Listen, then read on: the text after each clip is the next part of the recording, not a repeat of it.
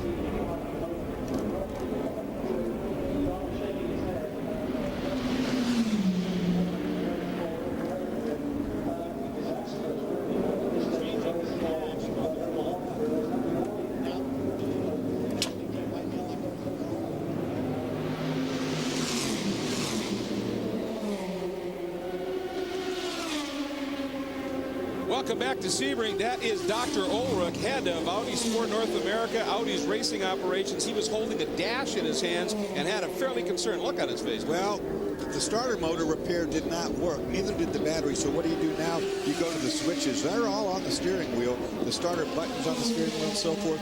That whole dash cluster will be plugged in as one unit. Maybe then they can get the thing to fire up again. But anyway, not good for the Audi camp. No, we also heard during the break a little radio communication about potential problem with the clutch as well. So there are some issues there. Meanwhile, second overall, leading in P2, Brian Herta brings the Andretti Green Racing XM Satellite Lola in, and Mike is there. Excuse me, the Acura in, Mike. Yeah, that's right. We got a driver change. Brian Herta getting out, Dario Franchitti getting in. These guys have been on the same tire compound the whole day. The car's been running very well. Now they're in second place. The only thing you can see on the car is it's actually missing a left front dive plane. So the drivers had to adjust for the understeer for that. But everything else has been great right now. And the team is, you know, the whole idea was just to kind of win the P2 class. But now with the problems with the Audi at the other end of pit lane, you know, you can see the excitement in the team and, you know, going, well, maybe there's an overall win for this car after all. So everything looks like a normal stop. Getting the tires should be about 15 seconds, and this car will be on its way. Well, looking at last laps, I mean, Werner and the Audi turned to 49.4 and Herta turned to 51.5. So they're running within a couple seconds. And any problems befall any of these cars in front of them, right now it's only the one, you bet. Well, the dive plane that Mike was talking about is an add-on piece to the nose. It makes more downforce, and it's missing the one off of the left-hand side. It's knocked off somewhere on someone else's bodywork, I would think. So the cars are a little bit unbalanced, I would have to think. Now the stop is complete. Looked like he stalled it a couple of times, but did get it going, and now is bringing it down and heading back out on track. Let's bring you up to speed on what's going on in GT2. As we said, Johnny Mollem has now taken over in the Risi Ferrari, and it's his first time in the car today. And when we were first going to bring you the GT2 information before all the drama in pit lane, he'd only been in a couple of laps and turned in a very quick lap very quickly out there. He has been continuing to run that pace, Dorsey, 203s, high 203s to mid 203s, doing a superb job, and is in fact now running a second plus or so faster than the car's second in the field. So this car is absolutely hooked up, and of course Mollem very capable. And you saw right there on the data that he had 158 mile/hour speed back there. That's the fastest part of the racetrack, and it's about 20 miles an hour slower than what the P1 Audi could achieve. Car looks pretty good through turn one on those violent bumps over there on the onboard. You know, I got data from all four classes, and of course this is the slowest class, being GT2. However, this car, this Ferrari, is actually faster through the corners on a couple of occasions than every class car here. faster than a P1 car. And that mid-engine and that layout in that Ferrari obviously working very well. Now, you know, a lot of drivers have things they do to kind of relate themselves to racing. Johnny O'Connell likes to do some serious martial arts work. Well, in Fast Access, we asked Johnny Mola, what hobbies do you have that relate to racing, that help you when you're racing? Hobby that helps you focus and stay fit for what we're doing, but I think it's also to have something that you don't want to just stop. You know, when you quit racing, you don't want to just stop immediately, you know, your fitness training. You want to have something that you love doing other than motorsport, so you can then continue to do it. Johnny, for example, with the martial arts, I'm sure he'll continue to do that until he, you know, he can't sort of kick someone around the head when he's like 85 years old, you know. But yeah, I would say that's a good thing to have. Martial arts is, I should imagine, perfect for that. Unfortunately, my sort of martial arts are restricted to sort of like, you know, smashing a bottle over someone's head and then running away as fast as I can. I've got no finesse when it comes to that. Cue balls, you know, like billiard balls in a sock. The sort, you know, proper English pub fighting. No martial arts stuff. Well, very martial, not much art. I think maybe. I squeeze empty beer cans when we're doing that. That's good enough for me. With your hands? The aluminum ones. Oh, you're tough. But I'll No tell bottles. you, again, this, I mean, this car, that qualifying moment, ended up starting last, and what a drive all three of the drivers have put in. Speaking of which, a great drive here, the number 71, Taffel Racing, the new Porsche 997 base 911 GT3 RSR. Patrick Long now behind the wheel, and they have worked their way up into second in class. This car has not done so without some trouble. We've seen it have a couple spins along the way, but pretty much unscathed. This bodywork looks like it's pretty good.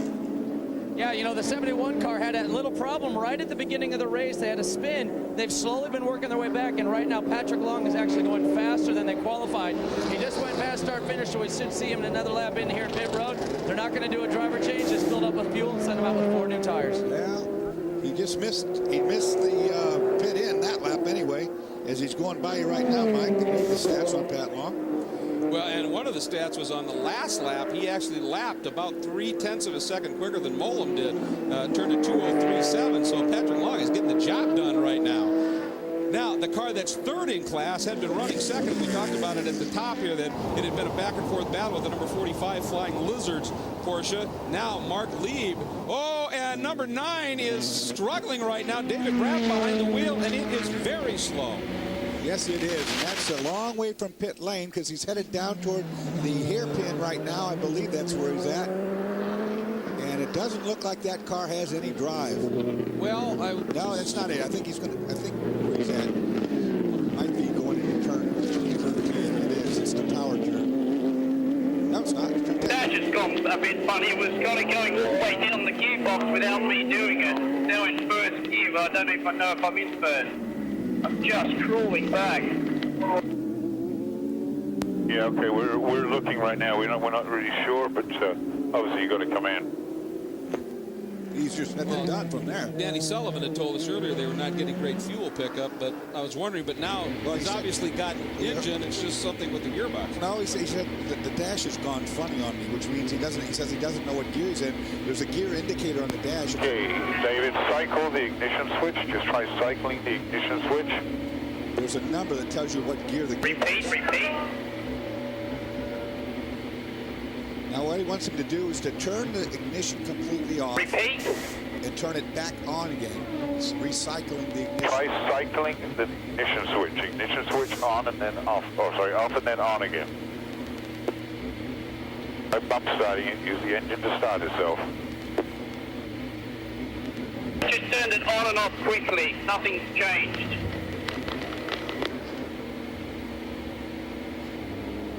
It almost sounded like they wanted Okay, to try shut off. fuel position 5. Try fuel position 5 if you can. This is an adjustment to the ECU, to the fuel injection management system. Going to a different map. The car's back running again. He's gaining speed here. Still not right. There's something wrong, but he will make pit lane as long as he keeps it going like this. At the time this happened, they had a 2-lap lead over Andy Lally in the number 16 Dyson Thetford Porsche, but That's going right. There's Danny Sullivan on the left, obviously very concerned at the moment. So frustrating sitting in those pits right there waiting to try to get your car back, and all you can do is talk back and forth between your driver. Try this, try that. You know, you're scratching your head, but you can't fix it with it out on the racetrack. Got to get it back to that pit lane. I think he will be able to do that. He's on the back straightaway right now. Problem is that Allman straight is a long one. Yes, it is. But he's got power. I mean, he's not out of power. He's just not running well, but he's going to make it to the pits. And he might change that whole dash out again. That's part of the ECU. Electronic control unit manages the entire running of the car. Pit lane. Got no idea what speed I've got. 69. The black art of electronics. When it works, it's phenomenal. Well, there's the black right there. It's not showing you anything, and that should be showing you all kind of things.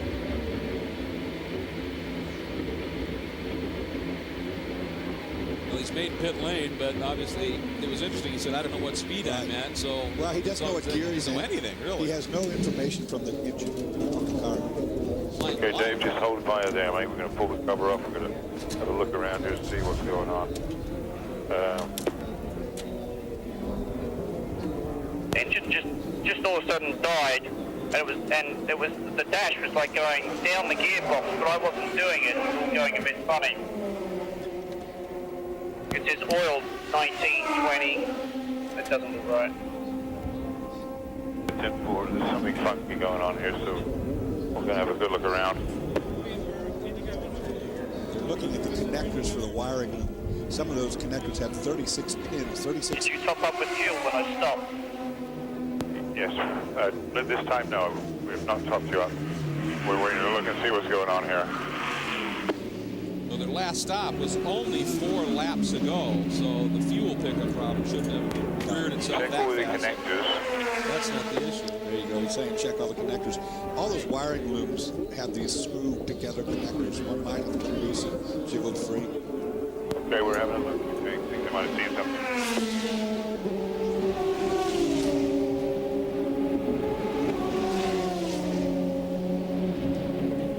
Poor Brabs, look at him there. You can tell he's not a bit happy about this. He's winning the race, or he thinks he's winning the race. Now he's sitting there just waiting, trying to, you know, hopefully they can find something. You may want to change tyres and get these ones cleaned off for a later time.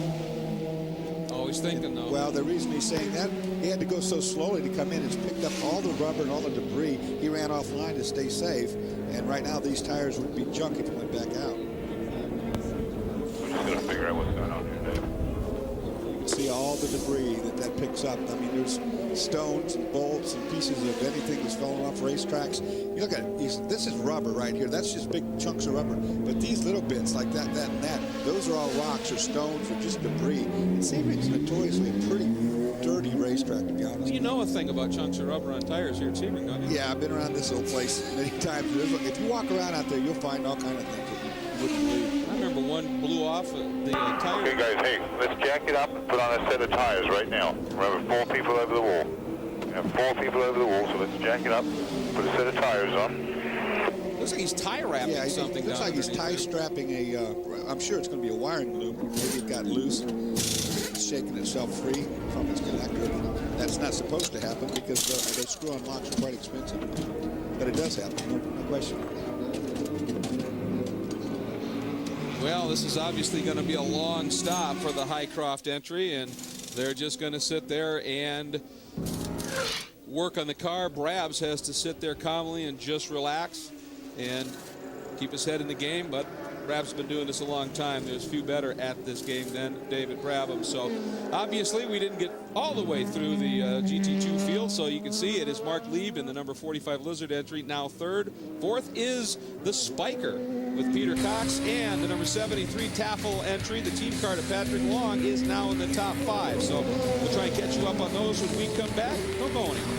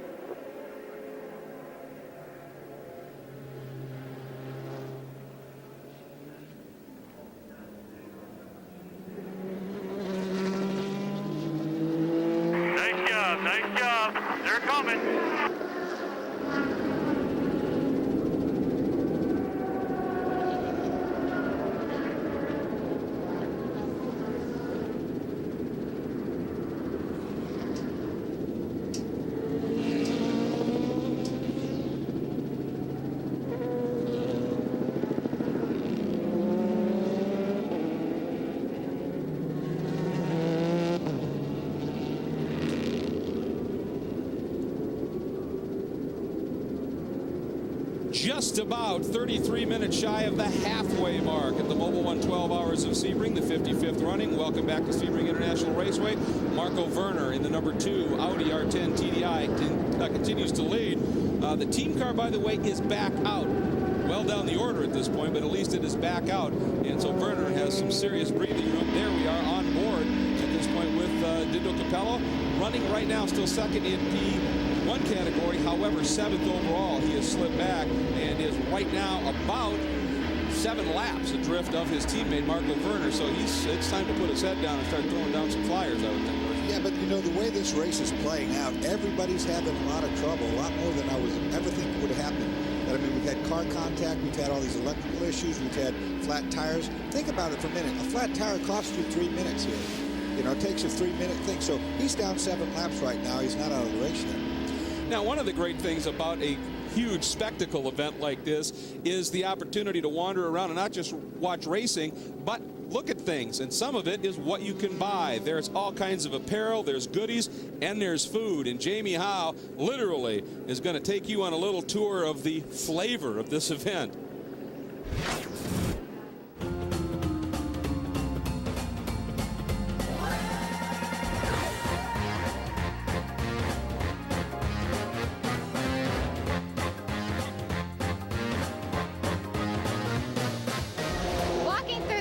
You can buy anything from a beverage babe koozie to real estate.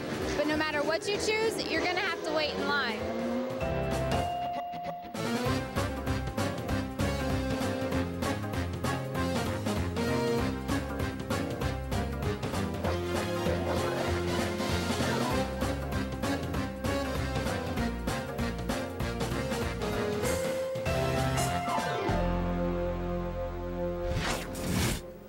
Well, I guess you can also look at things you can't buy. Yeah, exactly.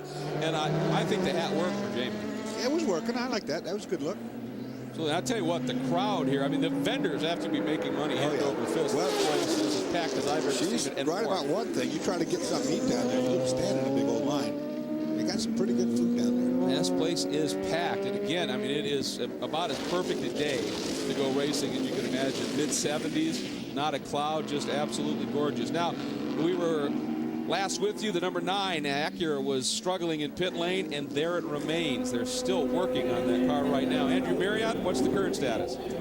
Well, absolutely right. They are still struggling. They've got some different ECU units, electronic control units down here. They've got little bits of wire as well.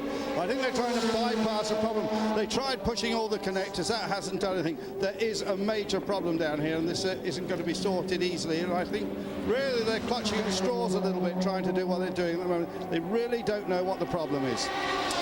Similar to what we saw with the Audi, you know, you're replacing an ECU, the electronic control unit. You're replacing wire connectors. You don't really know which of these components is the one that's failed. You just got to keep changing things out until you're happy you find the one and get back on the road. Sort of test and fail, test and fail. Oh, got one. Yeah, sometimes you're lucky, sometimes you're not. Well, they've been in there a long time, and they have plummeted from 3rd overall, 2nd in class now, to 7th overall at this point. So it's a long, long stop, losing a lot of laps. Now, let's get back to more of the GT2 story. This is the car running 4th in GT2 right now. Peter Cox behind the wheel and just got passed by Patrick Long. And this is the Spiker. Interesting car owned by a consortium that's based out of, created in the Netherlands. You can see it runs the famous Dutch orange colors here. This year they're running the coupe, not the convertible. And Peter Cox, an extremely talented driver who hails from Eindhoven in the Netherlands. And this car, interesting enough, Dorsey, I understand, runs an Audi V8, same engine that comes in the Audi A8 street car, basically. Yeah, it's got a potent engine package, no question about it. You don't see a lot of those cars running about. You know, and it's one of these kind of cars that either you love it or you don't. And if you watched our coverage at Le Mans last year on Speed, this car, late in the going, was in with a shot at the win in GT2 and then had a problem. So it's a car in endurance racing that has some pretty serious potential. Yes, of course, the big spike in news is they now have a Formula One team with a Ferrari engine, and that car will make its debut. They bought what was the Jordan team and then became the Michelin team, and they have a Dutch driver too, Christian Albers. But I was talking to the boss the other day, Victor Muller, at the launch of the Spiker Formula One car, and he tells me that last year they sold 97 of these road cars, and that was double the production from before. hopes for really going places. It is a little quirky car, I have to say, but some people like them. I like the look of it a lot personally, and I heard that they're going to be running 2 of them. One is a quote-unquote factory car, and then the factory's going to be helping run a customer car at Le Mans this year, so we'll see more of it. And speaking of the Formula One team, you can see them run when we're done here at Sebring today. Meanwhile, running 5th in GT2 is the Team Tafel Racing entry, currently in the hands of Ian James. Yep, Ian doing a good job. This car also had some trouble earlier on in the event. In fact, almost every team has, Greg. I was saying that before. For just not even being to the halfway mark, there's hardly anybody out there has not encountered some sort of difficulty that needed to be fixed. Well, the first 2 hours in particular was, like I said, it was like everybody thought it was a 2-hour race, not a 12-hour race. It was just crazy, but things have settled down a little bit, and now you're starting to see things flow just a little bit. And by the way, Patrick Long, you remember I was talking about, he had gotten up into 2nd in class, he's now dropped to 3rd with that 45 Flying Lizard entry is hooked up. Here's the car running 6th right now. It is the 85 entry, and it is entered by Farnbacher Lowell's Motorsports. And right now, the driver in the car right now is one of the best in the world in Porsche 911 RSRs, a guy named Dirk Werner. Indeed he is. And, this car, like you say, back in 5th place right now, that doesn't mean a whole lot. This is one of the battles we're going to watch all throughout the night. I think GT2 is going to be just a fantastic story before this race is over. Well, one, it's such a huge class, and 2, of course, there are absolutely some top-notch drivers, factory programs, pretty much anything you can think about in it. Just absolutely fabulous. Now we're on board the 21. This is one of those Panos entries that is now being run by the Tom Milner run team, the PTG program, working with Multimatic, who of course ran the cars last year. And behind the wheel right now is Tom Kimber-Smith, who was in the winning Panos at Le Mans last year. As a matter of fact, the 2 team cars are not, this isn't for position, but they are right together on track here. Yep, pair of the cars running beside themselves. Like you said, that's not a battle for position, but it's fun to run with your teammate anyway. Well, in the 22, Scott Maxwell behind the wheel right now. And if you remember, we had that video, Brian Sellers yelling at them to get this taken care of after they were sorting out that cool suit bottle, the airbox or the drinks bottle issue and all of that. When the driver that was replacing Sellers got behind the wheel, the seat mount broke. So that's why that car is rather down the order at this point. There you go.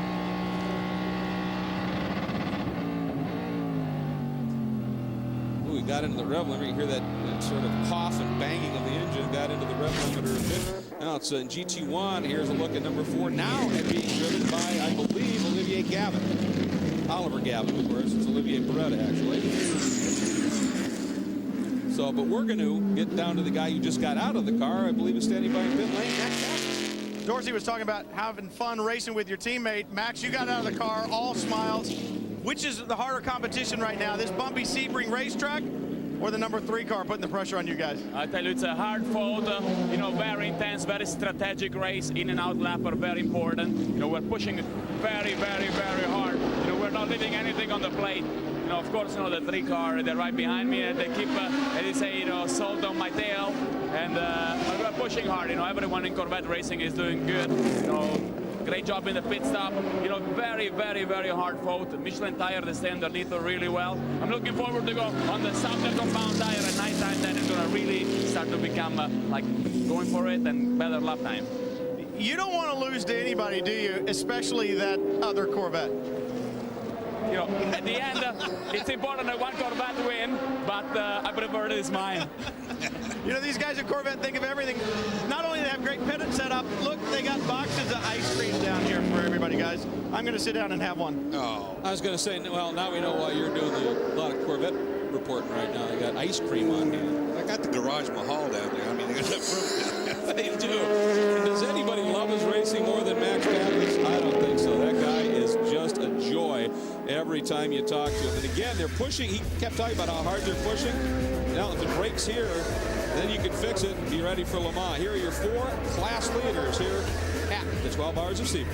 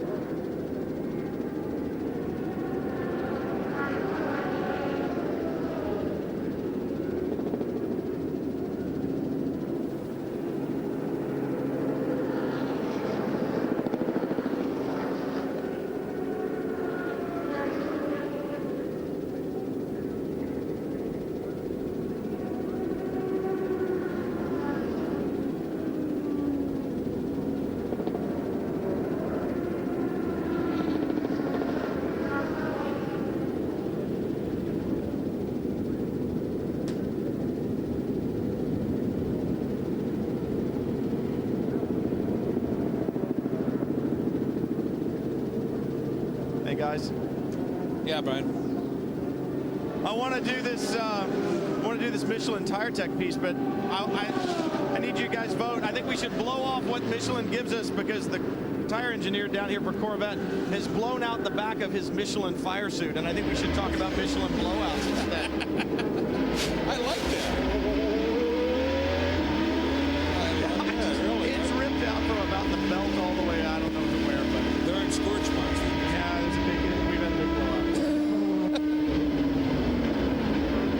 So I'd be for eating that ice cream. He didn't do to you what you did to me in the trailer. Negative Ghost Rider. All right, but I think it's the ice cream.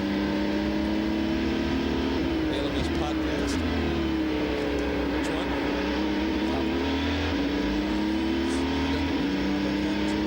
Podcasting. Audi lap of the track. As well as other audio features and coverage of the series. Very popular. Is that free too? Brian, what have you done with that?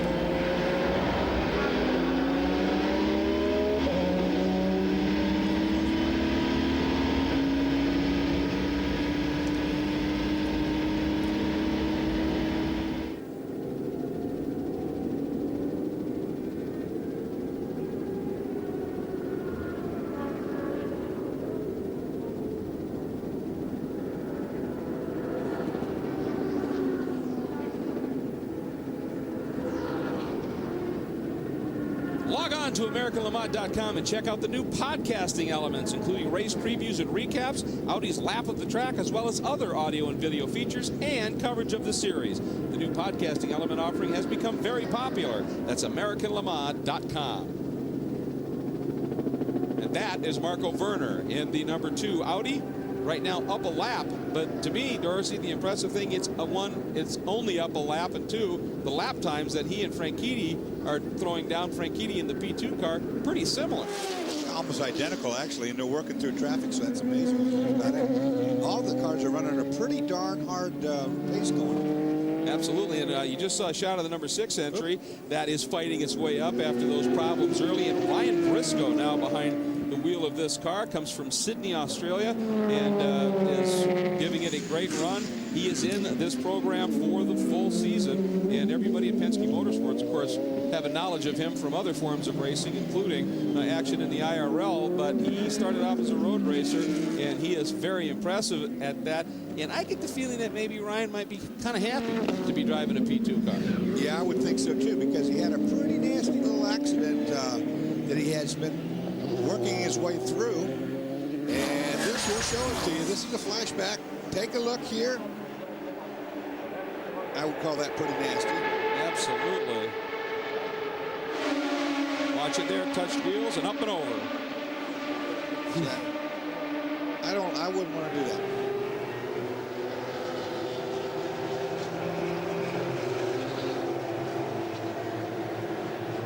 Has done an amazing job of rehabilitating and coming back to a competitive class of racing, and I'm sure he's loving this Porsche RS Spider. And has been very quick. No question. They put him behind the wheel. He's always been fast, and he hasn't lost anything as a result of that crash. And right there, ducks underneath the number 63 Aston Martin, goes around the number 10. Boy, that was an out in and out move. And right up in front of him is the number 16 Dyson Porsche. So he's just trying to get laps back at this stage. Alley driving the 16 presently. You see them work through that lap traffic, and that's pretty much what you got to do here. You kind of just zigzag your way through it all as it comes at you. And it comes at you fast sometimes, doesn't it? Right, well, you know why? Because, like say, the GT2 cars, those guys get little clusters of their own little packs of cars racing against one another. You're in the faster class car, and you catch them. You don't get one of them, you catch them. You got to find a way to thread through, while they're having a race within the race, where it's 4 different classes going on here today. All 4 classes are going to have a winner. Right. So you have to give and take with one another, and they didn't do that very well in the first 2 hours. Well, and one of the big issues with that is if you're third in a pack of 4 coming up on a race in another class that's not as quick, see somebody in the mirrors, let one go, let 2 go, might think that's it, start to go back to the line, and you're just sticking your nose in. Like right here, for instance, there's a good example right there. That's what I was talking about. From 10 to 13, 10 through 13, you can get trapped behind the car. There's nothing you can do. And one of the things for Ryan Briscoe, although he's a very gifted road racer, no question, he's got a couple of teammates that know an awful lot about this car. Brian? Timo Bernhard sharing that car with Romain Dumas and Helio Castroneves this weekend. Timo, great job in qualifying, but it didn't take long for the gremlins to pop up. We've seen a lot of batteries in and out of that car. Do you guys have that problem fixed? I mean, first of all, we had a really good race start in the first two stints. The double stint was really good. We were ahead. And also with Romain, it was working really good. I mean, we found a good race setup and we were confident with the car. But then we start to lose battery voltage, and we had to come in and fix that. That's why we lost a lot of laps. But right now it looks better again. I think the car's running consistently since that pit stop, and right now the pace is good. What the Helio's doing and what Romain did before, and it looks like we're getting up and closer again. You and Romain have so much experience in sports car racing, but you take a race car driver like Helio Castroneves, obviously very talented, but what is it that you can teach him about endurance racing that's going to make you guys come out on top? How many lessons do you have to teach him? For sure, maybe a little bit the patience, because he's he's very hard. I mean, he's a very quick guy, and sometimes it's just the emotions, you know. So, but he's a very good guy, a very nice driver, and you have to cool him down sometimes. But we really like him, and I think he really enjoys the sports car racing here. And hey, we can learn a lot from him. So for us, it's also a big thing. Well, good luck. You know, Helio was so fast, he wanted to qualify the car the other day. Timo talking about calming him down. They had to sit him down and say, no, Helio, you don't get to qualify. He gets wound up. Now, I'm telling you, he gets himself all just revved up and on the rev limiter. And that's what they're talking about in traffic. You can't just pass everybody, you know, just gotta think about it. He's Spider-Man, the fence climber. Boy, he enjoys it. And you can see some of the action down in the Penske pits, some of the body work ready, some of it for night with different light setups in the light. Meanwhile, here is your overall leader, Marco Werner, and here are your 4 class leaders. Werner, Franchitti in P2, still second overall. Oliver Gavin leading in GT1, and leading in GT2 now Jamie Mello in the Risi Ferrari. Great moments, lots of excitement, lots of worry sometimes when things aren't going right. We'll be back with more of it all from Sebring.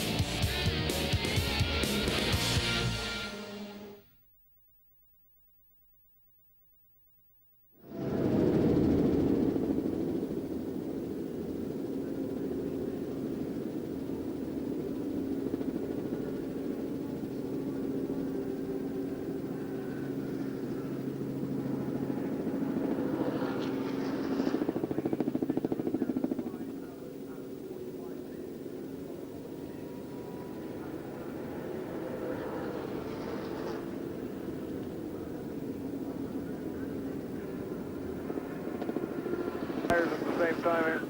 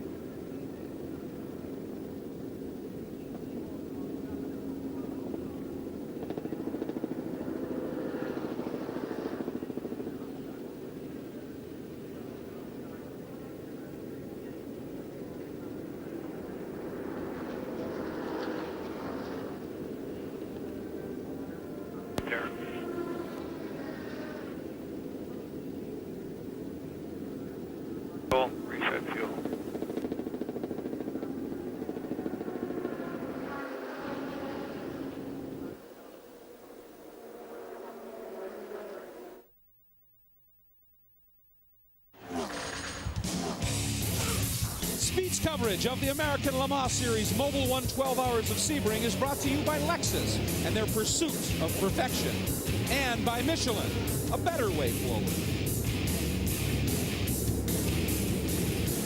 And that number 2 Audi using that better way forward to great effect right now. Marco Werner on those Michelins out front by a lap over Dario Franchitti, and is having a very strong run at this point. And we noticed the number 7 Porsche, Helio Castroneves, in the pits, and that might allow Dindo Capello to pick up 5th overall, and it has in fact, as the number 7 is still sitting there. Apparent some big problems, and the 6 is in. You can see it in front. Both of the cars are in, and both of them, Dorsey, look to be longish stops. So problems again. Too many mechanics on looking for the problems, and you can tell right away there's a problem. This is not routine. Ryan, what's going on? Well, the 6 came in after the 7. The 7, we're talking to Timo Bernhard. He said they got their electrical problems fixed. Well, he didn't say anything about the barbecue pit, because when they brought it in, it was on fire. There was a small fire in the engine compartment. They got that put out, but they got to look for the cause of it. The 6 car, electrical problems. They're replacing batteries in it. Meanwhile, the 16 has come to pit road. 16 was sitting second in P2 right now, and they had that bit of a problem for Andy Lally on his last stop, so you got to be concerned about that rearing its head again. It looks like they're going for tires at this stage. Driver change going on, and they're going to get that accomplished. They're waiting on the fuel man. Well, Brian, I'm everywhere, aren't I? You're busy. Routine stop for the Dyson crew. I ate that ice cream. I've got the energy. I'm ready to go here, guys. Looks like a routine stop. Andy Wallace getting in. You may have seen that seat insert going in. He's a little bit shorter than Andy Lally, who just got out. So a foam insert goes in to make sure that Andy can reach the controls the way he needs to. He's got his belts on, the radio being plugged in. The fueling is done, so now the crew can go to work putting the 4 new Michelins on. You do a driver change, you're going to do tires, and that's exactly what they've done here at Dyson. See the repairs on the left side of the car, and Andy Wallace back underway. Now, keep in mind, Andy Wallace in the winter test that they have down here at Sebring was the fastest in P2 in one of these Porsches. So obviously, the car's struggling just a little bit with some mechanical issues right now. But the Dyson cars, they're quick. They're quick enough, but it's always been in this class, the P2 class, about longevity. And you can see, I mean, both Penske cars are in trouble right now. 16 and 20 both been in trouble once already. And we're far from over. Goes to 20, whipping by. Oh, Andy. Now, Andy's slow. We got trouble here. That's the number 24. JMB Ferrari has had an off. Andy was barely going there. Looks like a flat right rear tire on that car. I'm not sure. Ben Alcott behind the wheel of it right now, and doing the smart thing, just getting out of the way while he tries to get some speed built back up again. That's Bishop Bend. Nope, he's all right with the tire, no problem. Just a spin there. No damage out of this. They're talking about they want him to pit. What's happened? You just ask him what happened.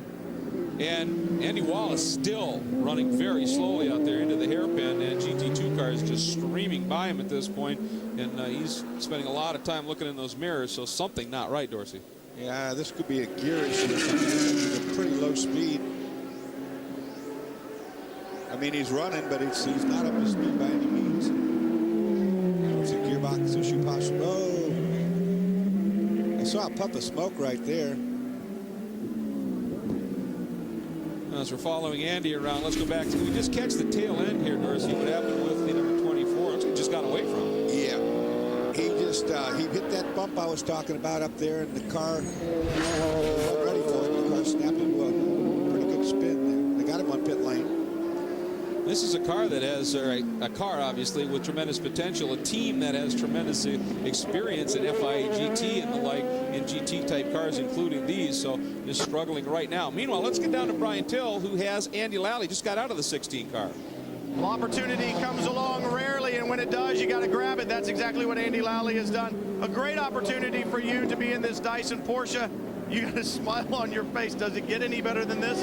No, just got out of the car doing a double, and it's so solid. We had a little bit of a gearbox issue, but the guys fixed it on our fuel fill, and the second stint went great. So, I'm looking forward to another one tonight, and we'll see what happens. Well, it looks like we got some kind of a problem right now. Andy Wallace bringing the 16 back in. Just talking about how good it was going. You can see the disappointment on Andy Lally's face. They're going to see if they can figure out what this problem is and get back underway.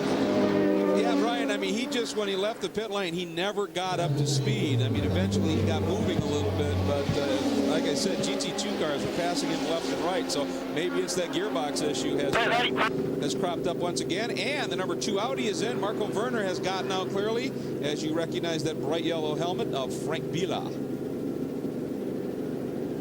Now let's go back to the lack of activity in the 16 pit. I mean, they're just chatting right now. It's in reverse. Gearbox problems. We're just going to lay out a little bit and see if we can listen to some discussion between Andy and the crew here. Sail off, please, Chad. Let it sail off. I'll pull that cable on that was on there before.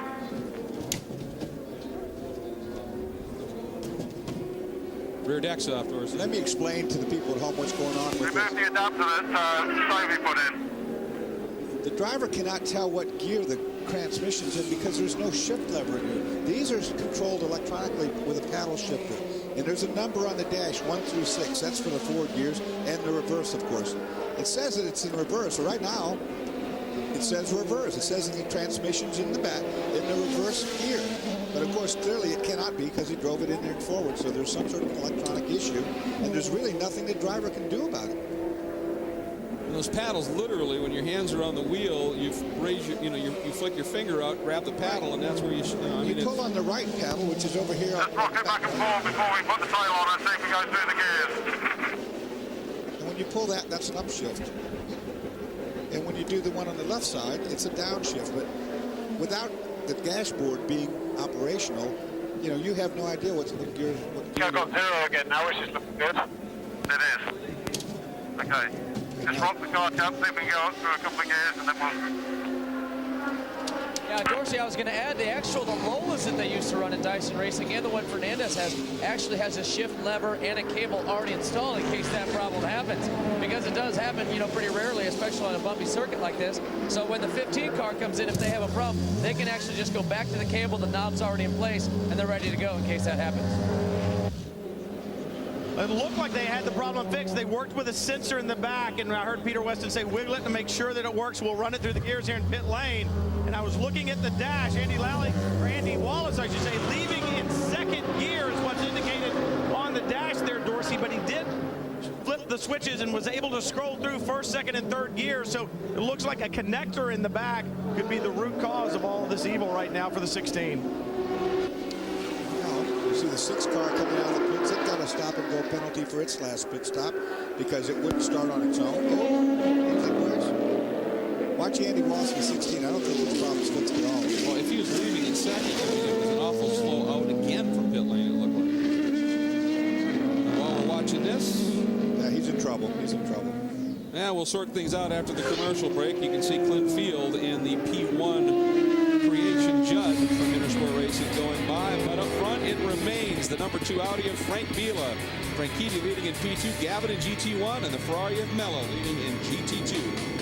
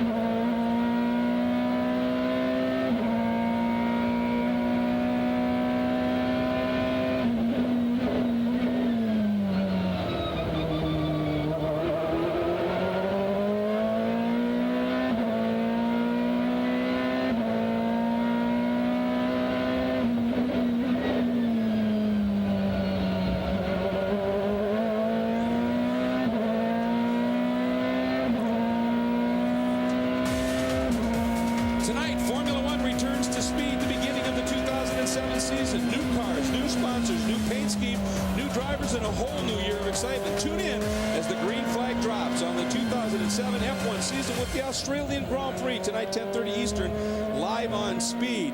And some of the storylines: Michael Schumacher retires, his replacement at Ferrari, a guy named Raikkonen, on pole. Alonso, a couple of championships. Let's try it with McLaren outside the front row. Hamilton, Kubica in the top 5. Unbelievable. A lot of great storylines there. We're certainly going to try and get off the air and hurry over to Dorsey's motorhome tonight and catch the start of that race. And in honor of St. Patty's Day, we're going to, it's the Australian Grand Prix, but we're going to be eating cabbage. Corned beef and cabbage. Right, mate. All right, then. All right, should be fun. Meanwhile, we're on board here with Dino Capello as he continues to try and work his way back into the fray here. 7 laps adrift, but remember, he was 9 laps down after that problem. He's now 4th overall and is 2nd in the P1 category, and we are 1 minute and 7 seconds past the halfway point here at the 12 Hours of Sebring. Lots of great racing going on. Now, here's a car that, I'll tell you what, these guys are ecstatic to be here. The Jean Richard Lola. Remember, this is a car that 2 years ago the Dyson team ran, and there you go. Look at the Dyson team, and then the Jean Richard car. This is very much a privateer effort. They had some problems early in the race and are now in full catch-up mode. Ryan Wellman is behind the wheel right now. One of the drivers of this team, run by Mike Lewis's Autocon team, and of course he's had a lot of success at Trans Am, and the last few years has been running prototypes in the P1 category. And Brian Wellman behind the wheel of that car right now. And like I said, they're just trying to hustle that car up to the pack. Now, Brian Wellman, a fascinating story. He's a former Microsoft executive and has had a tremendous amount of success in the business world, has fallen in love with racing. And earlier in our Fast Access, we asked him, are you truly living the American dream? Skip the American dream. What's the American reality? I've certainly lived a part of the American reality, which is if you're fortunate enough to have the right aptitudes and skills and you work very hard in the right place at the right time, a lot of things in the world will come your way. And so I've been very fortunate that I had a set of skills and aptitudes that were in high demand, and I worked really hard in a place where that meant a lot. And so now I'm free to do other things, right? But in America, you still have the law, right? The police wouldn't hesitate to write me a speeding ticket, and I still have to pay my property taxes, and in spite of all my success, I can't look at places around the world where something awful's happening and go, stop that, you all just behave, stop this, right? So I think the answer to your question is yes, but what does your question really mean? I get to do really interesting things, and I get to choose the really interesting things I get to do. So I think that's beyond the American dream. I think that's a world dream. A world dream indeed, and of course that skill set, aptitude, hard work doesn't hurt when the guy you're working for is named Gates. Absolutely. That was kind of way over my head what you had to say. I'm glad we did this in hour 6 and not hour 11, because I could barely handle it. Yeah, but it was it was a great comment, and I mean, he worked hard to get where he is, and now he's benefiting from that, and that is great. And again, they had some problems early, and this is, as I said, very much a privateer team, and you're going up against the might of Audi and the speed of the creation for the Intersport team, and yet they're here, they're in the endurance race, and they are plugging away and going after it. Speaking of endurance race, we are now at, when we hit the halfway moment, which is now about 4 minutes ago, 188 laps, 695.5 miles. And if this pace continues, that could give us a new record distance in completion. The old one was 1,369 miles. If we stay at this, we will be up over that by almost hitting the almost 2,000 mile mark. So that's pretty impressive. Well, the bar gets higher and higher each year. Certainly the level of competition has increased. All of these new entries in the P2 category certainly pushed that bar. That's pushed Audi to go through their winter testing program and really improve the performance of the R10, which we're seeing here today. Had the problems with the one car, they're in catch-up mode, but right now that's why they run two cars. Frankie Bieler out front. And the crowd, as I said, a glorious day here, and of course up in the VIP suites enjoying the action here in Sebring. We will be right back with more from this legendary track.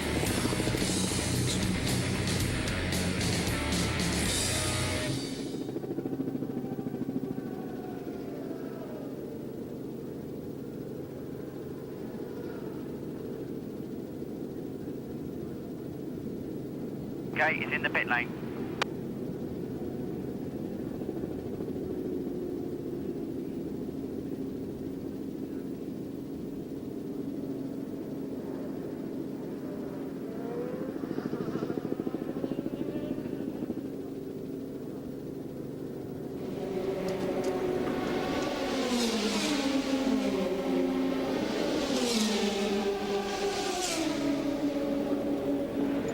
Whenever we do ignition on off, we have to try again. Don't go completely off with the main switch, just ignition off and then back on. Otherwise we have no telemetry.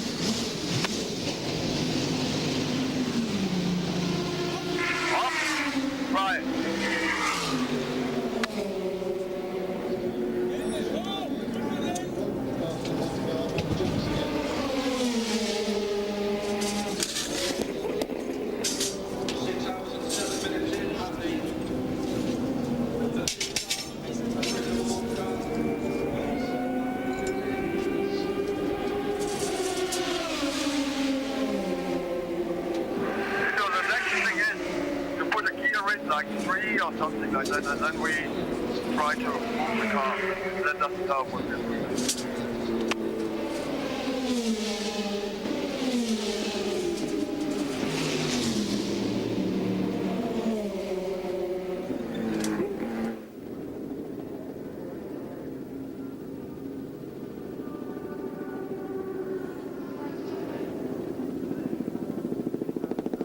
Welcome back, everybody, and if you're just joining us and haven't been watching earlier, we're doing a 12 after the update for everybody, and you've timed it beautifully because it's time for that right now. We're going to give you an idea of what's going on. First of all, in the P1 class, current standings, Frank Bieler out front overall, and in the class, team car Capello had worked his way back up to fourth and second in class. They're in the pits. They appear to have problems. Third in class right now is Brian Willman. We talked about the Jean-Richard Lola having a good run there as well. In P2 right now, Dario Franchitti not only leads P2, but sits second overall. Adrian Fernandez, third overall, second in P2, and Andy Wallace, fourth overall, third in P2. The P2 class living up to all the promise that we saw from it, and the Acura is exceeding everything we thought we might see in this very first race for them. In GT1, it is Corvette and Corvette. Oliver Gavin behind the wheel of the number 4, leading right now. Ron Fellows in that new white CompuWare Ron Fellows edition machine. Liz Halliday behind the wheel of the 63 Aston Martin. And in GT2, it's the number 62 Risi Ferrari of Jamie Mello out front. Mark Lieb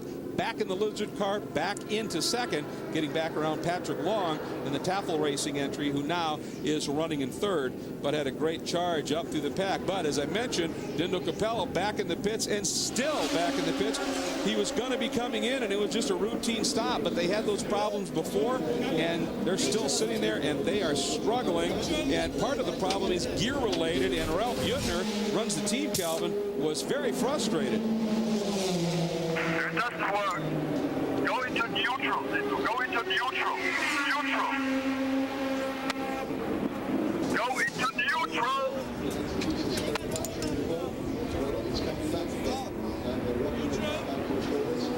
Nothing. Put a gear. Put the gear in. Stop.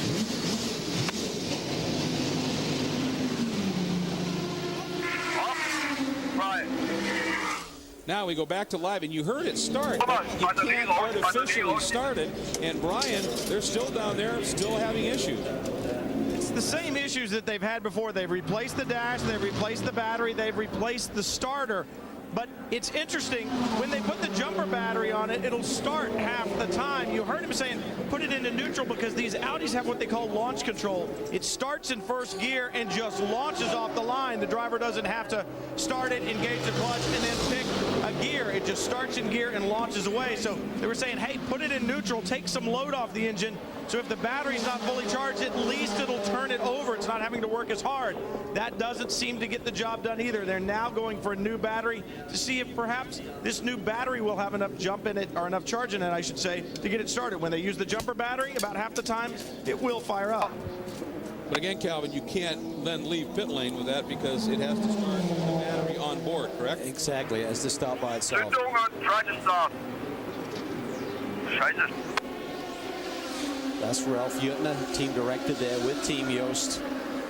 Not a happy boy right now. And they're not used to these sort of issues. I mean, normally they're so buttoned up. The guy right there, that's Reinhold Yost, leaning over the wall. He always has his stopwatch in his hand, timing these pit stops in terms of fuel strategy. The great strategist, so many victories at Le Mans. Very nice man. Well, I would submit that the reason Reinhold Yost ended up being a part of the factory Audi effort when they were developing the R8 is for so many years he beat the factories when he was running independent Porsches because of that strategy and creativity. And Brian Till, we see the jack going up and the support bracket going to go underneath. Another long one. Can we check the wiring on the starter in case that can't take the current? Let's make the engine is turning at like 70 revs. You hear what he just said? I was going to say. I checked the wiring before. It's okay.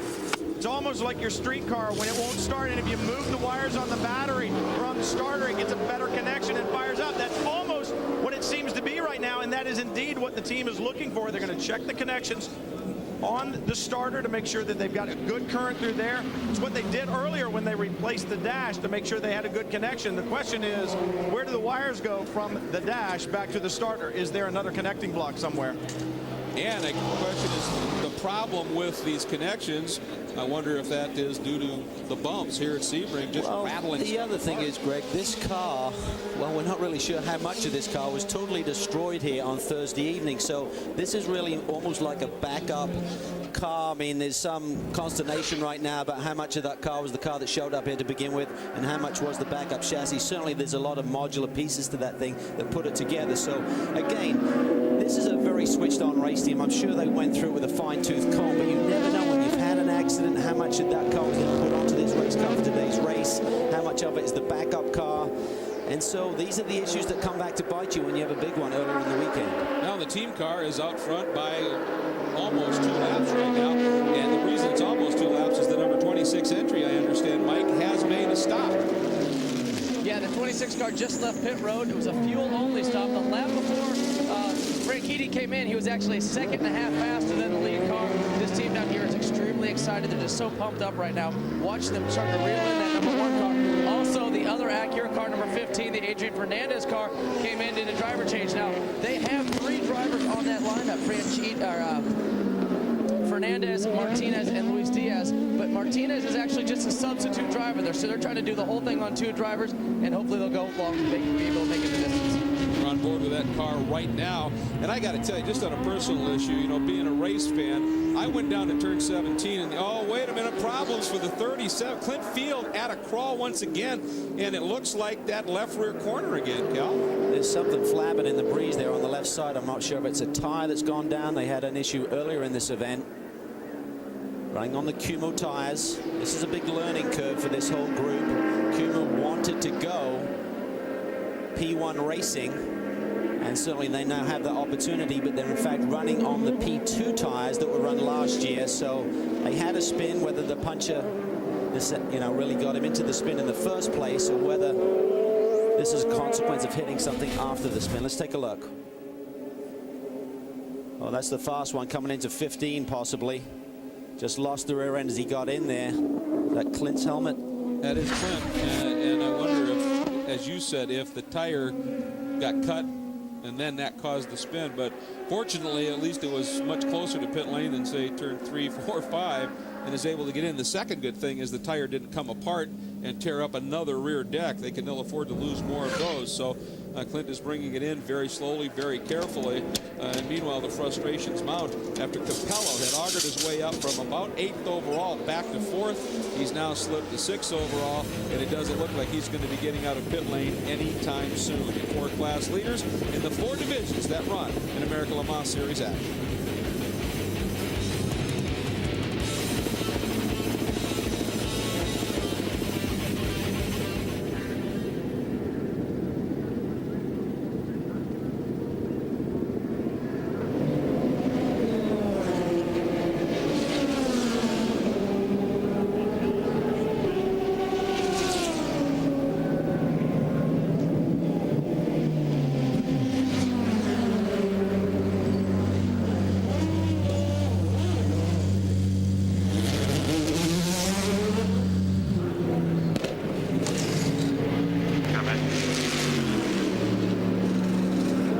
Yeah, it's got a minor, it's only up and down shifting and stuff, and then not.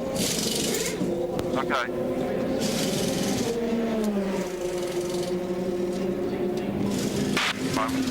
Fine box, mate. There we get on.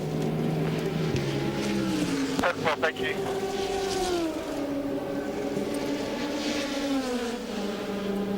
I think what I've done, I've also had to go offline to get around people, and I'm absolutely covered in pickup. Yeah, the tyres are a little bit dirty, mate.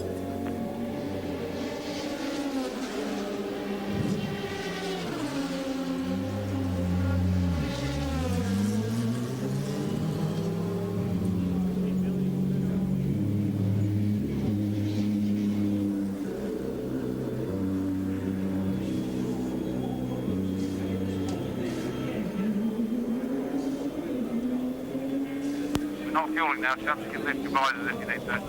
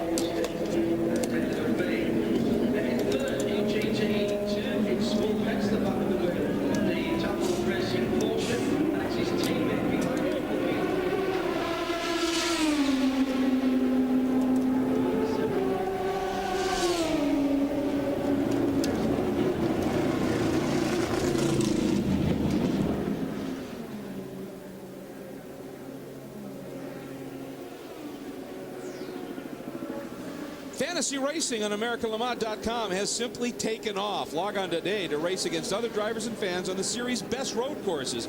Win prizes and follow the world's best sports car series. That's on AmericanLeMans.com.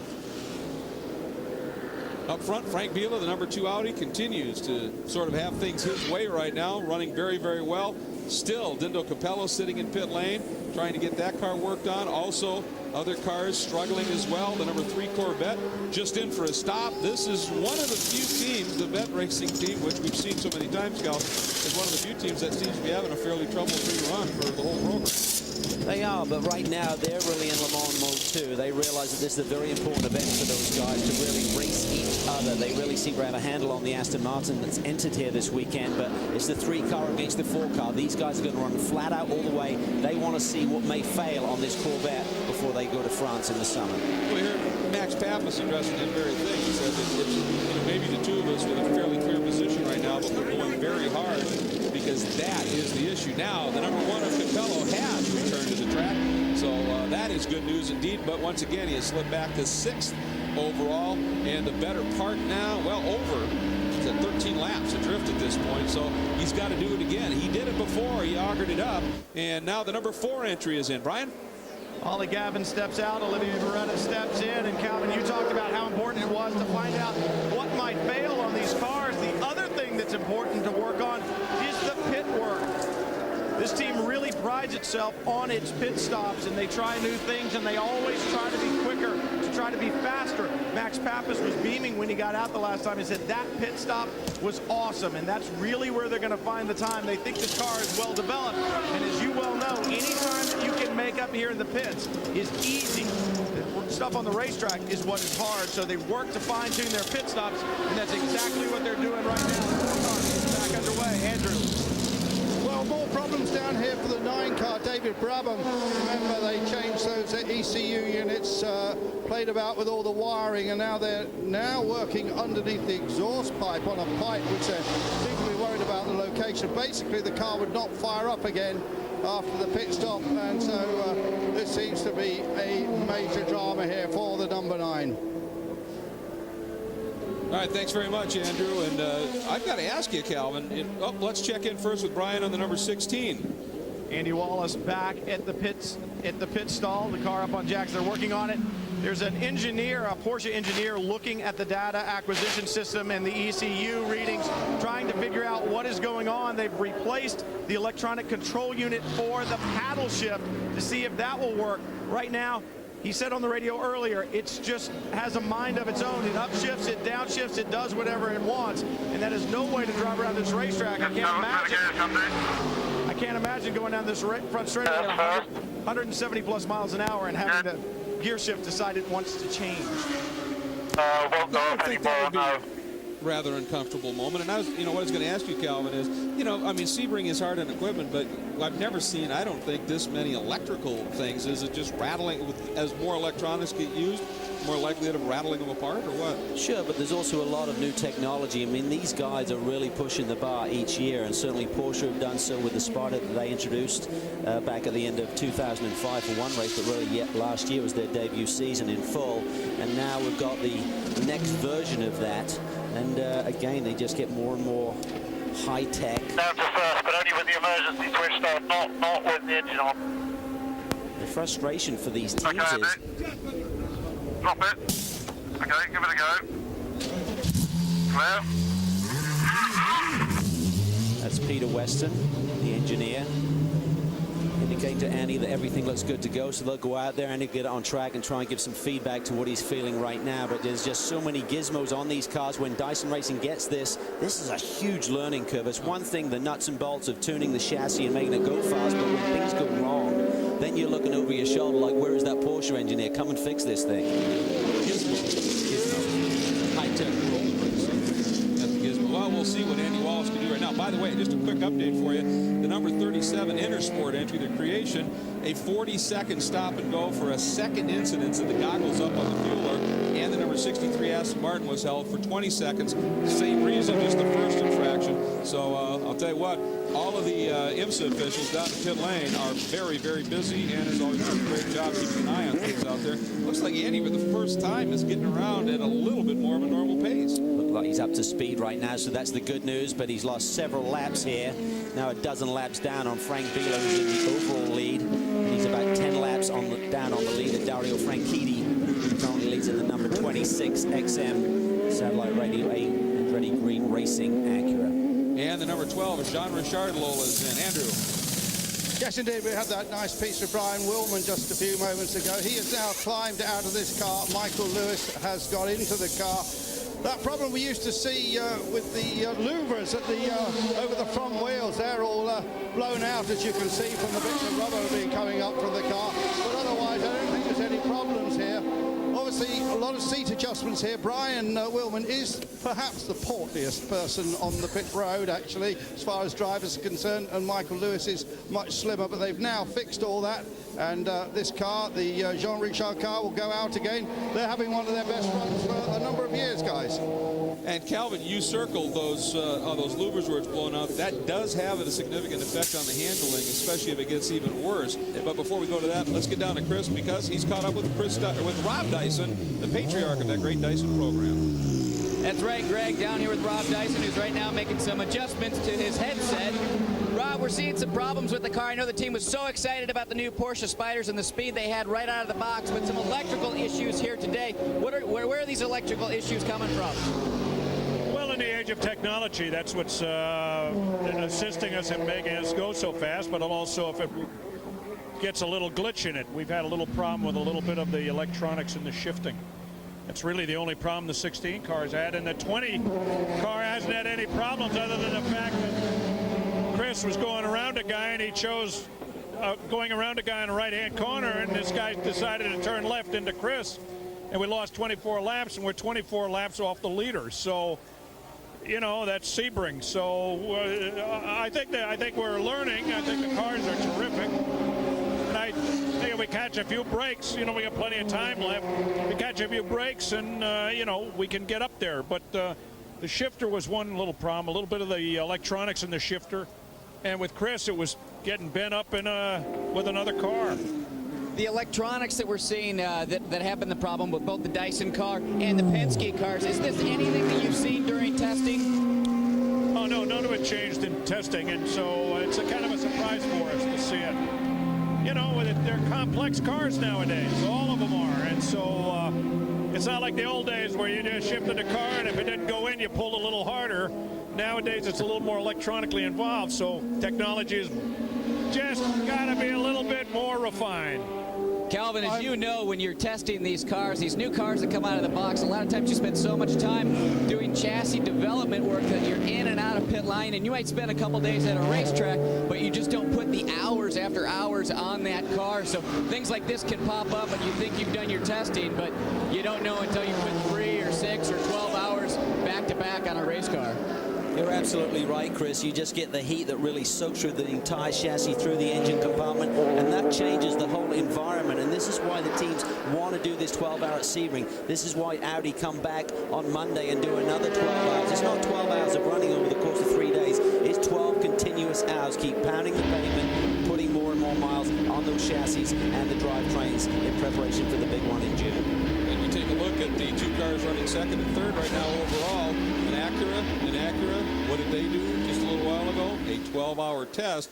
They pounded those cars. They may have found some of those issues. Of course, the 9 car having a little bit of a problem right now, but nonetheless, some great racing. And keep in mind, you know, all of the problems for the number 16 Porsche, a little bit of a struggle. This is the one that Dyson hasn't won overall of all the great races in the U.S., so they want it bad. We're going to take a break. Lee Diffie will be back behind the helm on the other side.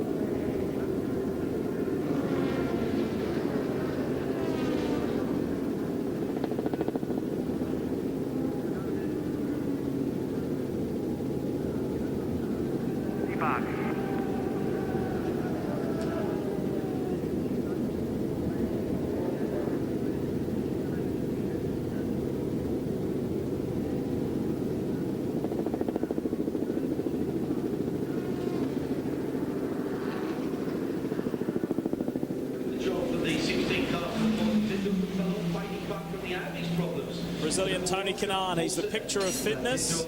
He is heavily into triathlons, and of course he is an IndyCar champion. Well, this is a special occasion for the diminutive man. He has done many 12-hour races, whether it be in some kind of a sedan or a go-kart in his native Brazil, but never a 12 hours of Sebring, a special day. It really is, and he's really enjoying it to be here with his teammates and very good friends. And as we know in any business, it's all about the chemistry, and certainly the Andretti Green Racing team has put together a group of drivers that work very well together. In effect, they've created a family. Those guys are like brothers. Frank Kitty, Michael Andretti, although he is one of the bosses, Kanaan, the whole gang. They get on very, very well. Chris, what do you have? Lee, I'm here with Wolfgang Ulrich, who steers the ship over at Audi. Wolfgang, what exactly are the issues with the one car? The number one car struggles with the starter motor problem. They have changed the starter motor now already twice. We also have replaced the battery, so we will see at the next pit stop whether it works or not. We are not really sure what the problem is, but it is clear that after changing the starter motor the second time, the car could be started by itself. So we have to wait for the next pit stop and hope that we have solved it. Is any of this systematic of the crash the other night by Dindo? Sorry? Is any of this systematic from the crash Thursday night? No, I don't think so. It has something to do with the crash from Thursday, because I already said we have already changed twice the starter motor. So it's for sure it's nothing that has been in the crash. Good luck. Well, some head scratching going on there. That's obvious. Frustration at Audi. You wouldn't have pictured that, would you? You wouldn't have predicted it. And it seems like Christensen has kind of lost his magic here a little bit. As always, the other car, if it had problems, that'd be the car that Tom was not in. Yet at Le Mans last year, Lee, we saw him sort of like lose his record streak going there at 6, because it was his car that had all the little niggly problems, and the other car ran pretty well, and we're seeing that here again today.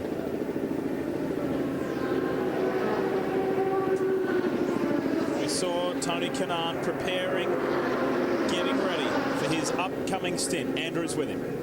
Yeah, I'm with Tony here. Can I get into your physiotherapy here? We're just doing a little stretch right now. I think I'm getting old. How are you doing sports car racing?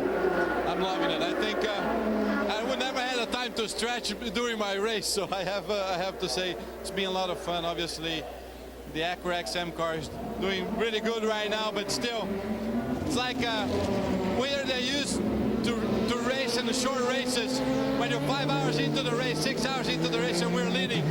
I'm definitely looking forward for this thing to win, but I still have 6 hours left. Dario's just finishing off a double stint. Are you going to double stint it now? Yes, we're all doing double stints, so that was the plan. So I'm ready to go. I'm gonna start it to get a little cooler now, and then I'll leave the dark side for Brian Dyer to finish this race.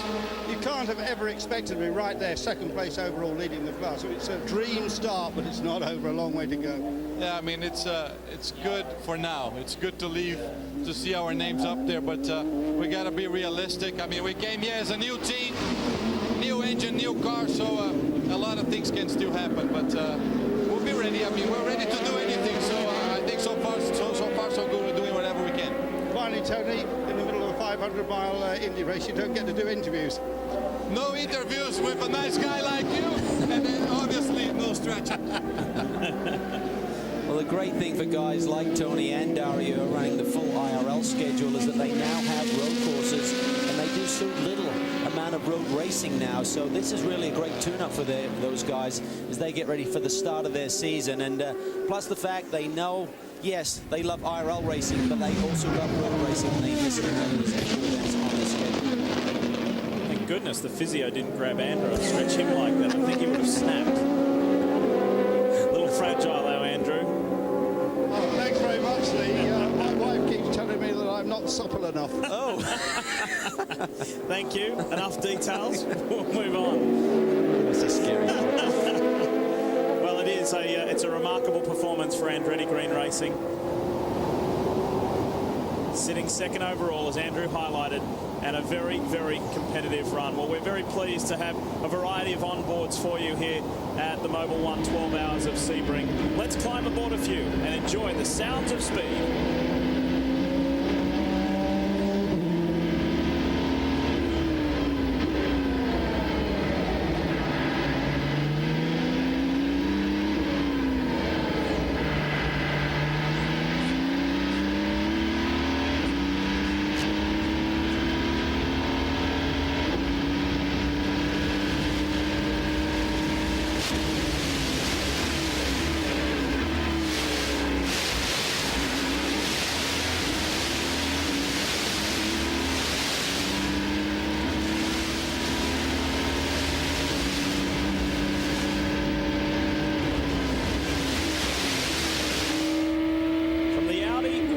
Highcroft Acura.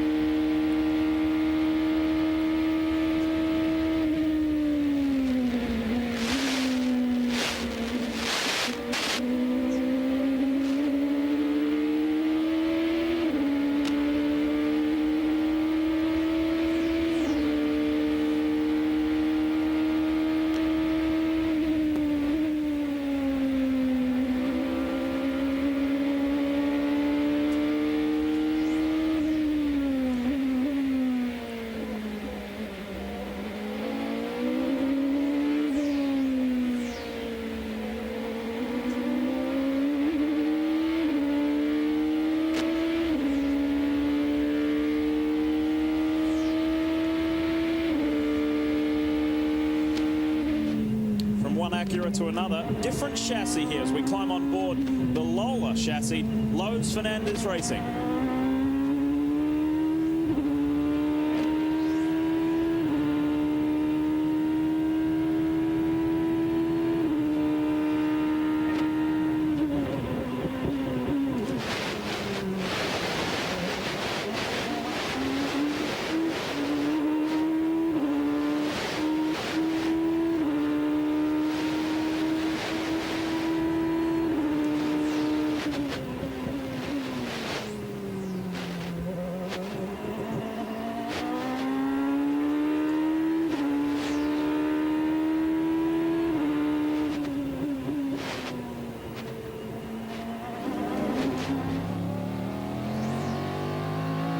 Change of pace, a change of level as well as we go on board with the Californian Bill Auberlen and the Team Panos Esperante.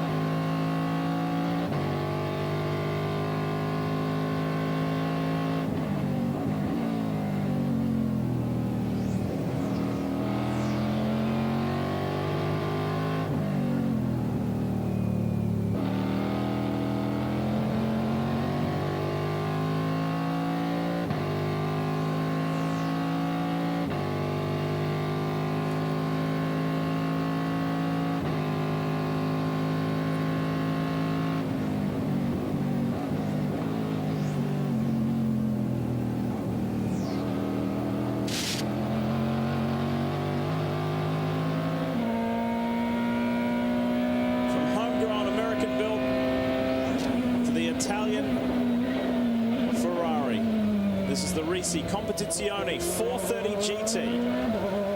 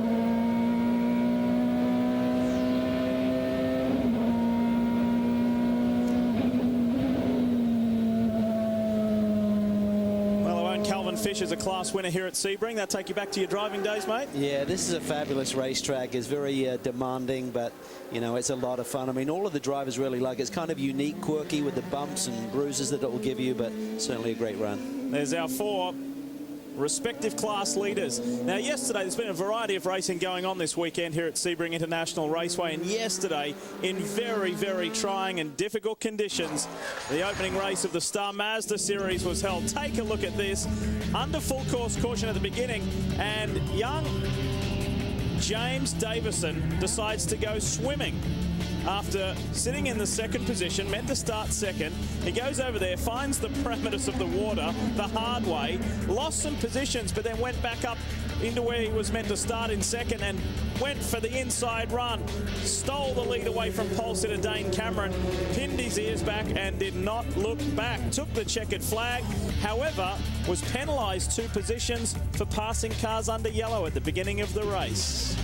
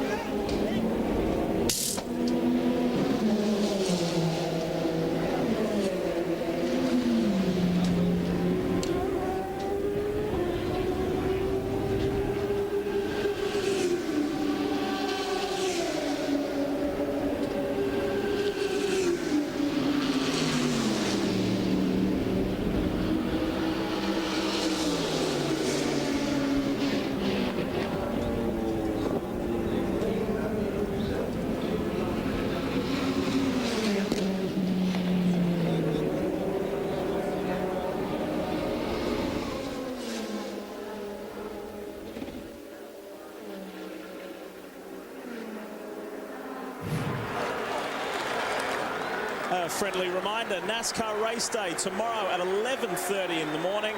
And if you're not ready for the drop of the green unless you've seen NASCAR race day. Built by the Home Depot. Tune in with the boys and don't miss it. 11:30 Eastern.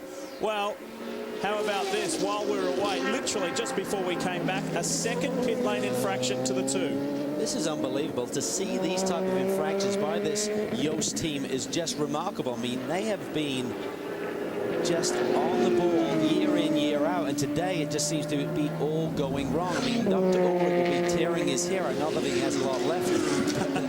I mean, the one car's having the mechanicals and the two car are trying to step on their own foot here with these pit lane infractions. We're unsure what the last one was, but definitely held after the servicing. We understand may have been goggles. Yeah, goggles on a team member, maybe even one of the refuelers. So the 42nd in pit box penalty to Frank Biela and the number 2 Audi Sport North America R10. Just been overtaken by one of the Porsche Penskes. I believe it was the 6 in Ryan Briscoe. Thoroughly enjoying his time in that prototype. And a solid season ahead for Ryan Briscoe. After last year driving just about everything that there is to drive on this planet. A1 Grand Prix car. He started the year testing for Toyota Formula 1. V8 supercars at Sandown and Bathurst. He did Champ Car, he did IRL, he did sports car racing. But this year ahead, a very solid season, and he's kind of crossing his fingers that he may get an Indy 500 ride with the captain. Well, and if he does, he knows he's got a solid ride there with a great chance of winning the 500. Here we're looking at Frank Biela, the overall leader right now, coming down the long back straightaway. See those louvers are blown out a little bit there? That's typical. You get the pickup, the rubber, these little marbles on the side of the racetrack. They, in fact, form almost like a snowball made of rubber underneath the fenders. Then it drops down, the wheel spits it back up and straight through those louvers. It actually increases the downforce on the car, allows the air to escape from underneath that front fender almost of the bodywork, and actually pins the nose a little bit more effectively. So some racetracks these teams go to, like Road Atlanta, is really bad for that. They'll actually set the car up a little bit differently at the front end of the race to really compensate for this extra grip in the front end. So they'll start the race with a little bit of understeer, recognizing that the louvers will be blown out, and the car will then become neutral and be very fast towards the end. There's some very powerful personnel here with the Audi unit. There you see Dave Mirage, who we know so well from Champion Audi, the ADT Champion Audi team. And of course, while this is an Audi Sport North America entry, the powerhouse people are here. Dave Mirage is here from the Champion side, but Reinhold Yost is here, and the majority of the personnel on that car are his men. They are. It's really just Brad Gettle there, and you saw him walking up and talk to Dave Mirage. They're going to be running the cars between this race and Le Mans. So in the American Le Mans Series, it'll be Champion effectively campaigning 2 of these R10s. Not the ones that are racing here today. These are now going to go off to Europe, be prepared for more testing, and then the 24 hours of Le Mans. And the cars that ran last year will then be campaigned by the Champion squad for the rest of the schedule. All right, let's talk second place overall, but the lead car in the P2 category, it's Dario Franchitti for Andretti Green Racing. Coming up to try and execute a move on a fellow Acura, the Lotus Fernandez machine.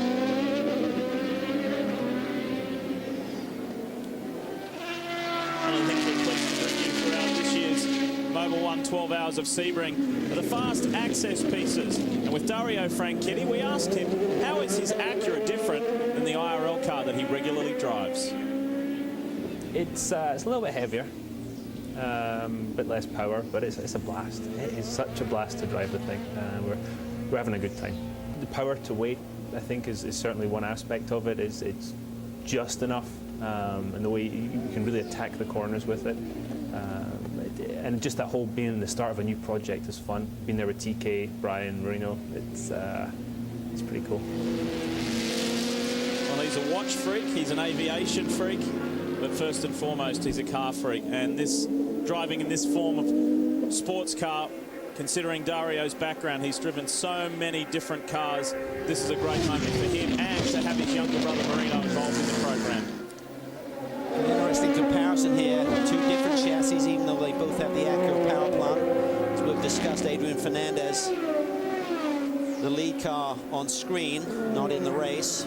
15 machine, the blue machine going through right now is the Lola chassis. This is the new Acura chassis. More tire issues for the 37 car. What a disaster. Same area of the car, right rear, and yet another tire blown. Now we need to highlight that they're using, as the boys have done all day, they're using a P2 tire as opposed to a P1, which is coming soon. More problems at Penske. Well, another driver who's had so much success in the IRL, Ryan Briscoe, handing over to Sasha Mawson and the 6 car. I think not only do we think the Penske cars were the cars to beat in P2, but could have grabbed that overall win.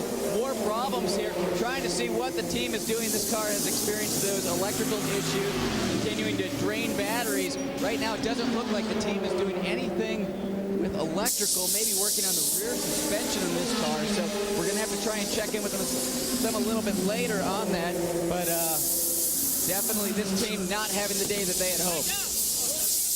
Well, they had a disaster here last year. Both cars not getting to the 70% mark and not scoring any points in the championship coming out of round one, and that was a very difficult haul for them to get over the Intersport Racing number 37 for the remainder of the season. So right now, yes, they want to be accurate here today. They want to win their class, but they need to get a car that's healthy and going to run to that 70% mark today. Approaching the 7-hour mark of this 12-hour classic, and you name it, it has happened here. Throttle cable problems, engine control unit problems. The list goes on. Battery problems, alternator problems, gearbox problems. Not necessarily all with this car, but with a variety of cars up and down pit lane. Tires blowing out. And it's an easy day. It's relatively cool. It's not extreme temperatures, so this is not what we expected. And on the other side of the fence, not too many collisions, no serious crashes, no major drama in that side of things. It's more been, well, there's problem here for the 16 Andy Wallace, dramas for the Dyson Porsche. Left rear flat, more tire issues. So, and you said, Lee, not a lot of contact. We saw the little bumps and bruises early in the race, but not for many laps now. We've seen cars getting into each other, and typically it's when you get those shards of carbon fiber around the racetrack which will cut down these tires. 60s day that started so brightly is going south in a hurry. It's quite fascinating, really. The cars that you would have predicted to be bulletproof are experiencing the biggest dramas.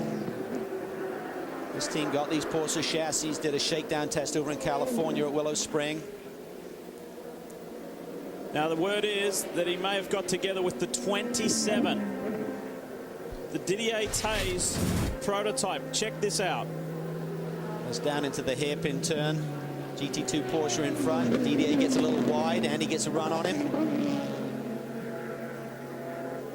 And I don't know. I didn't see any contact with the rear of the car on the 16 machine. They may have just tagged the front. So, yeah, so I don't think that possible bump. Okay, money, change the tail as a puncture. I just don't see how Andy's left rear could have got up to Didier and caused that damage, so that was just a coincidence.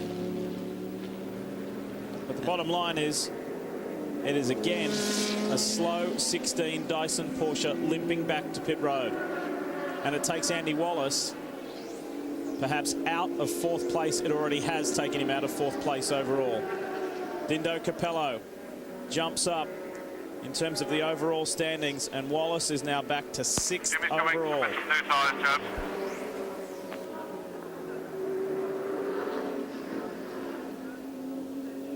Frustration, understatement. Hey, mate. The remarkable thing about Michelin tires that we've seen over the years. Andy, switch to map P, please. Talking about which fuel map to put him on, bring him into pit lane. They typically don't just disintegrate. They'll normally stay like this, or the complete tread of the tire will come away and not destroy the bodywork like we see with some other tire manufacturers. So I don't know whether that's designed into it when that happens, or whether it's just... Yeah, this will be just checking the right rear, check the bodywork. It's late now, it's late now. And preserving that very expensive carbon fiber bodywork is paramount. We see it so often when the car's traveling too fast, the tire shreds, and it severely damages that. But Andy has done a very good job in keeping it at a speed where that did not occur. Wallace in the pit box. That's the experience showing there. More importantly, the brackets. It's one thing to throw another tail on, but if you bust the brackets up, that's a major issue. Chris? Left rear, left rear. Lee, you can see Andy Wallace getting the car back to pit lane, having that puncture in the left rear. The team says they don't have any idea why he got the puncture. He hasn't been able to radio that back to the team. You just wonder, with all the contact we saw early on in this race, are there some bits and pieces of cars still on the racetrack that we're starting to see might be getting into these tires and cutting them down? So definitely going to be a little bit of a long pit stop. The bodywork doesn't look like it's got too much damage. You can see a crew member here sticking his head in there trying to find out if there's any parts of that tire that's wrapped around this left rear corner, any of the suspension pieces. But bodywork actually looks like it's in pretty good shape. Typically you see those tires rip apart and take a good portion of that bodywork off. So Andy Wallace not having to spend too much time here in pit lane. And you know that a Michelin tyre technician will be grabbing hold of that rim and tyre right now and analysing it extensively to try and work out what went down with Andy Wallace. All of the Michelin shod teams have their own tyre engineer dedicated to them for the season, so they establish a good working relationship and get all of that information that's necessary to increase the car's performance, and then they pool those resources back together at the Michelin factory and try and move forward with their development. Both Penske Porsches on pit road again, both stationary. This is highly unusual. And look at the frantic activity going on, Chris.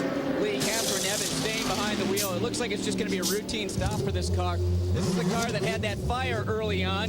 So everything, whoa, almost had an accident here as he was trying to get out of the pit box. Almost hit that Ferrari there.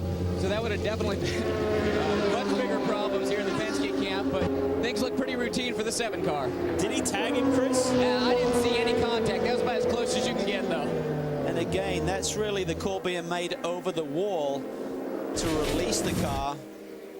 Held up a little bit there, but someone up in that stand, that was really tight. They've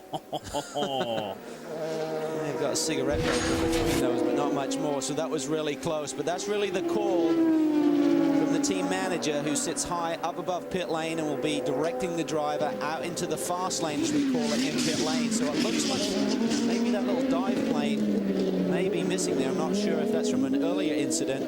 They have these little dive planes on the front of the nose, which increases the downforce. They're worth about 75 to 100 pounds of downforce, which is literally look like putting that amount of weight on that front corner of the car and pushing it down into the road. You can see it's missing there on the left front corner. And Penske's IRL boys spreading their wings a little. We've seen Sam Hornish Jr. do some NASCAR stuff, and now Elio Castro Neves in the sports cars running in the top 5.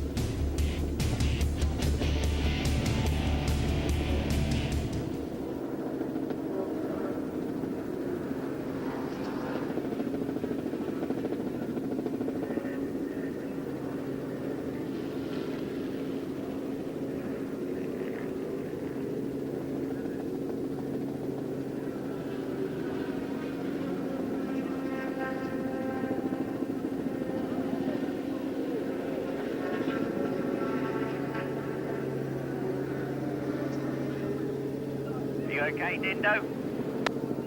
Everything is fine. Just the output of the back. Yeah, there's a problem with the start.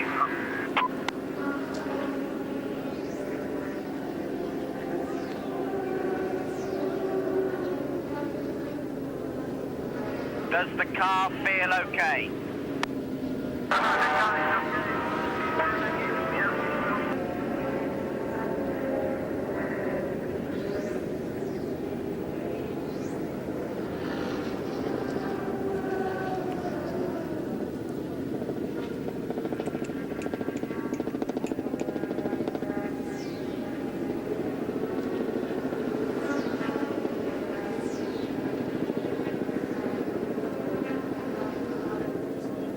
Yeah.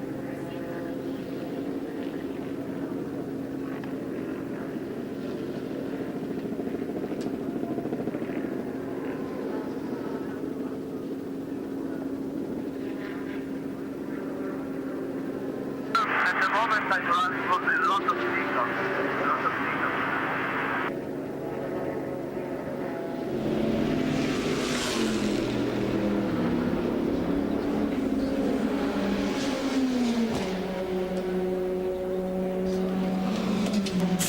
Go. Changing nose.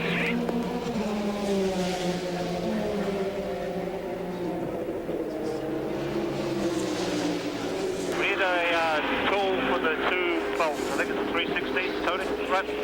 Yep, 316 Allen. And a ratchet.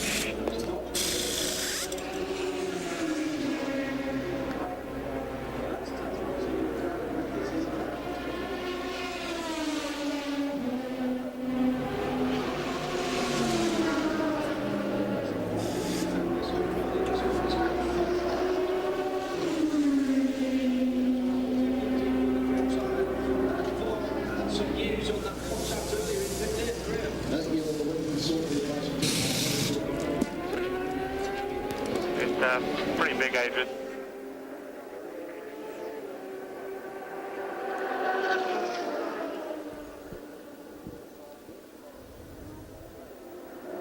The start of any new racing season brings with it new merchandise, new news, and plenty to talk about, plenty to grab as well. AmericanLeMans.com to check out all the new series merchandise, media guides, DVDs, and a preview to the entire series. Some pretty cool new stuff. So that's AmericanLeMans.com. Hope these folks are having a good day. Hope you are as well. What we're going to do is we're going to throw to a commercial and then not go to it, because whenever we go to one, something happens. You can't believe it. Look at this new nose for the Fernandez car, and Dindo Capello just ran off track as well. Well, this is pretty major. I know we heard some radio communication from the team to Adrian saying it was pretty big. So Andrew's down there. What's going on, mate? Well, there's a lot of damage. I don't know who he hit yet, but he hit somebody very hard. And I can tell you what, if they put that thing in the air into the wind tunnel, it'll come out with a very big number. But the new nose is going on. I guess this team haven't done this under pressure before, so they seem to be doing a pretty good job with the spanners. Adrian Fernandez staying in the car, just sitting there calmly, pretty calmly for a Mexican, I have to say. And this pit stop's going to take a little while, but this team is having a very good run, just like the sister car up the road of the Andretti team. They must be very happy from the Acura point of view, and that new nose is on now, and this car is going to be dispatched in the next minute or two. And we are under our second full course caution. We're averaging about 1 per 100 laps. We're on lap 200, and there's the 220, I should say, and there's the cause, I would imagine, Cal, yeah? Major debris, that's the cause of the caution. Whether that's the cause of Adrian's issues, we'll have to find out. Well, we mentioned that there was some pretty frantic activity earlier while we were in that last commercial break. Take a look at this. This is what occurred with Dindo Capello. Last car in shot. Dindo going through traffic, slides down the inside there. That's turn 13, and that's then just Fernandez. Runs wide, and that's the 15 right behind him, runs into the back of Dindo. So let's take another look here. Comes down the inside of Adrian and just understeers straight off the racetrack. So I'm not sure what happened there. It didn't look like he was carrying excessive speed. And then that's the piece of flying from Adrian's car, consequently. And that was not Fernandez's fault. No, absolutely not. Adrian had nothing to do with that one. As Dindo go down the inside, but the car did not respond. So I don't know whether he got pickup on his tires, something of that nature, but the car was certainly not working there for Dindo when he turned the corner. He should have been able to make that move and safely track on out of that corner. He understeered wide. Adrian just got involved in it. Let's take a look at the high angle again from above, just to dissect that one more time, Cal. Take a close look at it. There we go, coming down into 13. You see Dindo slicing to the inside. Now, right now, he should be able to track through that corner. Adrian doesn't touch him then. And then right there, he just understeers wide. Adrian had nowhere to go. He tried to get back on the gas pedal, and the damage was done. Now, it looks like that's the right rear section behind the right rear wheel, that big chunk of bodywork that's ended up on the track from Capello's car. Sitting there. That's why we're under this full course caution. Pretty good, though. I mean, it's been a weird race in some sorts, but pretty good for as few cautions, I should say. Well, it's a very fast pace. That's the great thing. We've got a record pace going here, but just weird things. So many electrical issues. We're seeing teams like Penske and Team Yost running the Audi North America operation here, just making these little mistakes. And we know it's early in the season, but these are seasoned veterans. They don't normally need to knock the rust off. 2 of the 3 Acuras are in the top 3 overall. Those P2 Acuras, what an outstanding debut for those guys. And this car here, 26, behind the one of Dario Franchitti, is the highest place of those Acuras. What a start for Andretti Green Racing. And while we take our breath around at a slower pace, let me paint the picture for you here. Beal is the leader, Franchitti is second. I'm talking overall positions here. Fernandez is third, Capello is fourth, Castro Neves 5th. What a list of names, huh? Andy Wallace is 6th. Beretta is 7th. O'Connell is 8th. Brabham is 9th. And Masson is 10th. That is some list of driving talent right there in the top 10, and it continues. Didier Tays is 11th. The very fast Antonio Garcia is 12th.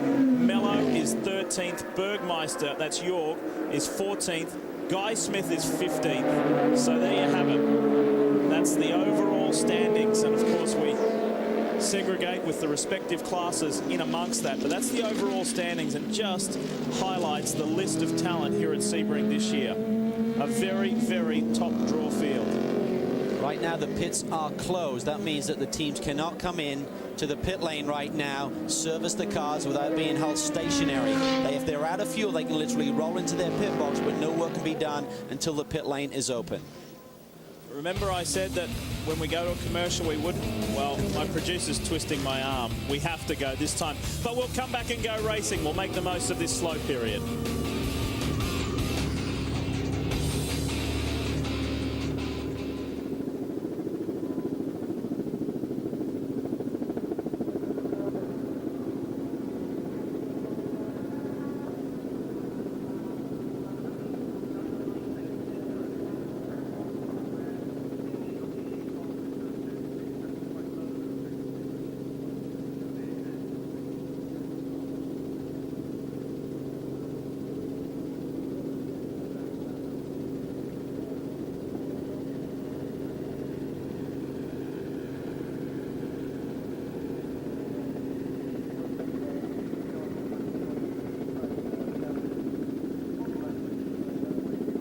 What you have to do if the pit is open.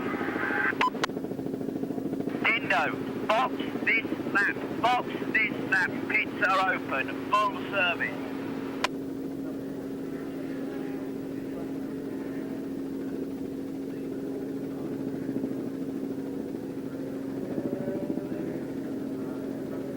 Oil as well. Oil as well.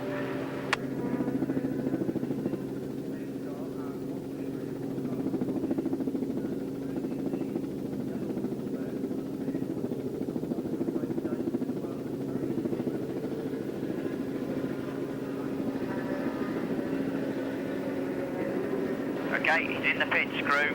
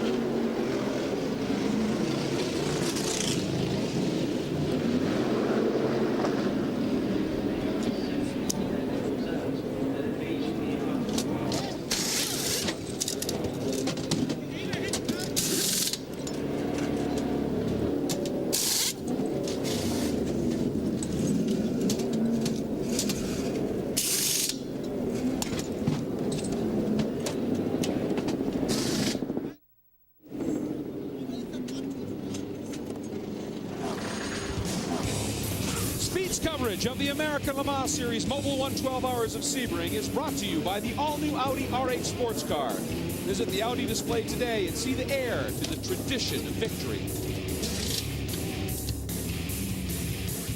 Back here in Central Florida, welcome back to Speed's continuing live coverage of this iconic American event.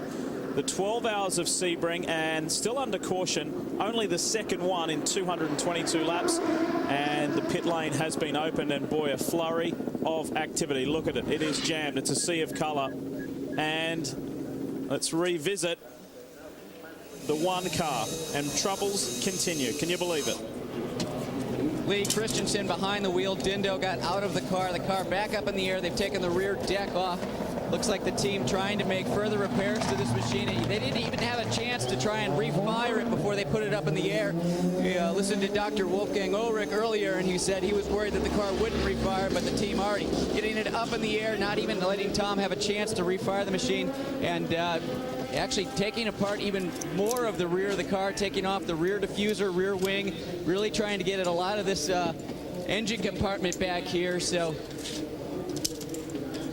So trying to look and see if there's any damage that we can see from that contact on the 15 car. Didn't look like it, but the team taking no chances here, replacing this rear diffuser and rear wing assembly.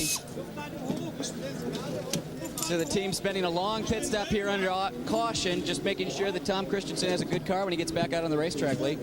Also looks like, Chris, they're working on something on the right-hand side of the bodywork. Is the side view mirror missing on the right side?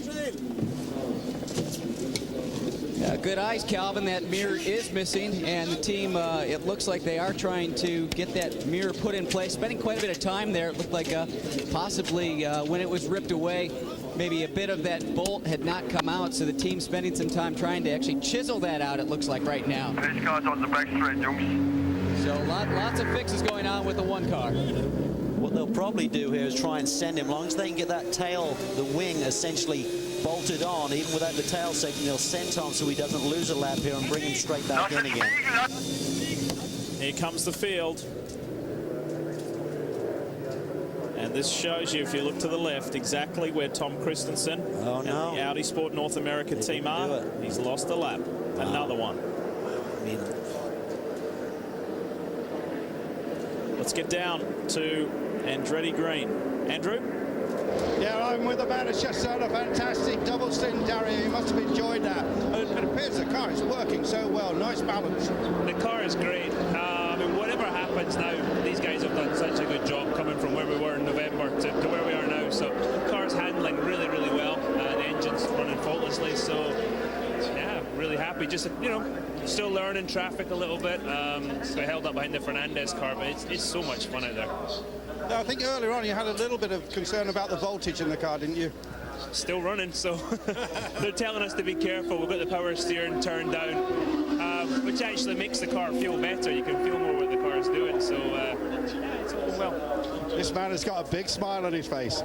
Well, Andrew's known Dario for years. He's also known Adrian Fernandez for many years, and we apologise for what Andrew said earlier about Adrian sitting in the car being calm for Mexican. He meant no offence by those comments, we can assure you. So our apologies for that as we rejoin the field high above Sebring. And this is starting to get very interesting as we are now inside the final 5 hours. Dario very happy with this car. Obviously, they did have some electrical gremlins at that 12-hour test that they did here back in February, and he said right now they've turned down the power steering as a power steering assist, which has different settings. The more assist it gets, the more voltage drain they're going to get there. Get to the night, you've got to have those headlights on and all sorts of stuff, so that changes things once again. Well, fortunately, the one car is back out. Unfortunately, Tom Christensen lost another lap. One of the great things we enjoy about covering the American Le Mans Series, we get to know a lot of the drivers very, very well over the years. We get to know them, they get to know us, and we've got a dual fascination in each other's occupations. That's why we grabbed Sasha Masson and gave him a new job. Hi, I'm Sasha Masson, and I'm your Cup reporter today here in Sebring. And let's check out what the drivers are doing when they're not racing. Just now we are in front of the Raj Mahal. This is where Roger Penske gets us to come and tells us what we have to do in the race. What are you doing in here? Like, tell us what is the business you're doing here? We usually just wait for the drivers to show up, complain about something, and then figure out how to fix it. So you see, I'm coming quite often in here. I know my way around here, so it's mainly me probably. We saw the Raj Mahal, and our bus is just a little bit less nice, but it's really nice to take a break and wait before we are asked to drive again. So let's see who of our drivers is in here now. Sorry that I interrupt here. We have one driver. We have 3 or 4 girls in here, but that's the normal proportion, I think. Helio, what are you doing with all these women here? Well, as you can see, they're relaxing. I'm kind of a good guy to talk. You know, when they talk the problems with me, so if you guys have any problem, don't hesitate to call me. Well, I think this is the bus where the Corvette guys are staying. I saw Max Papis coming out here once, so let's give it a try. Max Papis and Marco, his son. Hey, Johnny, how are you doing? Very good. I'm very good. It's good to be here on Speed Channel while I'm relaxing. Cool. I must say, it's a nice setup. Maybe I've changed from Penske to here. It's really nice. In Corvette, we only do things first class. That's it. Right, Marco? Want to say something? Okay, let's go where some of the drivers get a good treatment. Let's go inside and see who's in there. Oh, Jörg, how are you doing, man? Pretty good right now, I gotta say. I can imagine that. Well, just leave your head down there. I can put the microphone below your head there. So, is she doing a good job? Excellent, really. Unbelievable good. But did you deserve that? You are third quickest only? Well, quickest Porsche, but did you deserve that? Well, it would be better if we would be quickest, but quickest Porsche, I think. So we did pretty okay. So I think I deserve it. That's what he thinks, but I think he should, you know. Anyway, do a little bit harder, like, so he's not enjoying it too much.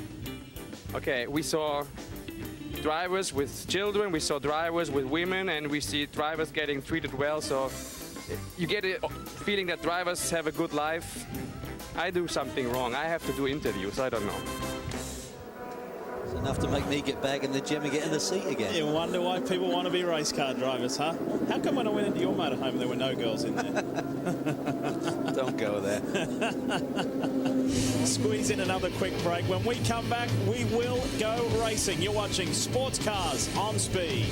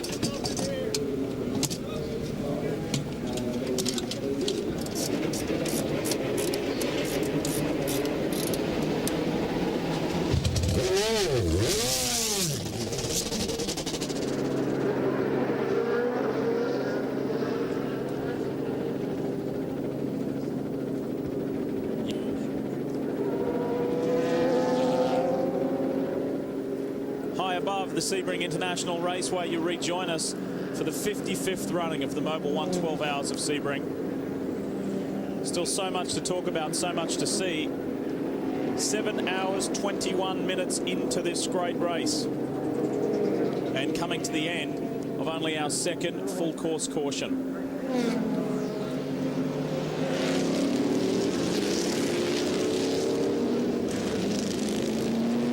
that savings time changing just a little bit. I mean, it's going to certainly change things here in terms of the amount of light that we've got this evening. So that's pretty good news. I mean, it means they'll be running a little bit less at night, which is good. Gives us a better view. Certainly those nighttime hours are very exciting, but pitch black, we're looking at headlights a little bit during the final stages. So I think it's going to be good for everyone at home, seeing a bit more of the action. Take a look at this. GT2. This is our leader, 62. Jamie Mello out. Former F1 star. Mika Salo in. Very lengthy F1 career. Something like 111 Grand Prix. 2 podiums for Ferrari, filling in for an injured Michael Schumacher. A great career, and he's continuing it now in sports cars. What's going on down here at Flying Lizard? Mike's on the spot. Well, they're just had a little trouble with the tire change. What's really interesting about all these Porsche cars is that these brakes, every time they come to a stop in the pit lane, they're just throwing a ton of brake dust. All the teams are still a little nervous to see if the front and or the rear brakes are going to make it the distance. Another thing, all these Porsches are now having this new big stub axle, and you can see them right there on the wheel. It's a big nut, and those nuts are having trouble coming in and out of those wheel guns, as you saw as well. But tires are now done, just trying to finish off the driver. Drink bottle system, and driver should be on his way. Have to say that is a stellar driving lineup in that 45 Flying Lizard car with Jörg Bergmeister, Johannes van Overbeek. It is a super lineup, and of course, don't forget about Mark Lee. Right now, Lee, in GT2, Mika Salo leads, but Johannes van Overbeek in the 45 is now on the same lap.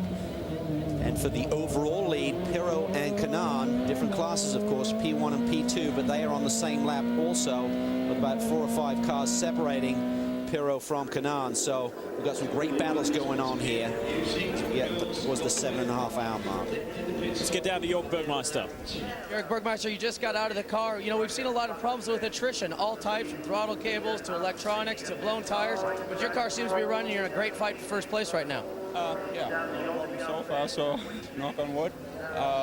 Really not a slightly problem. The setup is just great. Even with hard tires, the car was good. Now we're back on mediums, and I think the pace is pretty good. Okay, now how are the brakes right now? It looks like every time those cars come in, we just see so much brake dust coming off those front wheels. Yeah, we probably have to change pads once. I don't know why we didn't do it right now, but I think we might need to change once. Would it be possible to actually come back in? You know, you did the fuel, catch a pack back up, come back in again and do the brakes, or that's the job of those guys up there. Huh? All right, you just stay here. Now we'll go back up to the guys. Okay, thank you. And one of those guys he pointed to back there for Flying Lizard is Thomas Blom, a young guy who actually worked with Yost many years ago on the R8s and is a super strategist. So, and his dad, Franz Blom, who's been in the racing game for decades, he is here as well. Both two very accomplished guys on that Flying Lizard crew. Safety car is off, pace car is off, green flag flies. You bet. We're back to racing here at Sebring.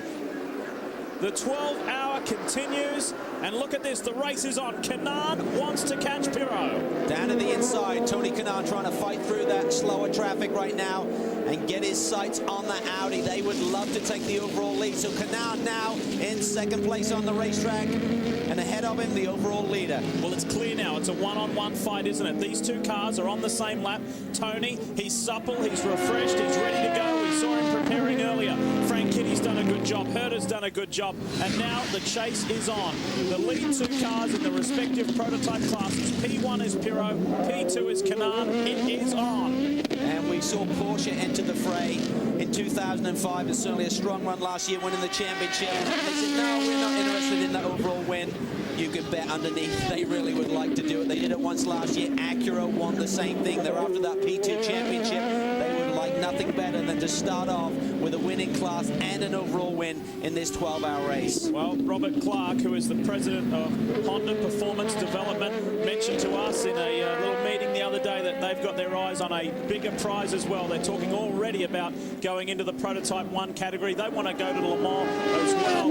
And this is a very special engine. It is the first time that there has been an engine developed, designed and developed outside of Japan within the Honda Motor Corporation. So that's a big leap a big feather, I should say, in the cap of Honda Performance Development, the Californian-based company. Great work for Acura and HPD, and if they can come away here with a first in class or maybe first overall, that would be something else. Some people may wonder, well, is that really the case? Remember, the Contact team had so much success in the late 80s, early 90s, you know, winning here at Sebring in 1993, I believe it was, but that was not a full factory deal. This is full factory deal here from HPD.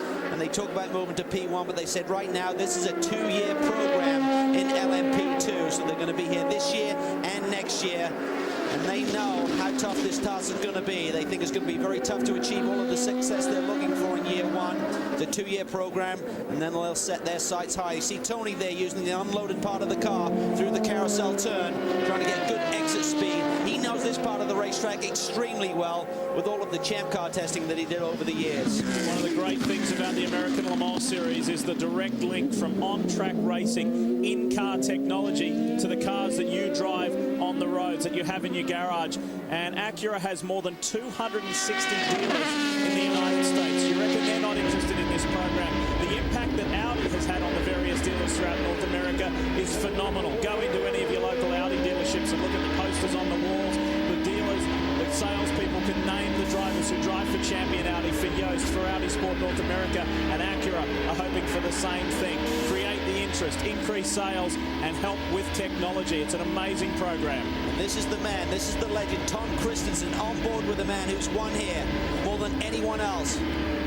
Incredible record in sports cars, also races full-time in DTM over in Germany. The guy's a wizard. He's going to try and catch Tony Kanaan here. This is not for position overall. Several laps down. Tom Christensen now 12 laps down on the number 1 Audi. But look at the difference in speed at the long straightaway. That turbo diesel certainly working well.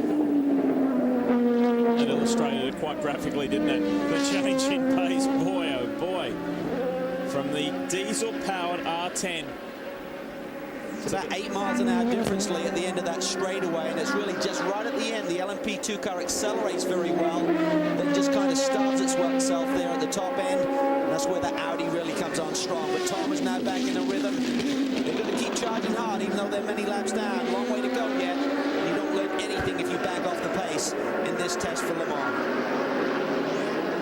It's Audi, Acura, Porsche, Audi, Porsche, Corvette, Acura, Porsche. The diversity in manufacturers, very impressive. And speaking of Corvette, here is the number 4, Max Pappas. Leads the sister car, the 3 of Jan Magnussen.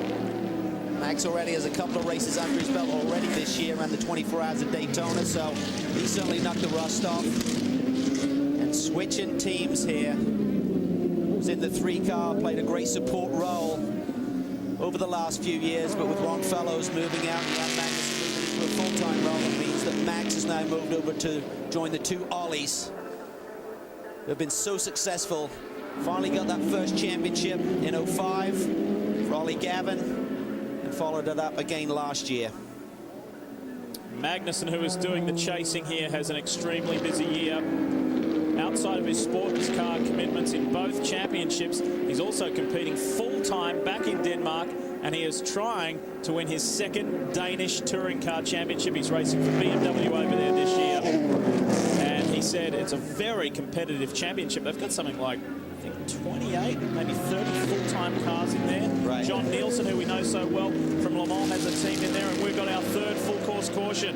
Why is the question? What has happened? Debris, we heard, Lee, on the racetrack again, so this is not what the guys want. They want to get back into a rhythm here. You talk about Jan Magnussen, he's going to do some 30 events. I spoke to him in the pit lane this morning during the morning warm-up. He said, yes, I'll be doing about 30 races this year. And he had a big smile on his face. And you know what? He doesn't live here in the States. He commutes. He does that. He spends he and his wife spend a lot of time on a plane. That's for sure. I said, do you go home next week? He's down in Florida for another couple of weekends, finishing up in St. Pete at the end of the month. He said, no, I then go to France and test the touring car, so won't be home for a while yet.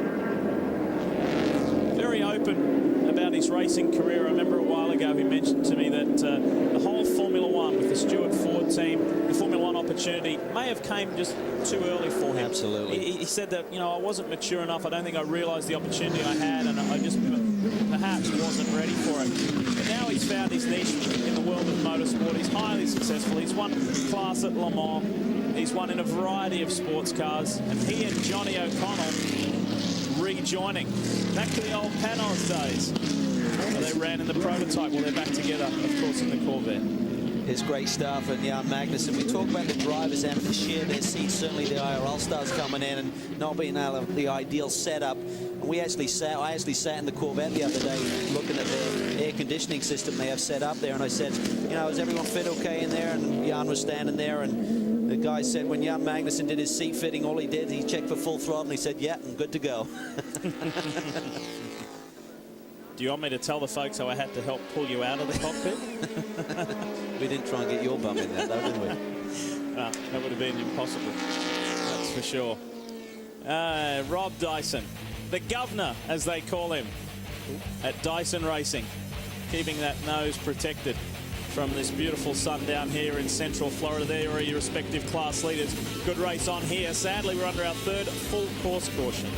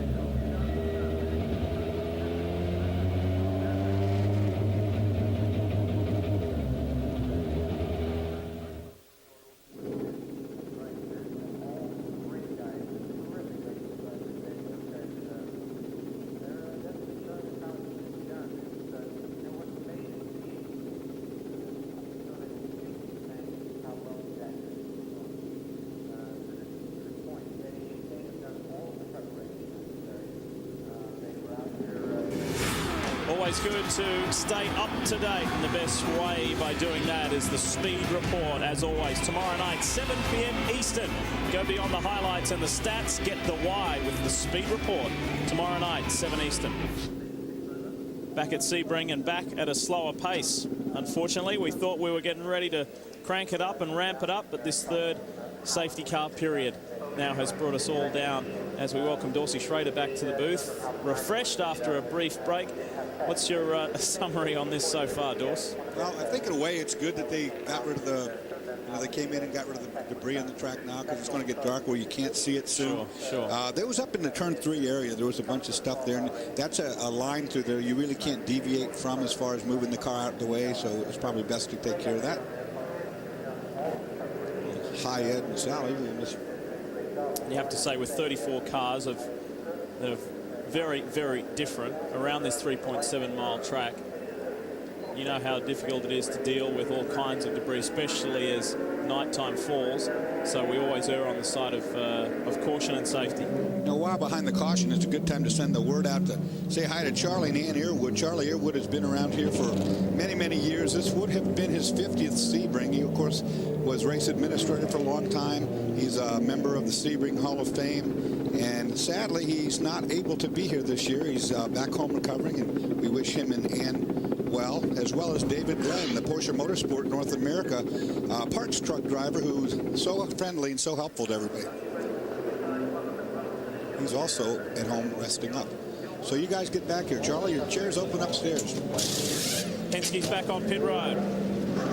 6 car, Sasha Mawson behind the wheel. I'm looking at an alternator on pit wall, so it looks like the electrical problems continue for this team. Early on in the race, we saw the 6 car with a brake line issue, but electrical problems now, as well as the electrical problems that we had chronicled earlier on the 7 car. So things not going well for Penske or Porsche here at Sebring.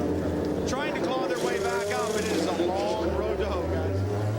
You know, Brian, these are 12-volt systems in these cars, but they really need about 13.4 volts of charge to keep up with all of the electronics on these cars. So with an alternator down, you're never going to do it with a battery alone.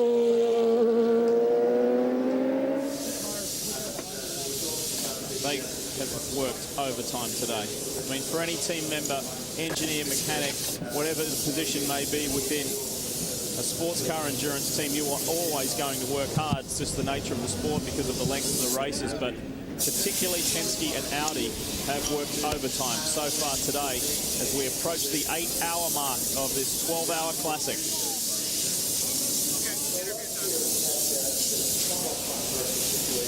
And with problems comes education, Dors, doesn't it? Definitely. Next time out. And that's what they're here for. That's part of the learning process before they go to Le Mans. This racetrack notorious for breaking things. And you want to know what the weak link is on a new car. They'll fix this up. I guarantee you they will. Well, Brian is right there in amongst it all, ferreting around, finding out what's going on down there at Team Penske. Which is not always easy to do on my head.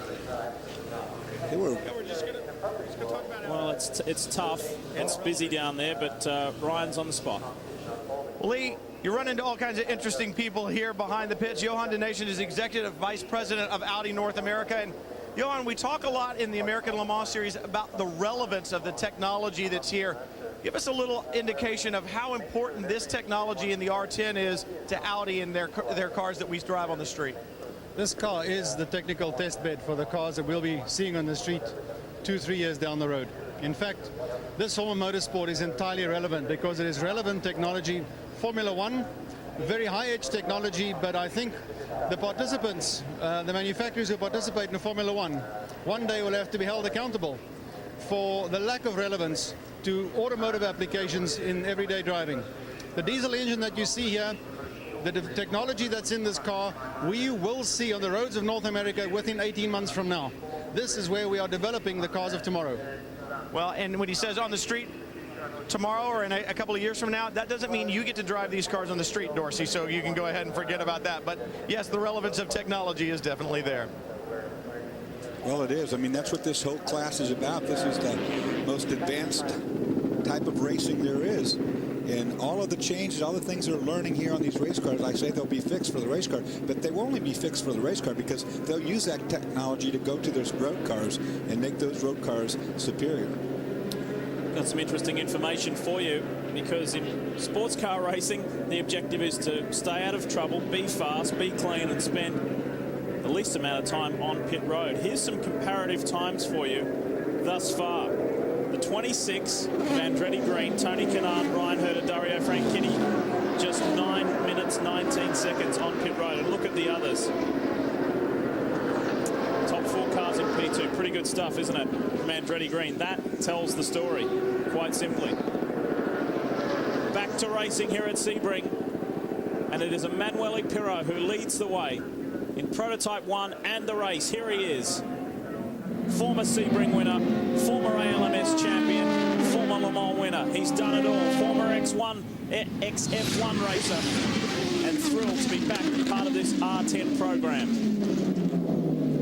Getting into the time of the race right now where things get difficult as far as the sun goes. The sun is starting to set, and you can see the sheen off of the racetrack. It will start sooner or later affecting the driver's eyes, particularly going into turn 17. That's probably the worst area. You look right smack into the sun. All right, we're going to stay on board here with Tom Christensen for a moment. Dorsey, we'll sit out for a little, have a listen, but you highlight some points of the track. You know this place so well. A couple places that really get to you, and it's the worst ones coming up ahead here. When they turn on the long back straightaway, you're looking due west, and of course you're going to be looking straight into the sun when you do that. And that turn 17 is a blind corner. The braking for it is very hard to ascertain where to start getting on the brake pedal. And with the sun in your eyes, you can see right here, starting to sheen up the racetrack, it becomes even harder yet. In about 15 minutes, it won't be good at all. It's not even beginning to be bad yet, but that sun will drop, as it does here in Florida. It drops quickly. So whereabouts on this track did you crash the most Skip Barber school cars? Everywhere. It was just a constant. Luckily, I didn't ever have any big crashes here at Sebring, but I sure thought I was going to several times. That's what it looks like if you're Tom Christensen, the 7-time Le Mans, 4-time Sebring winner. The view up ahead at the teammate as we go back to Tony Kanaan. Second overall, first in Prototype 1. And I would say at this point in time, his team owner would be a very happy man, Mike. Yeah, he is a very happy man. Michael Andretti, owner of the 26 car. You guys are in first place and on the lead lap at about the 8-hour mark. Do you start, is it only about winning the class, or now do you start thinking about, well, maybe we can win this overall? Well, there's no way we can win it overall unless Audi helps us out. We're real happy with the way we've been running all day, and our fingers are crossed. We still have a long way to go, and we know, it just takes one little thing to put you out. So we're hanging in there. That 12-hour race you guys did a few weeks ago, how important was that to the everything you need to do for this weekend? It was a huge help for us in so many ways, and we had so many little minor problems that it seems like we've been able to fix. So it helped. Well, it definitely has, because you can see all three of those Acura cars are running very strong right now. Well, Michael and Kim Green, Kevin Sebring, the three co-owners of Andretti Green Racing, really put on a first-class performance, and they're doing it again. And Michael showed that racing is still very much with him. The Indy 500 last year, he did a stellar job. But now it's down to his three drivers. We should mention, too, that Marino Franchitti, who we will see on occasion throughout this year's American Le Mans Series, is here watching from that pit box. There's the gap, first to second overall. 3.2 seconds last time round, but the Acura just can't quite go with the Audi.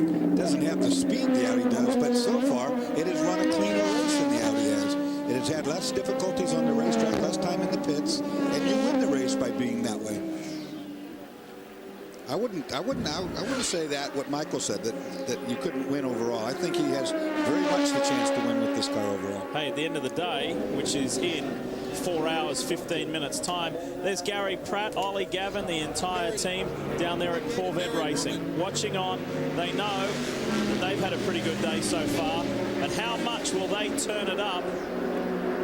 Oh. More ice cream. Gotcha. Wonder if his wife knows he's eating that. She does now.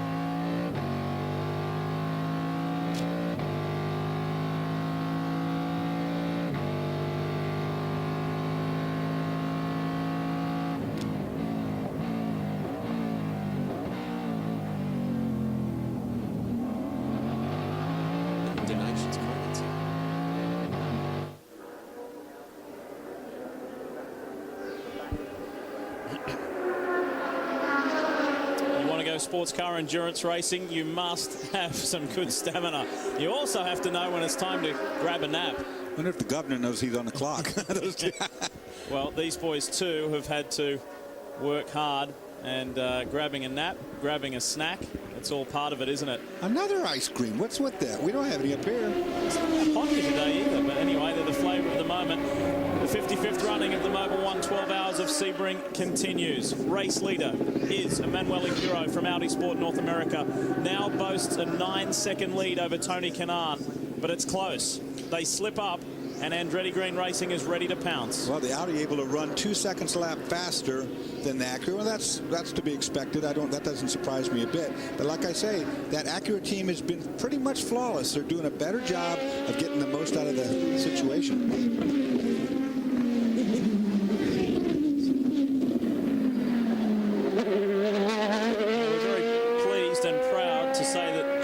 In the Speed Announce booth is the president and CEO of the American Le Mans Series and Panos Motorsports Group, Mr. Scott Atherton. You are a very busy man in everyday life, particularly on this race weekend, so thanks for sparing us some time.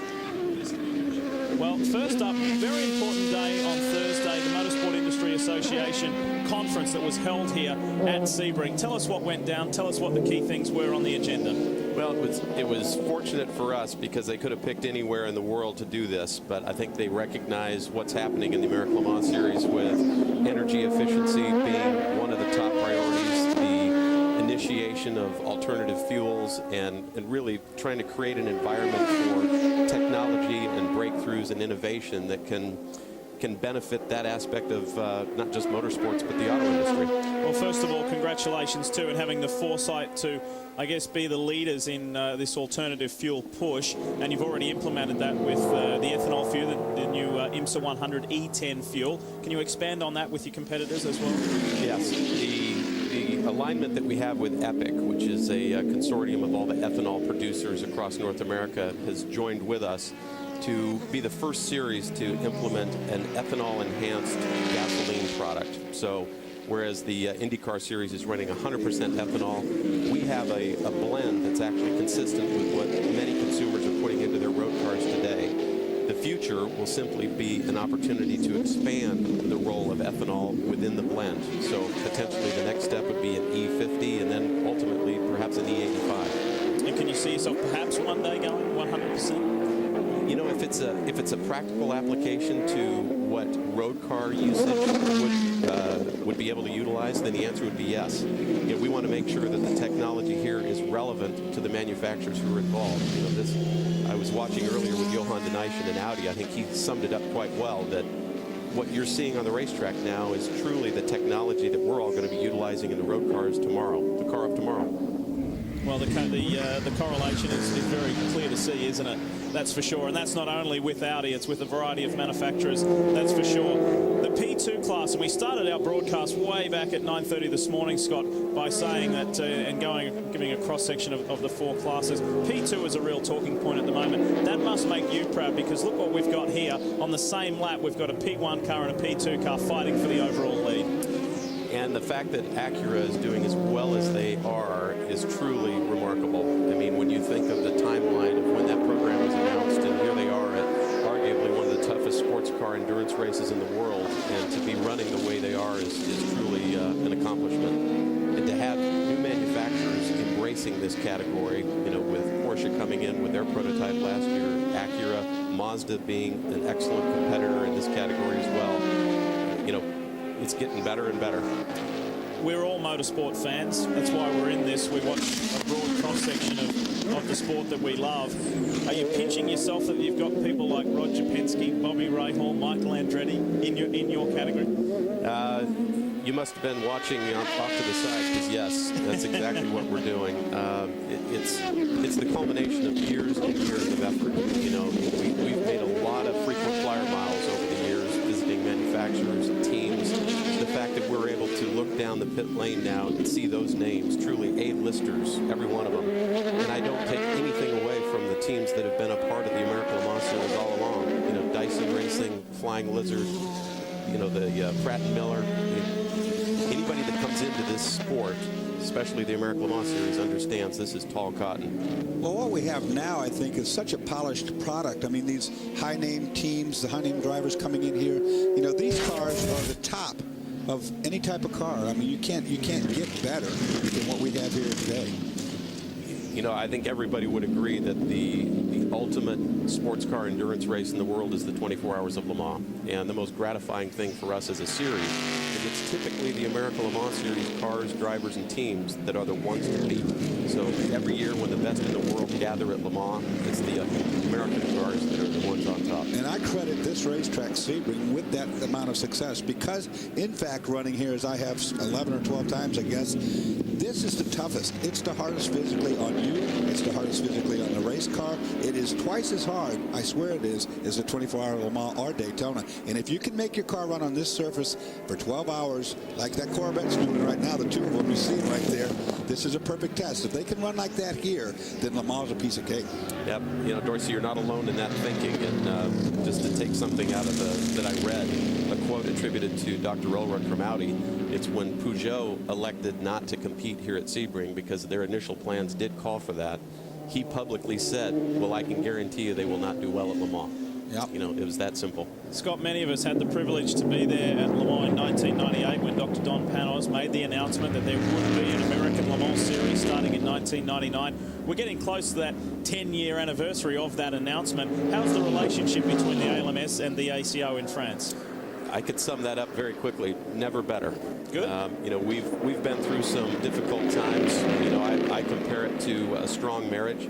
You don't always agree, and oftentimes when you have a disagreement, the byproduct of that process makes you stronger. If you think back to a couple of years ago with the MC12 Maserati here, that was a very challenging time, but honestly, the end result of that brought us closer together with the ACO. We have Jean-Claude Plessard, Daniel Poissonneau, and Daniel Pedri, which are the three primary contacts of the ACO that are here with us this weekend. And honestly, it's never been as good as it is right now. How's your French? You know, I'll tell you, their English is a lot better than my French. Can you stick around? We need to go to a quick commercial break. Can you stay with us for a bit longer? Absolutely. Good stuff. We've got Scott Atherton, President and CEO of the American Le Mans Series and Panos Motorsports Group with us. Doug Feehan from Corvette Racing just took a quick sneak at his watch as Danny Binks and Ron Fellows look on. 8 down, 4 to go. Hours, that is. Kevin Doran and the gang at Horag Racing, they're looking on as well. Their P2 prototype is still motoring around Sebring. We'll be back with more. Stick around.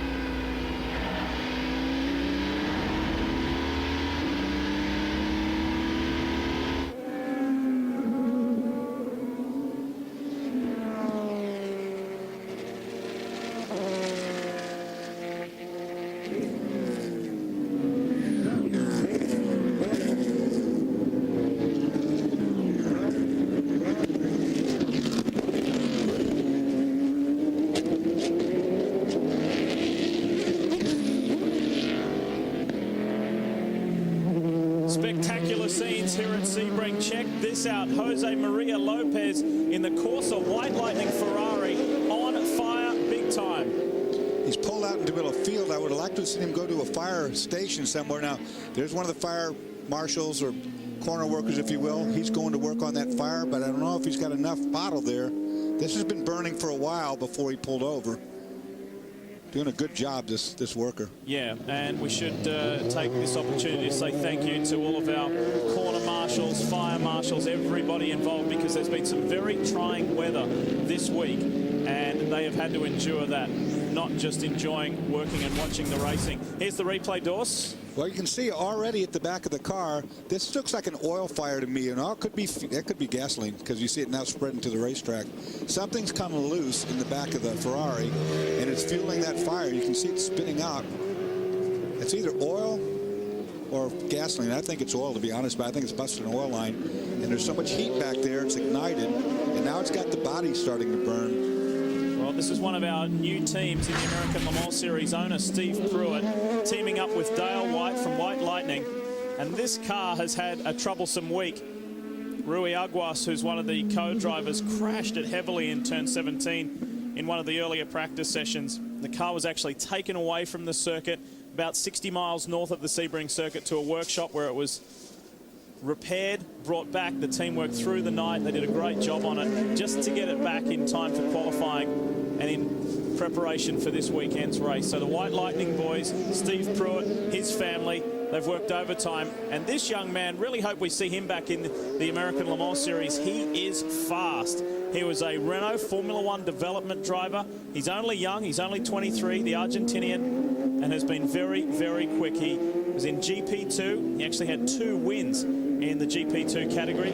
Last year at Magny-Cours, the year before at Barcelona. And these are the kind of drivers we like to see in the American Le Mans Series. Fast, aggressive, hard drivers. Sadly, his day's come to an end, though. And Lee, you know, the crash you talked about that took him so much time and trouble to get over was a rear-end collision with the wall. So a lot of damage was done at the back of that car. And looks now like Penske Porsche number 6 is being pushed behind the wall. Well, look, they have dropped now to some 28 laps behind the lead car. We're under our 4th full course caution now, and this situation is under control. Scott Atherton is still with us, and Scott, this is timely to say that it's great to see new teams coming in. At the top of the show, Dorsey and I highlighted some 6 new teams to the American Le Mans Series this year, and more to come. Yeah, exactly. It's a very fortunate position for us to be in, and it's also seems to be a good mix of both GT and prototype teams.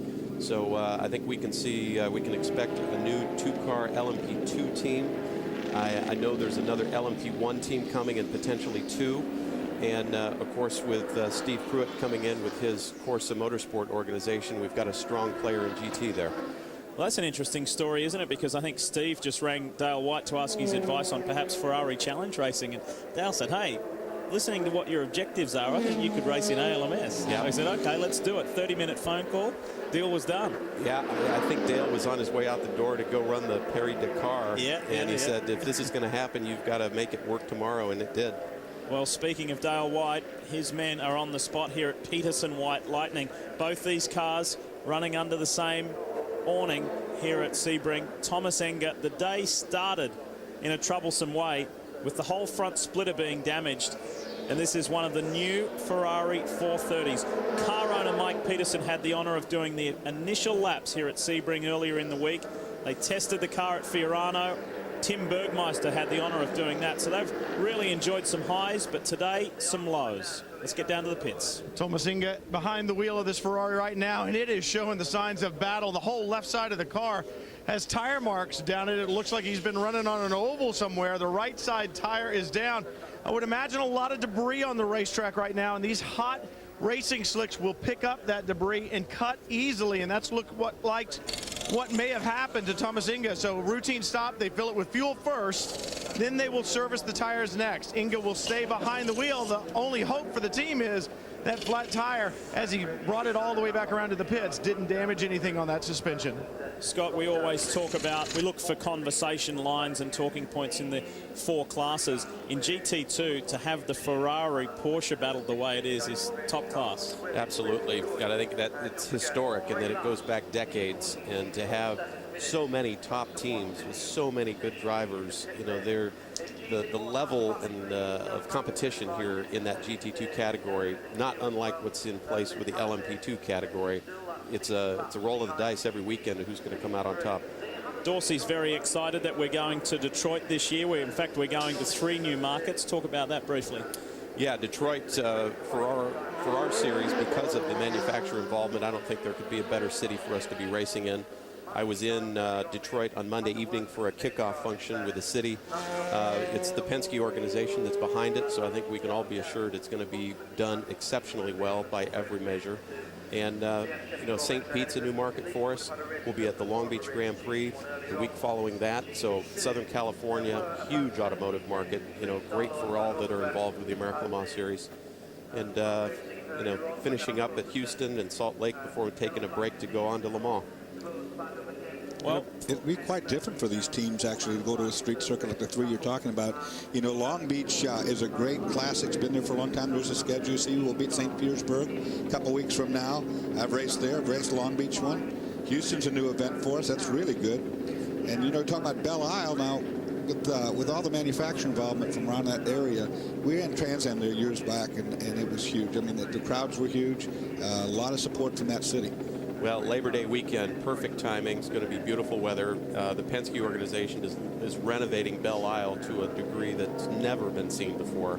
I mean, the amount of infrastructure that's already underway there, lots of construction. All the shortcomings that venue had before are going to be addressed, and then some.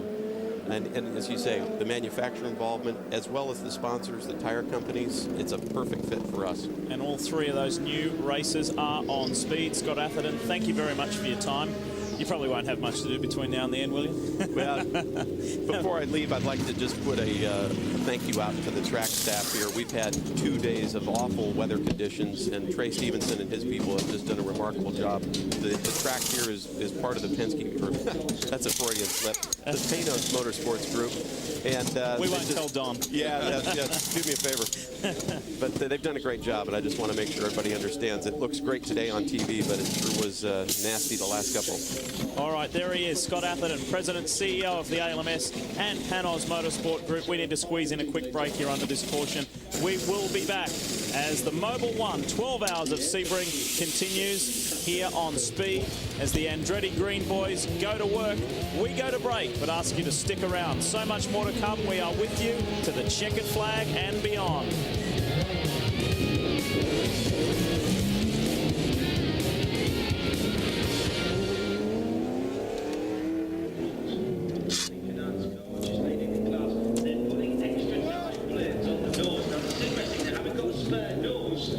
That they could just change over and actually physically having to put the Allen screws in.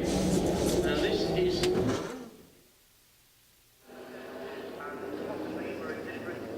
tyre strategy. That's very interesting. We'll keep our eyes on that. You don't see any action at the moment because we're recovering on the course the car is looking rather second hand to drive on the side.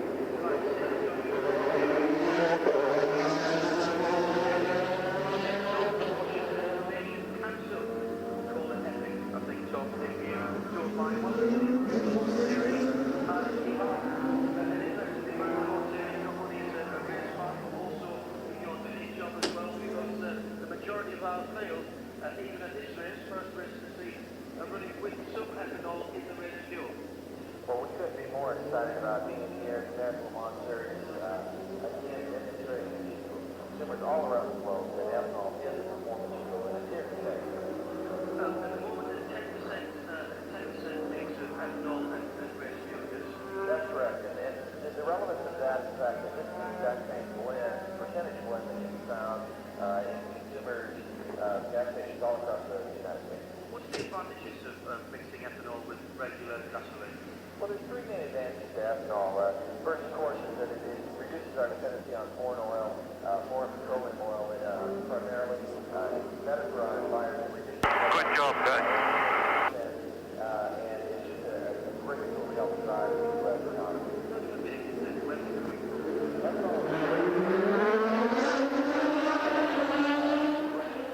Start-space strength in the United States and South America. Degrees at 200 proof alcohol, 114 octane. Makes stuff smooth time.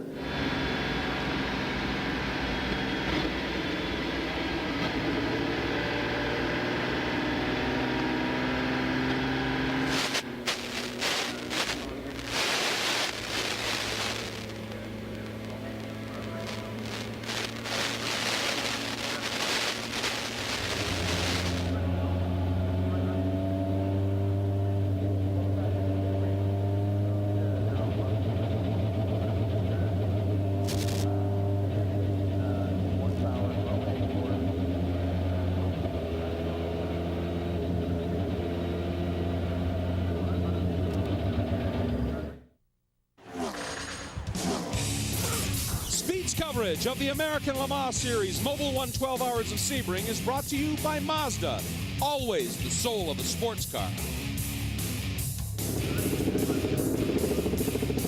And the Mazda that is here in the P2 class, showing some promising signs early on, although it's had some frustrating times and is well down the order. Some work to do ahead on that project. They know that at BK Motorsports, but good early signs earlier today from that new Mazda Lola. Mike Johnson, what do you have? Well, yeah, the pits just opened for the cars a few laps ago, and what we saw is the Audi came in, and down in my area where the 26 car came in, they ended up putting that dive plane back on the Andretti Green car, and they did a battery change. But what really surprised me is a lot of the cars actually came in as well and didn't wait for the wave-by. As you can see right now on the track, a bunch of cars are still circulating around, waiting for the leaders to catch back up to the pace to get that wave-by, and then they'll all start coming in. So we should see the 15 car and a bunch of the other leaders in the classes here once they get that wave-by. You know, something pretty interesting about Sebring, they're putting that dive plane back on the front of the car. This is a funny racetrack. As it gets darker tonight, as it cools off outside, this track will gain grip. It actually is going to get more grip. It's its slipperiest in the middle of the afternoon with the sun baking down on it. It really loosens the car up. But now the cars are going to get some more grip, and they'll probably tend to start to want to understeer. So putting that winglet back on is a smart thing to do. We boast so many different tire manufacturers in this series: Michelin, Yokohama, Dunlop, Kumho. And imagine that the different tire companies and the characteristics of those different tires react differently at various stages of the day, yeah? And they're also switching back and forth on compounds from hard to mediums, and they're going to go soft tonight because it's going to be quite cool out here very shortly. Well, speaking of being cool, that's the objective in the production-based cars in both GT classes. And we join Corvette Racing to tell us more about the latest development with air conditioning in the cars in the American Le Mans Series. There's been things over the years, whether it's just cool air into the driver helmet or the cool suits that a lot of guys wear. I think we're kind of leading the way again. Corvette Racing taking the lead on a system that helps the entire environment, not just the driver, and hopefully we can make it robust and prove that it will work. And what we're seeing right now is we can keep the cockpit at about 20 degrees higher than ambient air, whereas in the past the entire cockpit could be upwards of 140 degrees. We're able to keep it down into the 80 to 90 degree Fahrenheit range, and then the air is also going into the driver's helmet. That air into his helmet is right now, this week so far, it's been measuring at about 65 degrees. So he's breathing nice cool air, keeping his body temperature down, and it's doing a great job. The physical activity is one thing, but when you combine it with temperatures that are 120, 125 degrees, that can get that hot. That's hard on you. I mean, you're wearing a snowmobile suit in the summertime. It's all about keeping you fresh.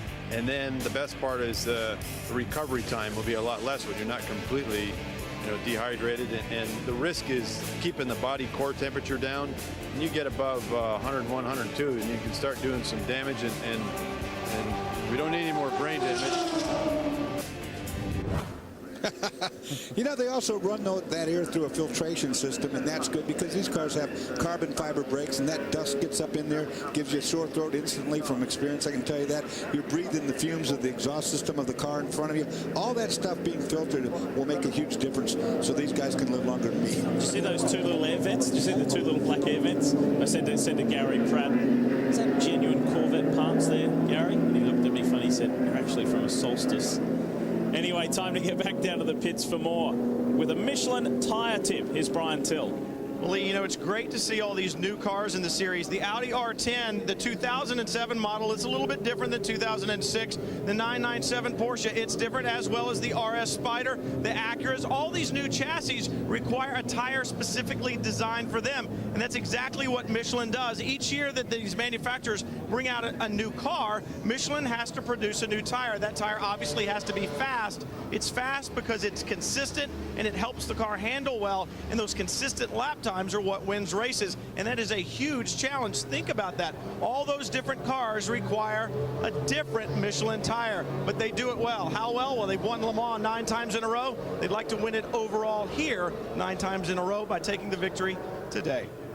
Hey, you know, a really funny, not funny statistic, but this is the first time in my history that I can ever remember there's not a single Goodyear tire in the field today.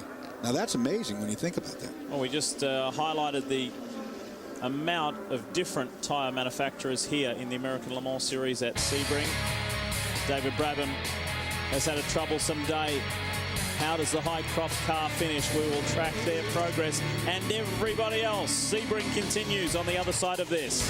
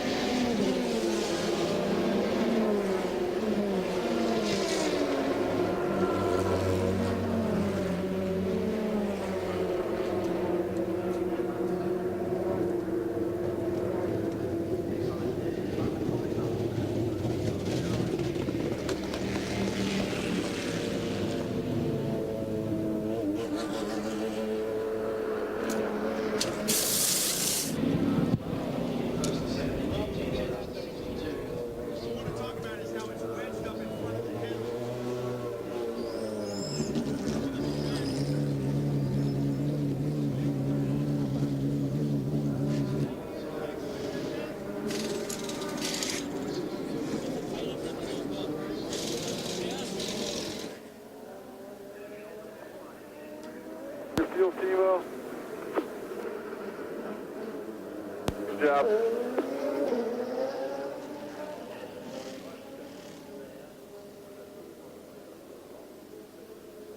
Done, reset fuel done.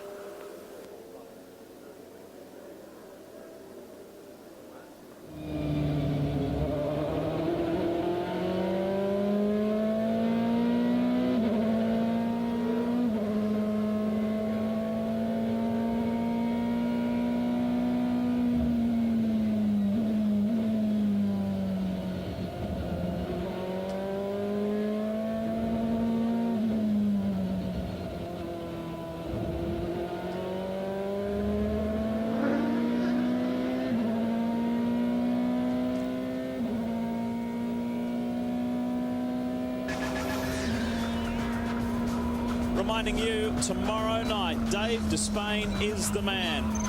With the straight questions, the hard talk, and gets underneath the skin of what's going on in motorsport. Wind Tunnel tomorrow night. And Tony George will be the special guest tomorrow night. As you can see there, one more lap to go under this full course caution before we can rev things up a little bit, crank it up. Now 8 hours, 19 minutes into this classic 12-hour enduro. Back to the pits. Here's Brian. Lee, more problems for the number 16 Dyson Racing Porsche RS Spider. Woods Leitzinger behind the wheel. They came back in. I talked to Peter Weston. He said, look, we just continue to have these electric problems. We changed the battery. We changed some sensors. But now we're going to change the alternator and the wires. They dumped cold water all over the headers because that alternator is wedged up in front of the headers on the right side of the engine. A long and arduous task at best. You saw Penske Racing doing the same thing. These Porsche RS Spiders are blazingly quick, but right now, at least here at Sebring, the Achilles heel seems to be the electrical system. They're going to have to get that worked out. You know, race strategy is a very important thing in these endurance races, and what's odd to me right now is that the 15 car just came in and did a stop. Now, they were allowed to get away by and do a complete lap around, but they didn't take it. The 73 car, on the other hand, came in perfectly. They got their way by, went a whole lap around, because that's going to put them another lap back up on the field, making it much closer. They can now even take some time with the stuff, and everything they need to do, and now you can see they're on their way. Indeed, they are. Quick Porsche statistic for you. At least one Porsche has competed in every Sebring 12-hour since 1953. And a total of 907 Porsches have raced here to date. That's not including this year's field. Pretty amazing. That's why they are the all-time #1 as far as success here at the Sebring 12-hour. This is Mark Lieb in the Flying Lizard Porsche, who just came out of the pits a moment ago. And we'll have to wait now for the cars to come all the way around the start-finish line, which will cycle their timing units to see. But he very well might be the leader in that class. Like I say, everybody's going to have to catch that pace car, and we'll have to wait to see how it's shuffled all out. Mark has a very interesting story as far as his whole life. He thought that he was going to be a soccer, football, if you come from Europe, goalkeeper, because that was in his family's history. Instead, he went go-karting, he won a competition, and then was picked up. He went through the Porsche Development Series, and he was a Porsche factory driver, still is. Very successful. We got to know him here in the American Le Mans Series. He's been successful at Le Mans. Yet to win a class victory here at Sebring. But you know what he's doing back in Europe now? He's gone back to university, full-time studies, to become a mechanical engineer. And Porsche and his team in Europe are supporting him in that endeavor. And his school fits him perfectly around his racing. Personally, I'd much rather drive a Porsche than get a ball kicked in my face all day. Just personal preference, of course. Would you rather go back to university as well? No, I wouldn't want to do that either. I think I just like driving a race car for a while. Well, he's a great guy, Mark Lee. Very intelligent young man and a supercar racer. And this trio is spectacular. There's Alan McNish, the defending race winner and series champion.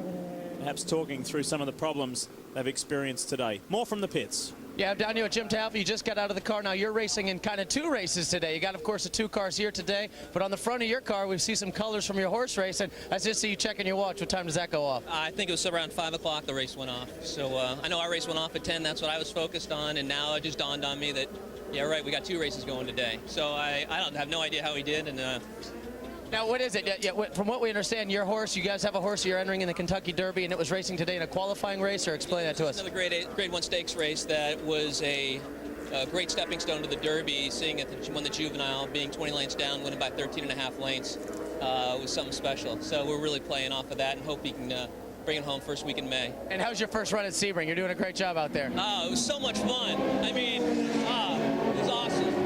All right, got to go back to green. Yeah, Jim Taffel, a very busy man today. So too are these guys up front. Both Audis, although very much not on the same lap. This is your leader, Manueli Pirro. And updating you on that Mark Lieb situation, he has taken the lead in GT2. Salo dropped to second. And third in GT2 is Wolf Hensler for Taffel Racing. But this is at the front. Manueli Pirro, who has a 3.5-second lead over Tony Kanaan. You should see him in the background anytime soon. And it's gone more. 3.5 seconds, that's for sure. On on board the 62. This is Mika Salo. Look at the difference between a GT2 car and a prototype. And that sun Dorsey now coming into full effect. Yeah, there you can see it quite well going into the hairpin. You're looking straight at it. You will again going in 17. A little bump right there with the Porsche. There was contact between the two. On board the 18 at the moment is Graham Rahal, driving for his father's team, Rahal Letterman Racing, in the American Le Mans Series. A real thrill for young Graham, who has a massive year of racing coming up. Now, what's amazing is through the middle of those corners, the GT2 cars are just as quick as the P1 car is or a P2 car. They run the same corner speed. They just don't have as much brakes and they don't have as much top end. Well, look at this, the 62 roughing him up. Oh, and here comes some more prototypes through. It's good adventurous driving from Mika Salo. He's looking for every way through. Rahal's not giving him any ground, though, making life very difficult for Mika Salo and allowing Mark Lieb to get away, but not very much. Salo's growing impatient. This is good hard racing in GT2. Well, of course, he's impatient because that car up in front, the 45, is what he needs to pass to get the lead back. Unfortunately for Mr. Rahal, his car's just got in the way. He's not going to be there much longer if he doesn't let it by. Well, it's pretty easy to see, isn't it? Graham's driving a Porsche. The car that he's chasing is the Porsche. So he may make that 911 a little wider for Salo like to that. get by. Just about like that. There it'll work. Make it to the inside and make a tighter line. Now he's going to hit a big bump as a result of that. But he will make the pass cleanly. Now he's going to run him off on the wall. That's what I would have done. That Risi Ferrari looked good through turn 17, didn't it? Finally gets by Graham Rahal. Team with Ralph Kellners and Tom Milner. And so much in sports car racing is all about history and great stories in racing. Well, those two young guys, Tom Milner and Graham Rahal, driving for Bobby. Well, in a strange twist, way back in 1975, Bobby Rahal drove for Tom Milner Sr. in a Formula V race. Funny how things happen in sports car racing over the years, huh? I didn't know that. I actually went to Bobby Rahal at the same time. Leib's not going to be blocked this time. Porsche versus Ford. Up the inside, no problem. On the inside of the Bell Motorsports Team Transport Racing Porsche of Tim Pappas, Terry Borchella and Mark Bassing, the trio in that white, green and blue Porsche there. But this is your GT2 leader, Lee, trying to streak away from Mika Salo. I don't know that he's going to be able to streak away. I know he'd like to streak. Trying. That Ferrari's been fast, Yeah, it's very quick. We looked at some segment times, some corner speeds, and that Ferrari in some places on this course is quicker, in fact, than a P1 car, prototype car. Rick Mayer, who's the race engineer for Risi, pretty smart guy, very switched on, and knows how to make these cars work for Giuseppe Risi. Looks good, doesn't it? And from memory, from what Giuseppe told me earlier this weekend, this will be the only race that this red Ferrari 430 runs this year. They've got a fresh one ready to bring out for the next round. So they're good to go. Usually when you're done with Sebring, there's not much left to run in the next race. And this car ran races last year, so neither of the cars in the Risi stable are brand new for the 2007 season. This one nor the Krone car. So they're good to go from the next round on with some fresh machinery. Now this morning I said, look how polished and beautiful these cars are, that 90% of them are new. Well, tonight, at 10 o'clock, when this is over, they won't look good anymore. Let me tell you, they'll be beaten to death. What's Mark Lieb got over Salo? Nothing. Less than a second. This is tight. This is as was predicted. Oh, that's down in the hairpin. Can't tell really which car number it is yet, but it was a spin. The 20, Dyson's entry. Smith behind the wheel.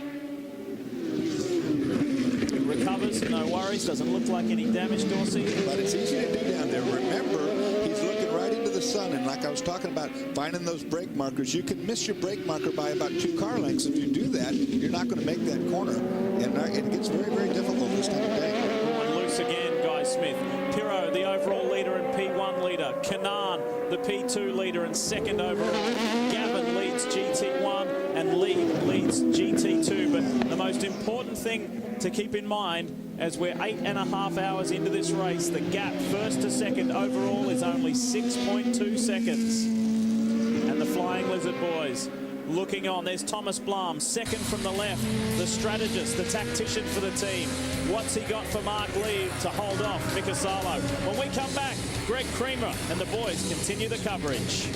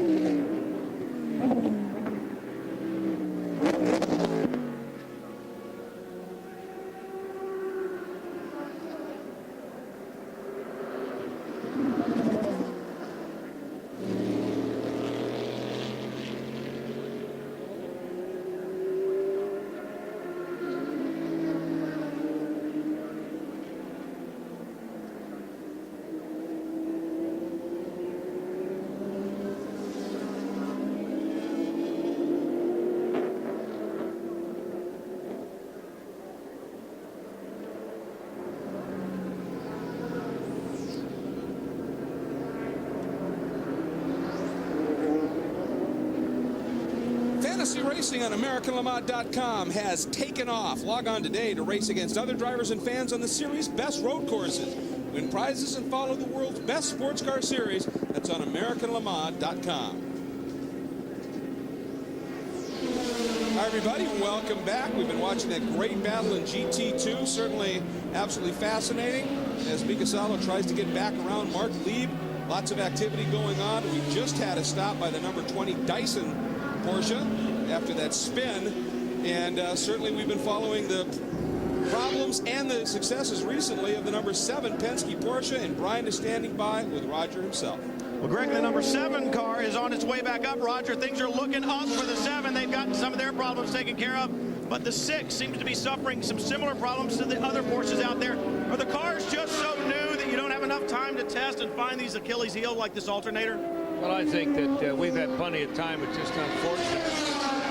We seem to have an alternator problem. We had it early on. The 7 had it, and so we're gone through a number of batteries. We decided to change the alternator in the 6. Obviously, it's tough to do, so we took the car to the back. But performance-wise, we're in great shape. It's just we had a a steel brake line, which is kind of amazing, and then we had this alternator. But you know, I take my hat off to Andretti Green and the guys in the Acura cars in our class. It's going to be a great racing year, and look, they're showing us what they can do, so we got to hang in here. Remember, it's 5 hours to go. A lot can happen. Roger Penske, cool as usual. He said, you heard him, guys, a long way to go. This thing is far from over. 3.5 hours is longer than a normal race. That's what about what we have left. And Sebring is the Punisher, no doubt about it. Well, when it breaks steel brake lines, there you go. Yeah, and these electrical problems don't surprise me at all either, because that's all shake-induced. Well, let's check in again on what's going on in GT2. Again, Mark Lieb in the Flying Lizard, number 45 Porsche. A second lead over the number 62 Risi Competizione Ferrari of Mika Salo.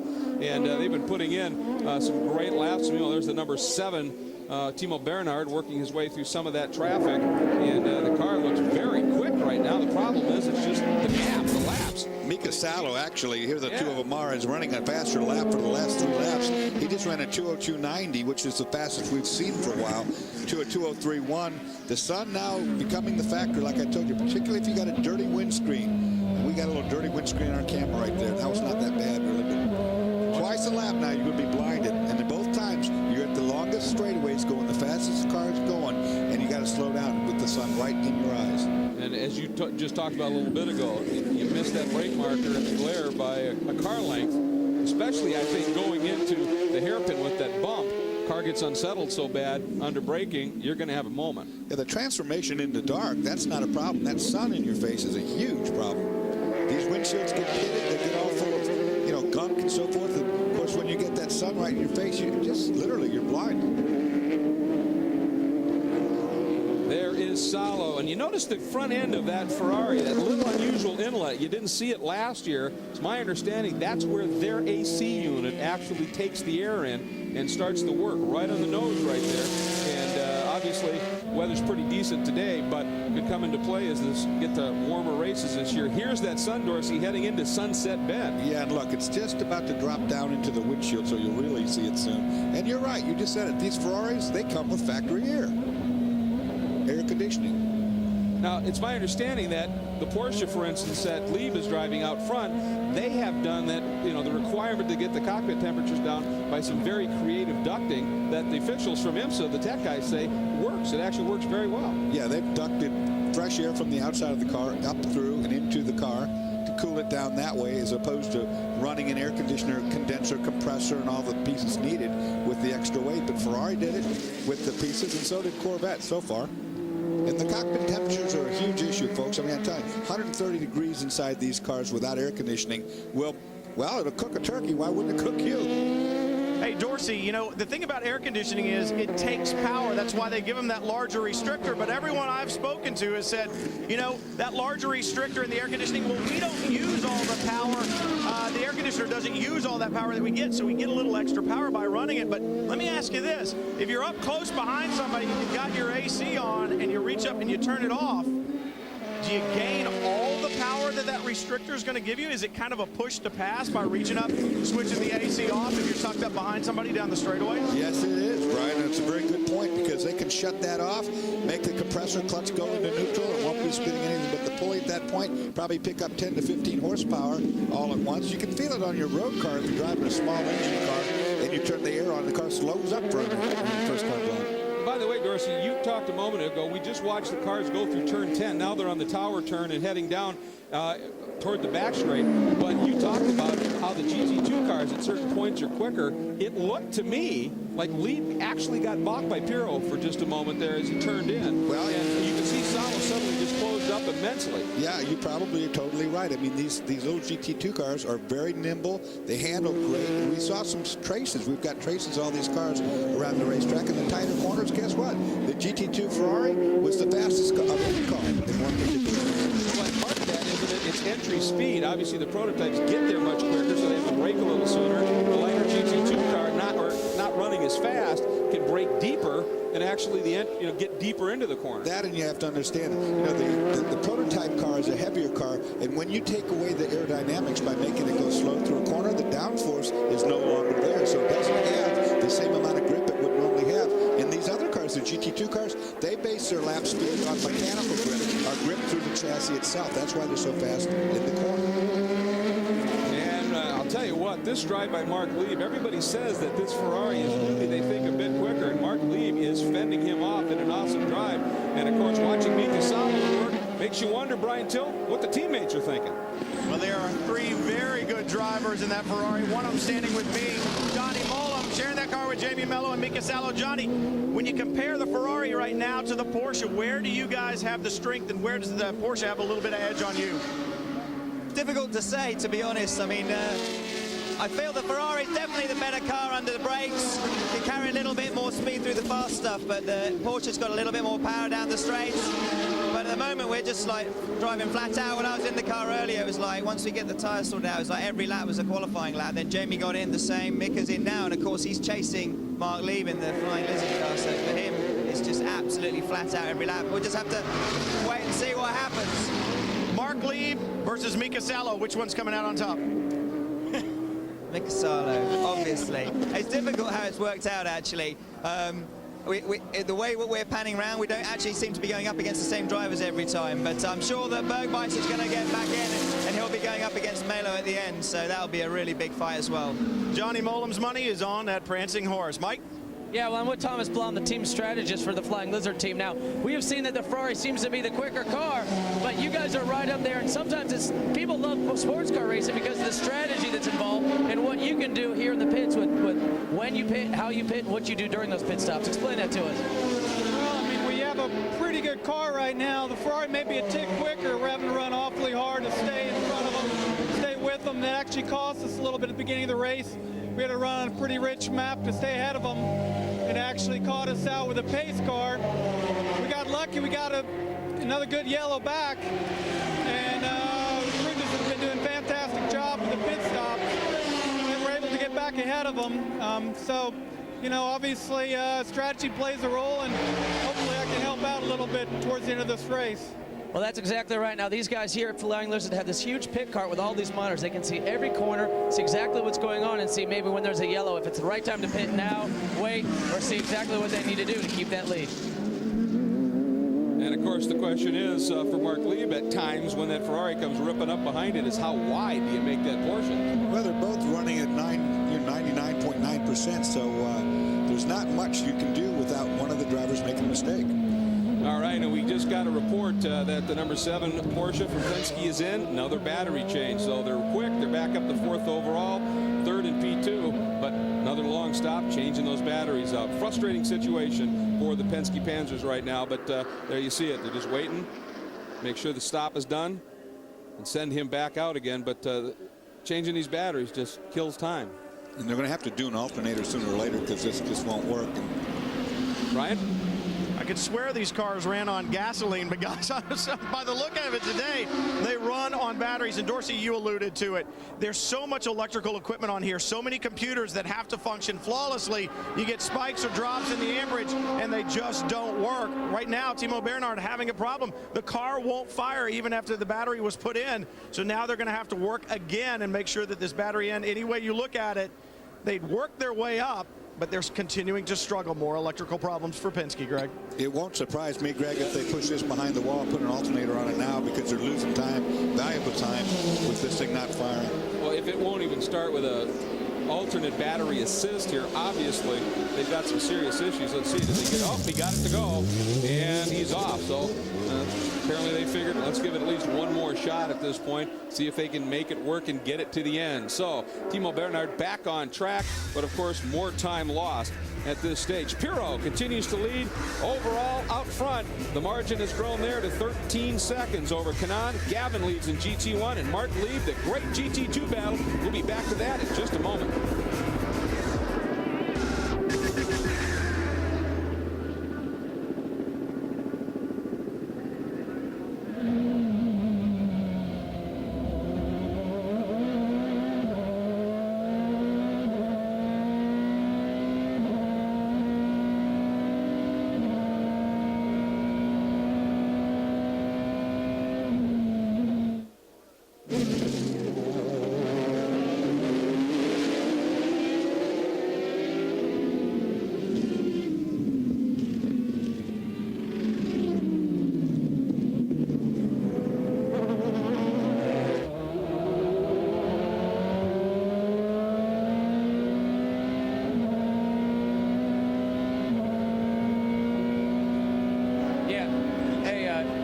Dorsey? Yeah, man. Hey, you know, another thing about those batteries, maybe why they're having problems is, can they get, how many batteries are they going through? That's what, Brian, as well. Can they get them charged in time? That's what we were just asking up here, too. I mean, normally you got like 3 batteries. It takes 5-6 hours to charge them. If you're using one every hour, you're going to run out real quick. He only made 11 laps on that battery.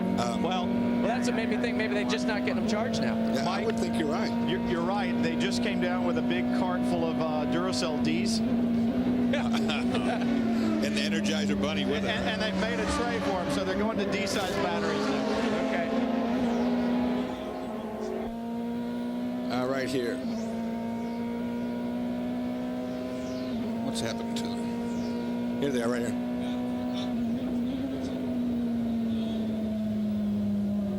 Ooh.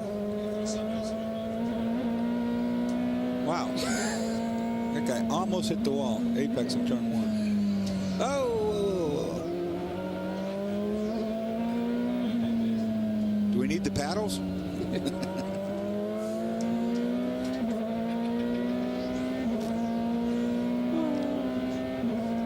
That's still Wolf, right? Yeah, he hasn't been able to get by.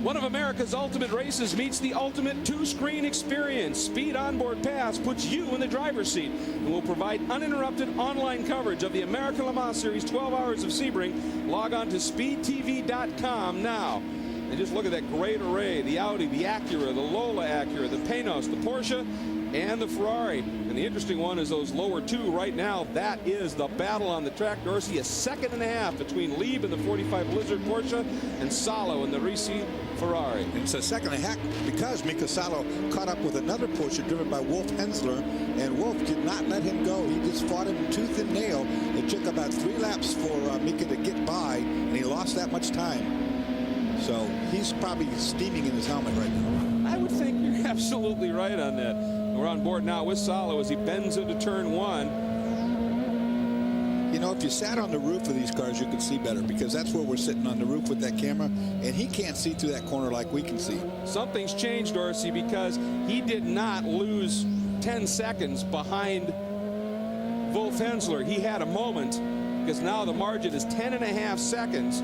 So this Salo had a moment here. Yeah, something happened on this lap, because it was, as you said before, 1.5 seconds. So we're going to take a look and find out here. Yeah. Huh. There's Hensler from behind. This is down into turn 17.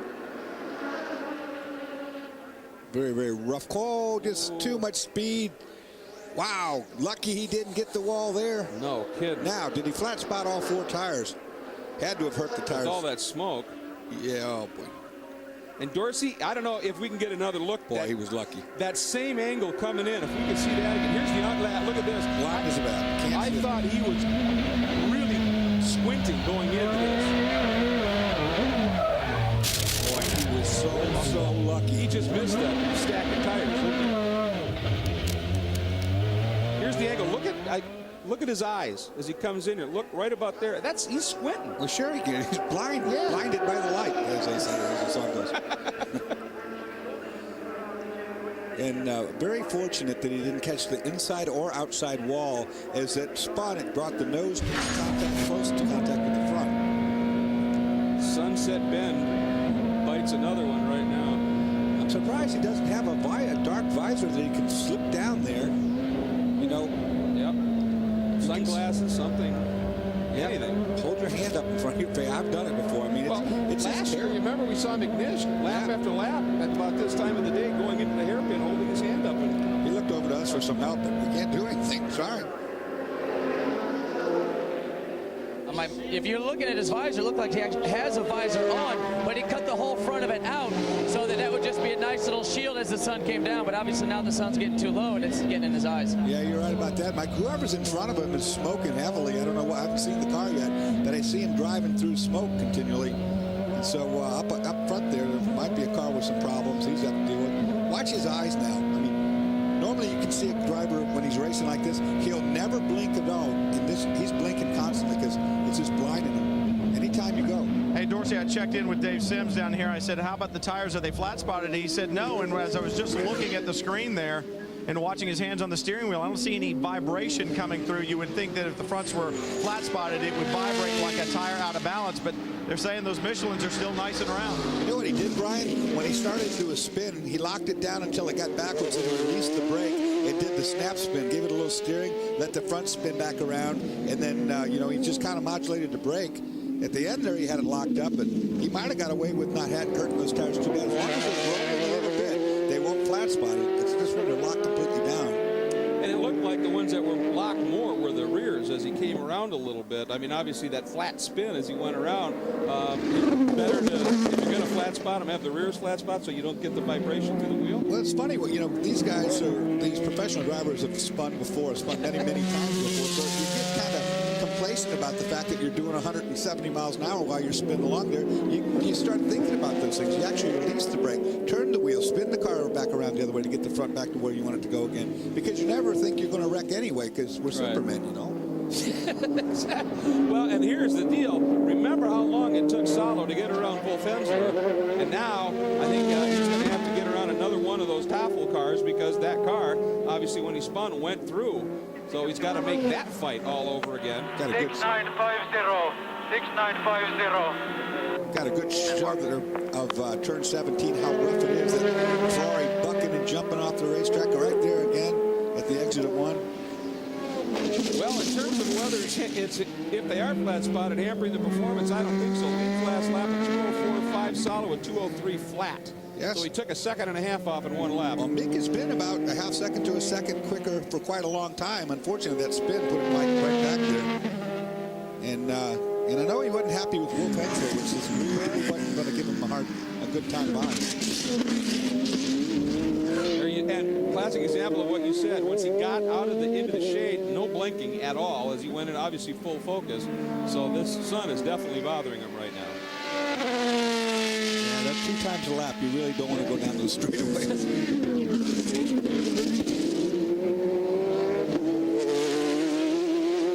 That's turn 10. Oh, look, Wolf Hensler. No, it's Tafel's car. 73 right front tire. Yep. Might have a flat right front. Ian James. Let's see what it looks like when it comes around up here. Yeah, no damage right front. He's broken suspension on the right front. I think you got a broken A-frame there or a strut, one or the other. I mean, the right front is pretty much detached. Take a look and see if we can maybe see what happens here. That's lock up, brake. Oh no, it just broke right there. Look at the wheel. Watch what it's going to do. It's going to fold up in there. Something, A-frame or attaching point. Yeah, there's good save right there. Hitting those bumps coming through 1, maybe some action there. Found out about it in 3. Huh? Rough old place. I told you, Sebring eats these cars up like spits them out. All right, well, in the GT2 battle here, it is Mika Salo in full out chase mode right now.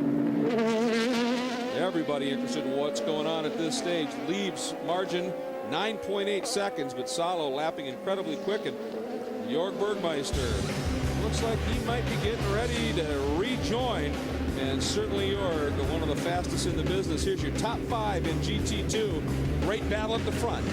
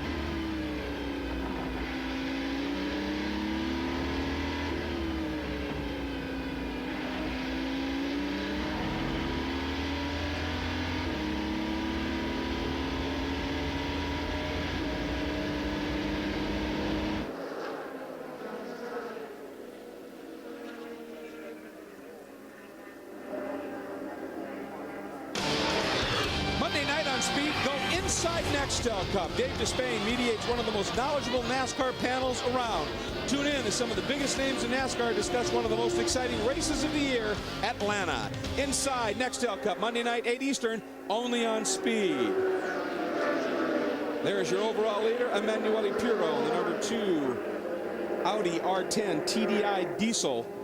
Just clocking him off. Still has that lead. It's margined it up now to about 25.5 seconds. Now, in the world of sports car racing, many of the fans are enthusiasts, and that means they own and love sports cars. And what happens at all of the American Le Mans Series races, they have corrals where if you drive a Porsche, you drive a Vet, you drive whatever, you get your special area to go and mingle with your own, if you will, and talk and love sports car racing. And that is exactly what's going on. And Jamie Howe, who's been out trying to give us a sense and flavor of the event, well, she decided to explore the corrals.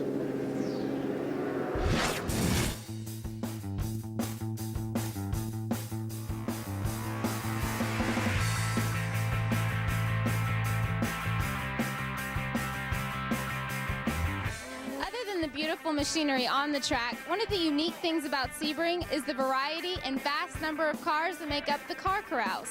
The sports car fans come not only to watch the race, but to also show off their own toys.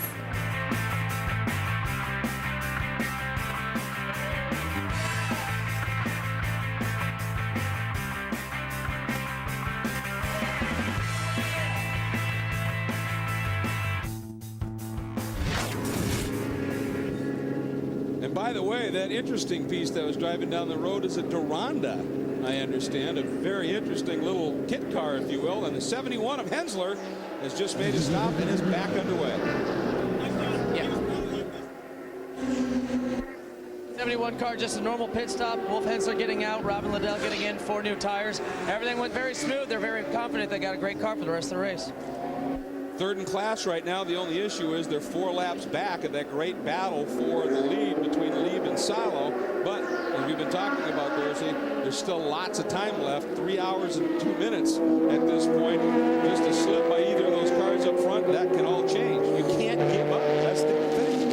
And 3 hours under the most difficult conditions right now. You know, the sun going down. We're going to lose a lot of track temperature. It's going to get very cool this evening. And driving around here at Sebring at dark, one of the things that really is difficult about this racetrack is all of those fans you see driving around like that truck in the background. Well, at night they drive around too, and they turn their headlights on. Sebring being a flat racetrack, they're on the same ground plane as you are. So you keep thinking the cars have spun out and they're coming straight at you, when in fact they're on the other side of a fence. You can't see that on the racetrack. So you got to be very cautious at night when you drive around here. Forecast for sunset, by the way, 7:35 p.m. And I'm willing to bet that last 15-20 minutes when that sun is real low is when it's just absolutely brutal for you at this stage. At this point now, we've been following this battle up front in GT2 between Lieb and Sala, but we got other cars certainly out there. Here's the number 71, Robin Liddell, after that stop behind the wheel. Certainly Robin, one of the great sports car drivers who's been very, very fast and has raced with Toffel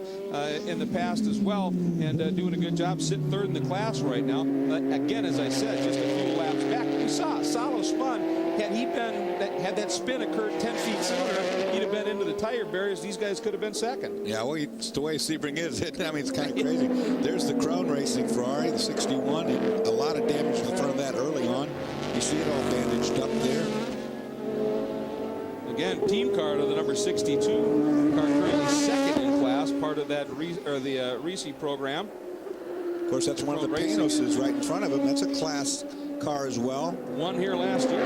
Sure did. It's right, the champion from last year. Again, PTG, Tom Milner's group, who campaigned BMWs for so long, decided to take up the gauntlet, work with Panos, work with Multimatic, who ran the car last year. And I think it's kind of an interesting deal because that's going to allow Multimatic, their strength is suspension and shocks. PTG's strength is race team, race performance, program development. And I think the two of them together, as the season progresses, we're going to see these Panos cars, I think, really come alive. Well, I can tell you one thing. The competition level in GT2 is sixfold what it was last year. With this Ferrari-Porsche battle, I mean, last year you just didn't have as much depth in this class as what you do right now. Colin Brown behind the wheel of that 61 right now, 18 years old, and this kid just frankly, I think is amazing. Stellar driver, no question about it. I mean, we've seen him in everything.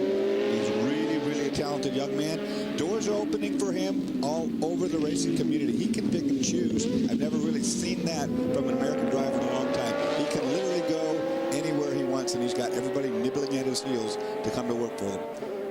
So Tracy Krohn's got some competition to keep him in the seat with him. Huh? Well, he's going to go big time. There's no question. Colin Brown is going to go big time. There's a 31. See the new front end. That car got involved in it early in the race. First half hour shuffle, skirmish, knocked the under tray off of it, and it has never been right since. They've been soldiering on, which is what you got to do. 11th in GT2 right now. Tomas Enga behind the wheel of that car, and at this stage, you're that far back. I mean, laps down. It's all about getting points. Well, you got to just keep running around now. I mean, this car's made contact with several cars early in the race, got way behind on its own goal. They keep fixing it, putting it back out there, and they're just hoping for attrition, and this time it not be them. Just hang on. And of course, any of the races that are considered the long distance events pay bonus points. So if you can hang in there, earn a few more points, it's going to pay off big. Now here is one of the more exciting entries, not just because it's one of those beautiful new Porsche 997s and all the tricks that package carries, but the entry. Rahal Letterman Racing, and having Bobby Rahal back and that team in the sports car ranks, I think is very exciting. Absolutely. And this car is another car that early on got into a contact with someone, had to put a radiator in the car, went behind the wall for a while, it got itself several laps down, and now it's trying to pick its way through. 7th in class right now, still Graham Rahal behind the wheel, so he's putting in a good long stint here. He's really considered an open wheel phenom, had 5 wins in the Champ Car Atlantic Championship last year. Very close to winning that championship, just missed on it, and having a good run. Now we're hopping on board. I believe this is Panos and Sesperante. Yeah, it's Oberlin in there right now driving. Not a lot better than him. No, I mean he's very fast here, and this car's pretty potent. But like I say, it's got much more competition this year than what it had last. Well, I had a chat with Tom Milner earlier, and he said, yeah, the thing for the team. And he said, we're excited about working with Multimatic. Don't get us wrong. He said, but we have no experience with their shock and suspension package. We've been racing BMWs, which are a well-handling car. The problem we'd had was straight line speed. Because now we've got immense straight line speed. We have to learn with Multimatic how to make these cars handle. He said, we can do it. Now the sun's in your face. We're talking 25 minutes to sunset. You know, it's amazing here in Florida. That sun goes down. We watch it go down in the ocean all the time, you know, in the Keys, and it's pleasurable there, but this isn't any good at all. Now you're just bragging and trying to make me jealous. I don't like it when I'm running 170. I'm looking at this. There are moments you don't enjoy the sun. Yeah, that's not a good part. I've invited you up to go snowmobiling, and I firmly believe in the winter, you think the Mason-Dixon line defines where the Arctic Circle begins. That whole snow concept does not work. Lost on you. Here's damage to the back of the 22. It's kind of been rearranged back there by something.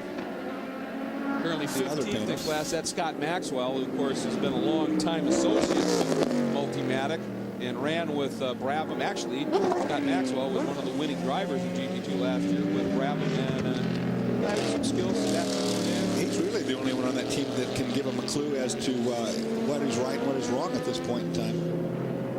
And they had, obviously, as you pointed out, they had some damage early, and that has cost them, and they are laps back as well, but running for points. Get those points. So key if you want to stay in the hunt for a championship. Now, here's something we just heard on the radio, too. The lead car, I'm sorry, not the lead car, the number 1 car is experiencing radio trouble. Look underneath there. Those are all cooling hoses. I think it's okay back there. They're just bouncing, but it looks like they're still connected, at least at this stage. Giving you a look at what's going on in GT2. By the way, just a quick update. 3/4 distance, 9 hours in, 268 laps complete, puts us at 991.5 miles thereabouts. That now is not quite on a record pace due to those 4 cautions. Up until that happened, looked like we wouldn't have just broken the ALMS record, we would have broken the all-time record set in 1986. And there's the number 10 Conrad Motorsports entry. And, you know, the last few years we've seen him, and that's solid, been trying to work through and does in the hairpin, but got squeezed a little bit. The Conrad team in the last few years has run the Salines in GT1, but they started in these GT2 and in Porsches, and fun to see them back back in the class, Mike. Yeah, well, that car just had a little problem earlier in the race. They broke one of those rear suspension points, and you know the Tampa cars behind the wall with a similar problem. We think on the front just broke out the suspension. They had to drop back. Now they're slowly pulling back up through the field. Driver named Luciano da Silva behind the wheel of the car right now, and just driving along.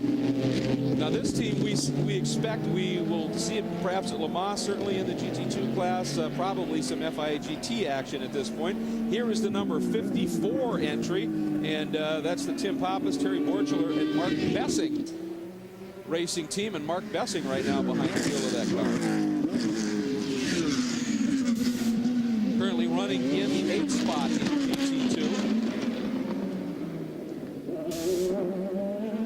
This is a GT3 RSR.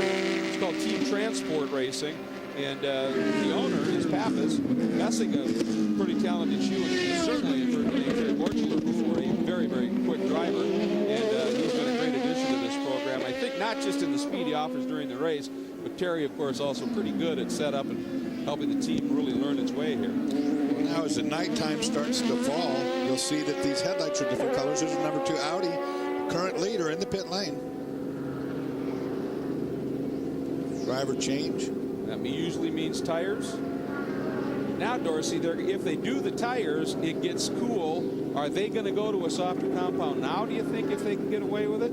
I would, yeah. I mean, we're going to be in the dark here in about 15 to 20 minutes. Yeah, I'd go to the medium or maybe even soft compound right now. Pirro getting out. Looks like Marco Werner is the helmet color, the pink and white. So, and of course he awfully quick in that car, certainly put it on pole. So here they go. The tires now going on. New set of Michelins.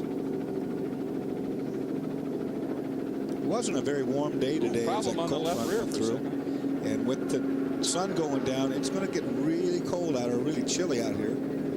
Brian? Guys, I'm looking for codes on the tires, and there is a code. I'm not sure exactly what it means. I'm going to assume, and we know what they say about that as the Audi leaves, that this different code means it is a different compound tire. And obviously, with it getting cooler and going towards twilight, I'm going to guess they're going to a softer compound, guys. Saw a little puff of smoke there. Is that just dirt on the track? No, it didn't look like it. It looked like smoke. Well, we've seen that Audi when it comes in the pits and it slows itself down and it starts smoking every once in a while. I don't think it's a problem. We'll keep an eye on it. Well, look at the chunk. It seems to have something off the tires that have been out there at this point. There is the Andretti Green crew just kind of watching what's going on as they sit in 2nd place overall. But it is the Audi of Werner now out front.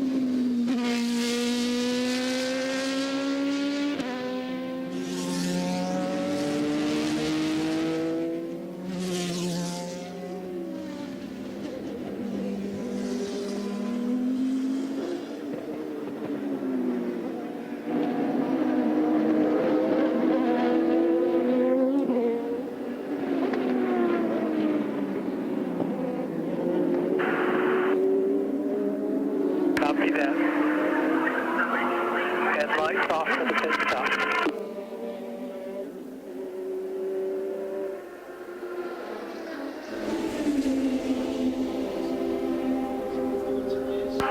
Okay, I need you to set your fuel switch to HP2.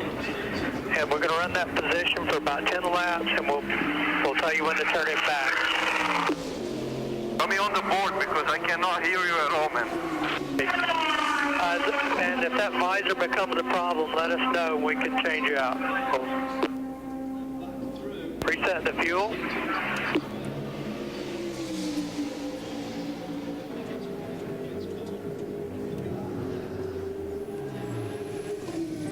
Welcome back in the car that took the overall lead when the number 2 Audi pitted.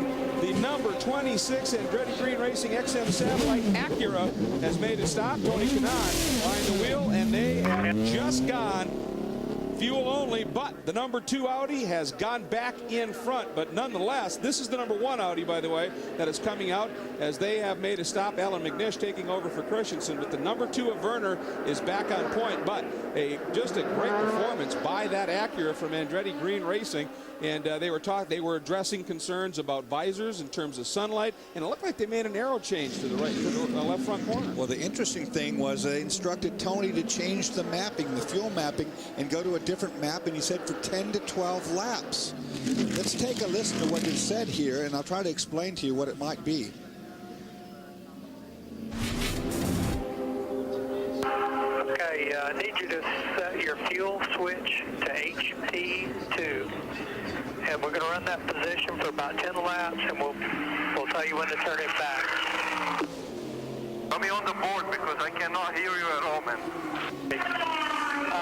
And if that visor becomes a problem, let us know and we can change you out.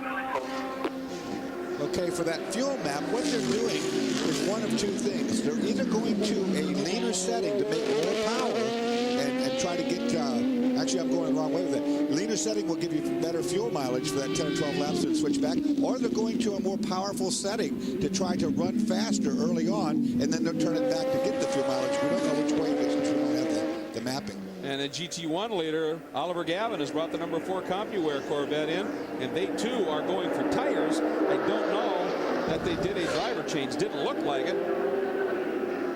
Boy, did they get those tire changes done fast. That's a piece of work. That team really, really works hard at getting that pit stop done. That's how they end up winning Le Mans a lot of times, because their pit stops are on the money. Got word that the 26 is going to get a 20-second stop and go, we believe, stop and go for adjusting or working on the mirrors while they were refueling. Yeah, there's still quite a bit of a discussion down here on the 26 camp, because what they also did is they actually had tear-offs on the headlights. So while they were fueling, they were pulling the tear-offs off. Now the Andretti Green is saying, well, you know what? This is a driver assist. Driver assist during our fuel. All we're doing is like screening the windshield like they would do on the Corvette or one of the GT cars. That's their argument, but Marty and the folks at ALMS are saying, no, you actually worked on the car. So they're still going back and forth, trying to fight it out before they have to stop that, make that 20-second penalty.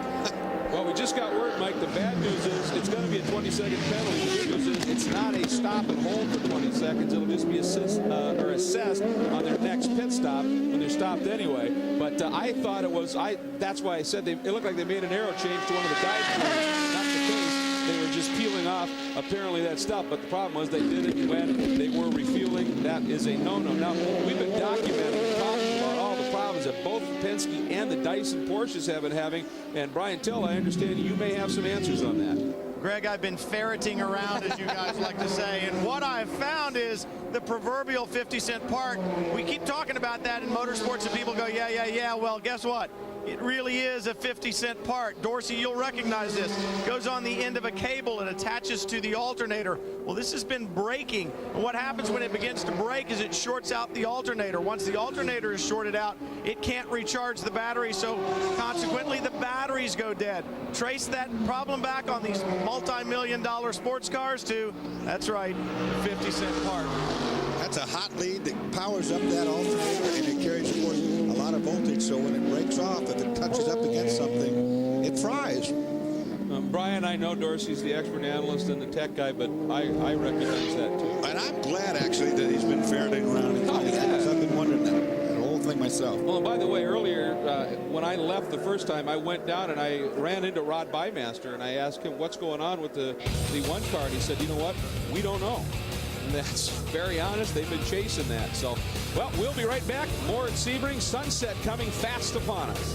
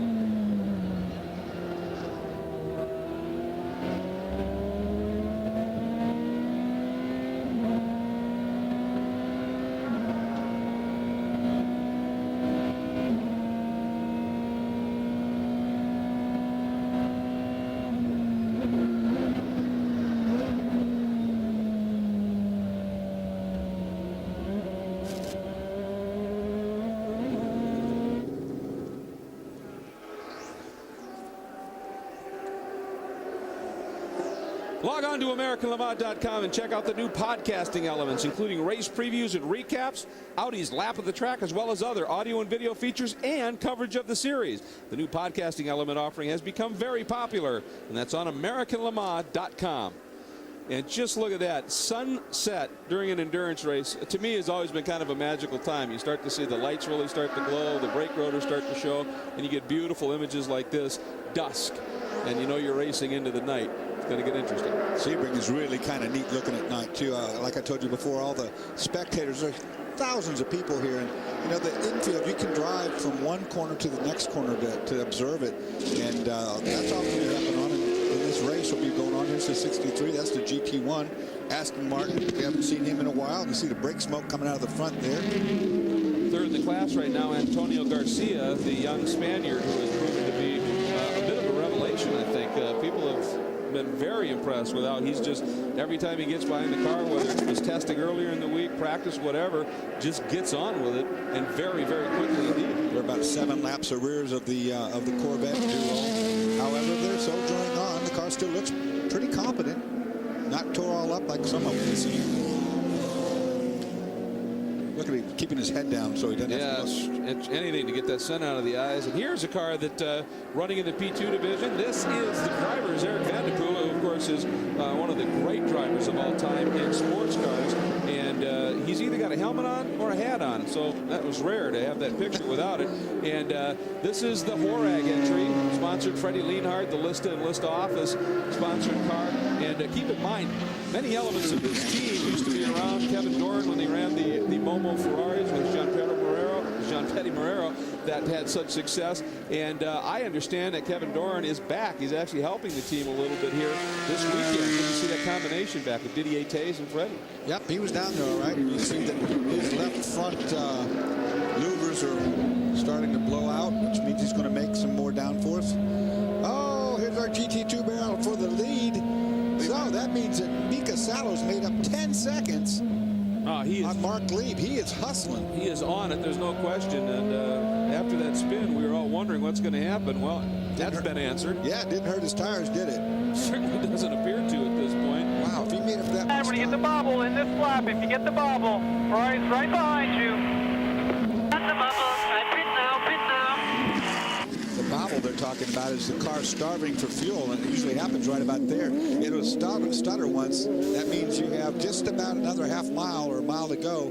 You better get to the pit lane. And that was the instruction. So, and you heard the reply from Mark Lieb, I pit this lap, I pit this lap. So obviously that's a huge concern, and he gets a little help here as Kanaan comes whistling up, splits the two cars. He gives obviously Lieb just a little bit of room. I don't know how much of a difference it makes to, if you're, 0.2 of a second difference, to hang on and pit in the lead, but anything else in a battle this close. You know what can be a problem is that when you get somebody breathing down your tailpipe like that, and the car should happen to stumble and run out of fuel. Well, not everybody knows that you're running out of fuel. You do.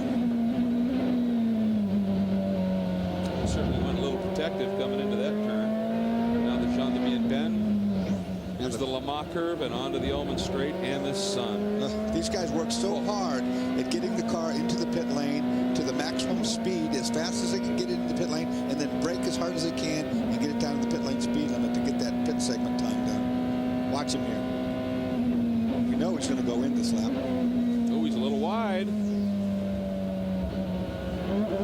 He may be thinking of trying to drive off the corner, and Lieb says, nope, I'm going to take it and head to the pits. Salo goes on by. We'll pick up the lead. And Mark Lieb into the pits, and look at the sunlight now. Obviously, everybody's glad they're not driving into that. They will be when they come around. That's true. Hairpin and sunset. Salo now into the lead, but at some point, obviously, they're going to have to stop, and this battle should be afoot once Salo makes the stop, and we have a driver change as well. Andrew? Yes, the 45 car has just come in. Mark Lieb has climbed out of the car, and obviously this is a huge battle going on in GT. I think this is going to rage to the end of the race. Absolutely sensational stuff. So Mark Lieb, let's see what he can do now. He was very quick earlier on, and that car is just about to go. And we'll go and catch a word with Mark Lieb in a moment. All right, car goes up, fresh tires going on, maybe a little bit different compound, and obviously one of the things that we've talked about previously in the show is the brakes on this 997 that seems to be a little bit harder than the brakes, slightly heavier, uses them up a little bit more. That's got to improve as it gets cooler as well. The brakes are cooled better, correct? Go, off you go. This is a whale of a race between Porsche and Ferrari right now. Top of the show, we talked about that legendary rivalry, and it has just come to fruition here in a great way. What a battle. Now, if you got to change brake pads on the front only once in the 12-hour race, you want to do it during a caution if at all possible. You'd really like to do it and get it done that way and buy yourself the extra time allotted to do so. We see a lot of brake dust out of those cars, but they run very thick brake pads, particularly in this race or a 24-hour race.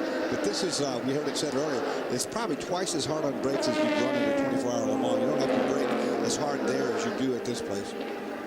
Well, we heard Mike when he was talking to Jorg earlier, and they were asking, about, it was under caution, are you going to be doing a brake pad change? They did not at that time. The number 6 comes back from behind the wall, so alternator change. He's got to pull into the pits, stop, turn it off, because they have to show that it can start on the battery. And now they're going to officially do a driver change as Sasha Maassen is getting out. They'll give it a full service now. I mean, it's been behind the wall for a long time, so why wouldn't you? Absolutely. Looks like Emmanuel Nicolar getting behind the wheel, who certainly is quick. No rush here. It's just a matter of going out there and making laps now that far back. You see the Ferrari right behind him is in. Sure is. Mika Salo has brought it in right behind that. Good eye. And I'm trying to see if they're doing a driver change. Yep, they are. Fuel and a driver change. And Jamie Mello. So now it's a battle of who does the pit stop the best, because they... When you can, back to the mast. All the electrical stuff off. Turn the lights off. Once again, keep in mind, if you just joined us recently, Mello set the fastest time in qualifying in this car in class, but damaged the tires, had to start at the back. So we know that he is very quick behind the wheel of this car. Certainly proved that last year. This car in really good shape, too. I mean, you look at it, it's not been all...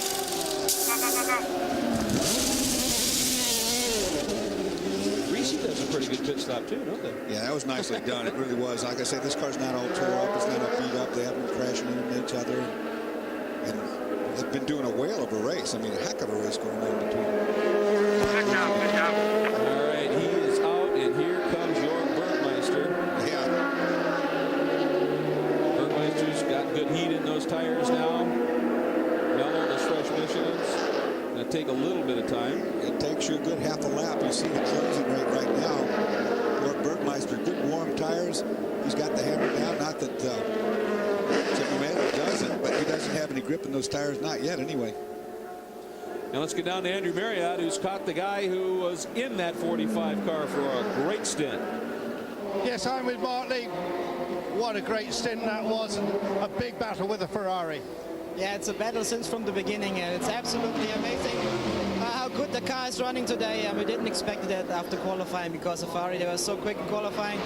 But like last year, we have really a very good race car again. The Flying Lizard team is doing an awesome job, and my co-drivers, we are doing basically qualifying laps, so we're flat out, and hopefully we have a chance in the end.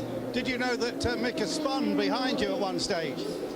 I didn't see how he spun. I just saw that there was no red car anymore in the back. So I tried to push, but the sun was coming down and my front windscreen was quite dirty, so I couldn't see as much as before. So I had to brake a little earlier so the Ferrari could catch up a little. But other than that, the car is very good. What about the brakes? Are the brakes okay? The brakes are still fine. I have no complaints about that, so I hope we don't have to change pads or anything like that. And so we're trying to push really hard, but to be also very, very nice with the car. Thank you. Over to you, Chris. Well, Andrew, the other side of that battle was Mika Salo in the Ferrari, the ex-Formula One driver right now, finishing an interview with Radio Le Mans down here in pit lane. And Mika Salo just talking with these guys. Mika, what a battle between Mark Lieb out there. Did you anticipate that the battle would be this tight, this late in the race? Yeah, well, it was... we thought it wouldn't be so hard, but we knew it's going to be close. But we had earlier, we lost about 2 minutes total in the pits already. Our car won't start after pit stops, and it seems to be fixed now, but early on in the race. And it's a 12-hour race, but it's still absolutely flat out every lap, and it's like qualifying lap after lap, and it's hard. We had a chance to watch you through our in-car cameras for quite a while, and it looked like as the sun was setting, that could have been the problem down in turn 17. Yeah, I couldn't see anything. That's why I actually spun there once, because I braked way too late, because I didn't see where the corner was. And but I could hold my hand a little bit so I could see where I was going. Well, Dorsey, you called it. And looking back from that number 62 Ferrari, there's the Aston Martin, but that other set of headlights is a fast-closing Jörg Bergmeister. The Ferrari versus Porsche battle in GT2 is once again the game's afoot.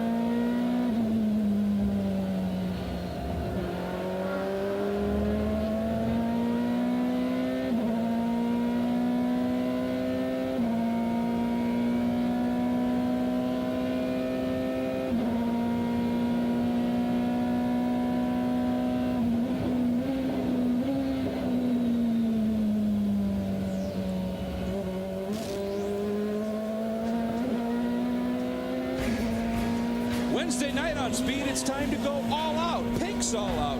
No negotiations, no sandbagging. It's just run what you've run, go or go home excitement. Pink's all out, presented by Napa, Wednesday night, 9 Eastern, only on Speed. And speaking of all out, Bergmeister, all out here in these last few hours of the Mobile One 12 Hours of Sebring, the 55th running of this awesome event. And Jorg, he caught him coming out of the pits, obviously.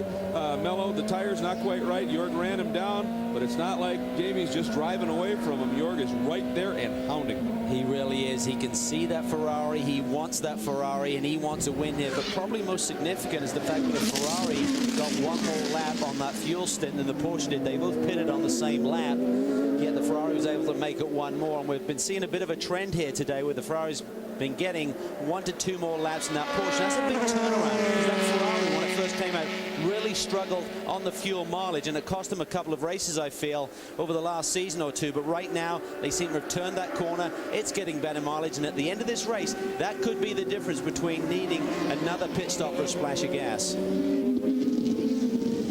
That's absolutely huge. And here is the number 86 Spiker. Yes, I'm here. Peter Cox is in the car, and Peter, of course, we're used to seeing him in Aston Martin's highly experienced driver.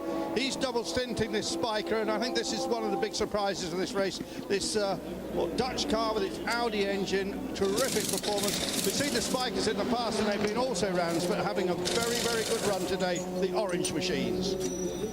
Well, as we mentioned earlier, last year at Le Mans, late in the going, this team was in the lead in GT2. It looked like it might have a serious shot at a win, developed a late race problem, and of course the Panos was able to, the LNT Panos was able to go on and claim the first win for the Panos mark at Le Mans. But yeah, don't count the Spiker out. It is having a very, very strong run. But boy, this battle at the front in GT2 is so compelling.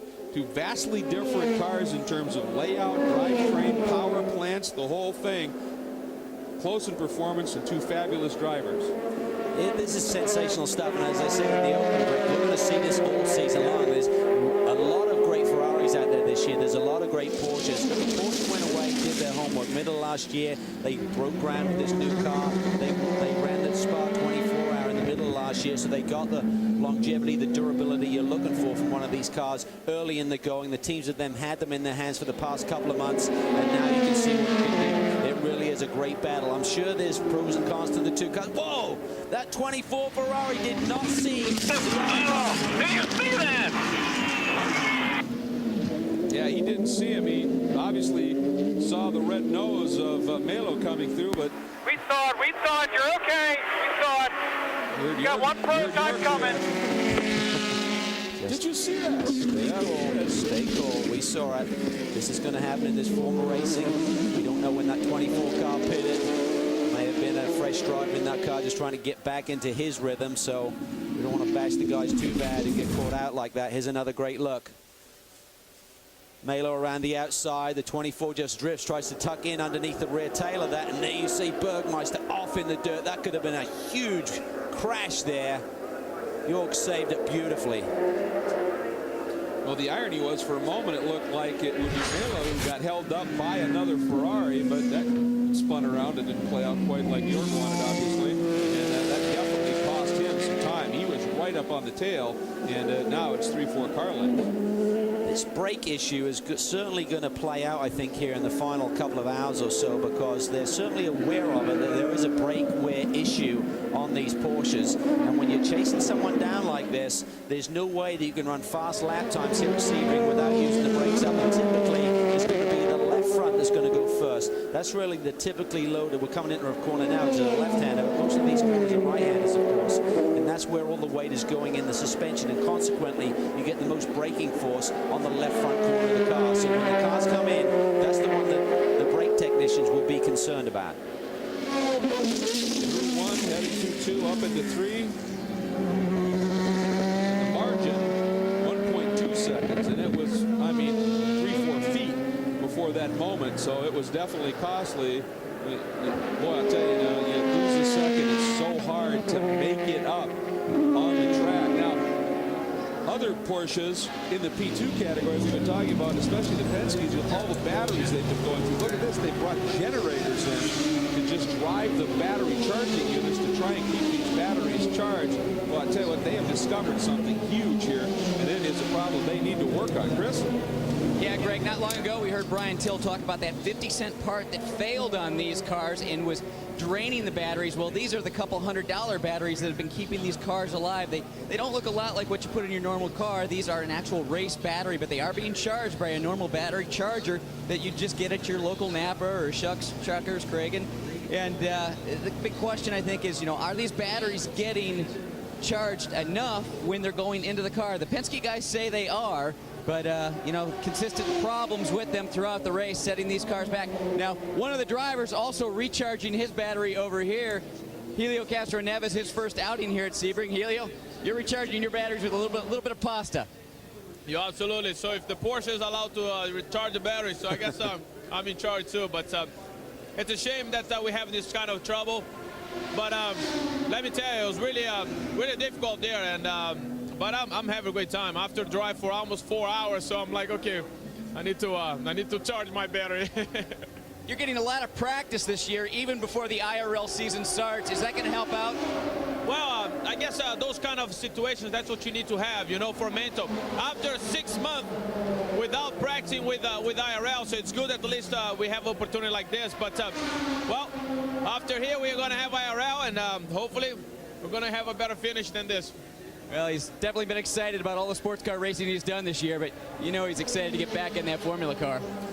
Absolutely, and of course he started his career road racing Formula cars, so this is not exactly, well, thank you, Helio. This is not exactly foreign territory for him in terms of road racing, and I think he's having some fun. He is. I mean, he's just a blast. The guy is just so much fun.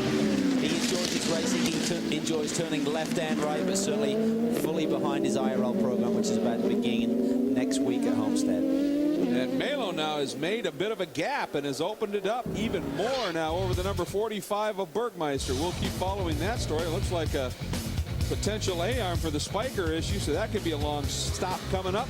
We'll be back, hopefully, to cover it for you.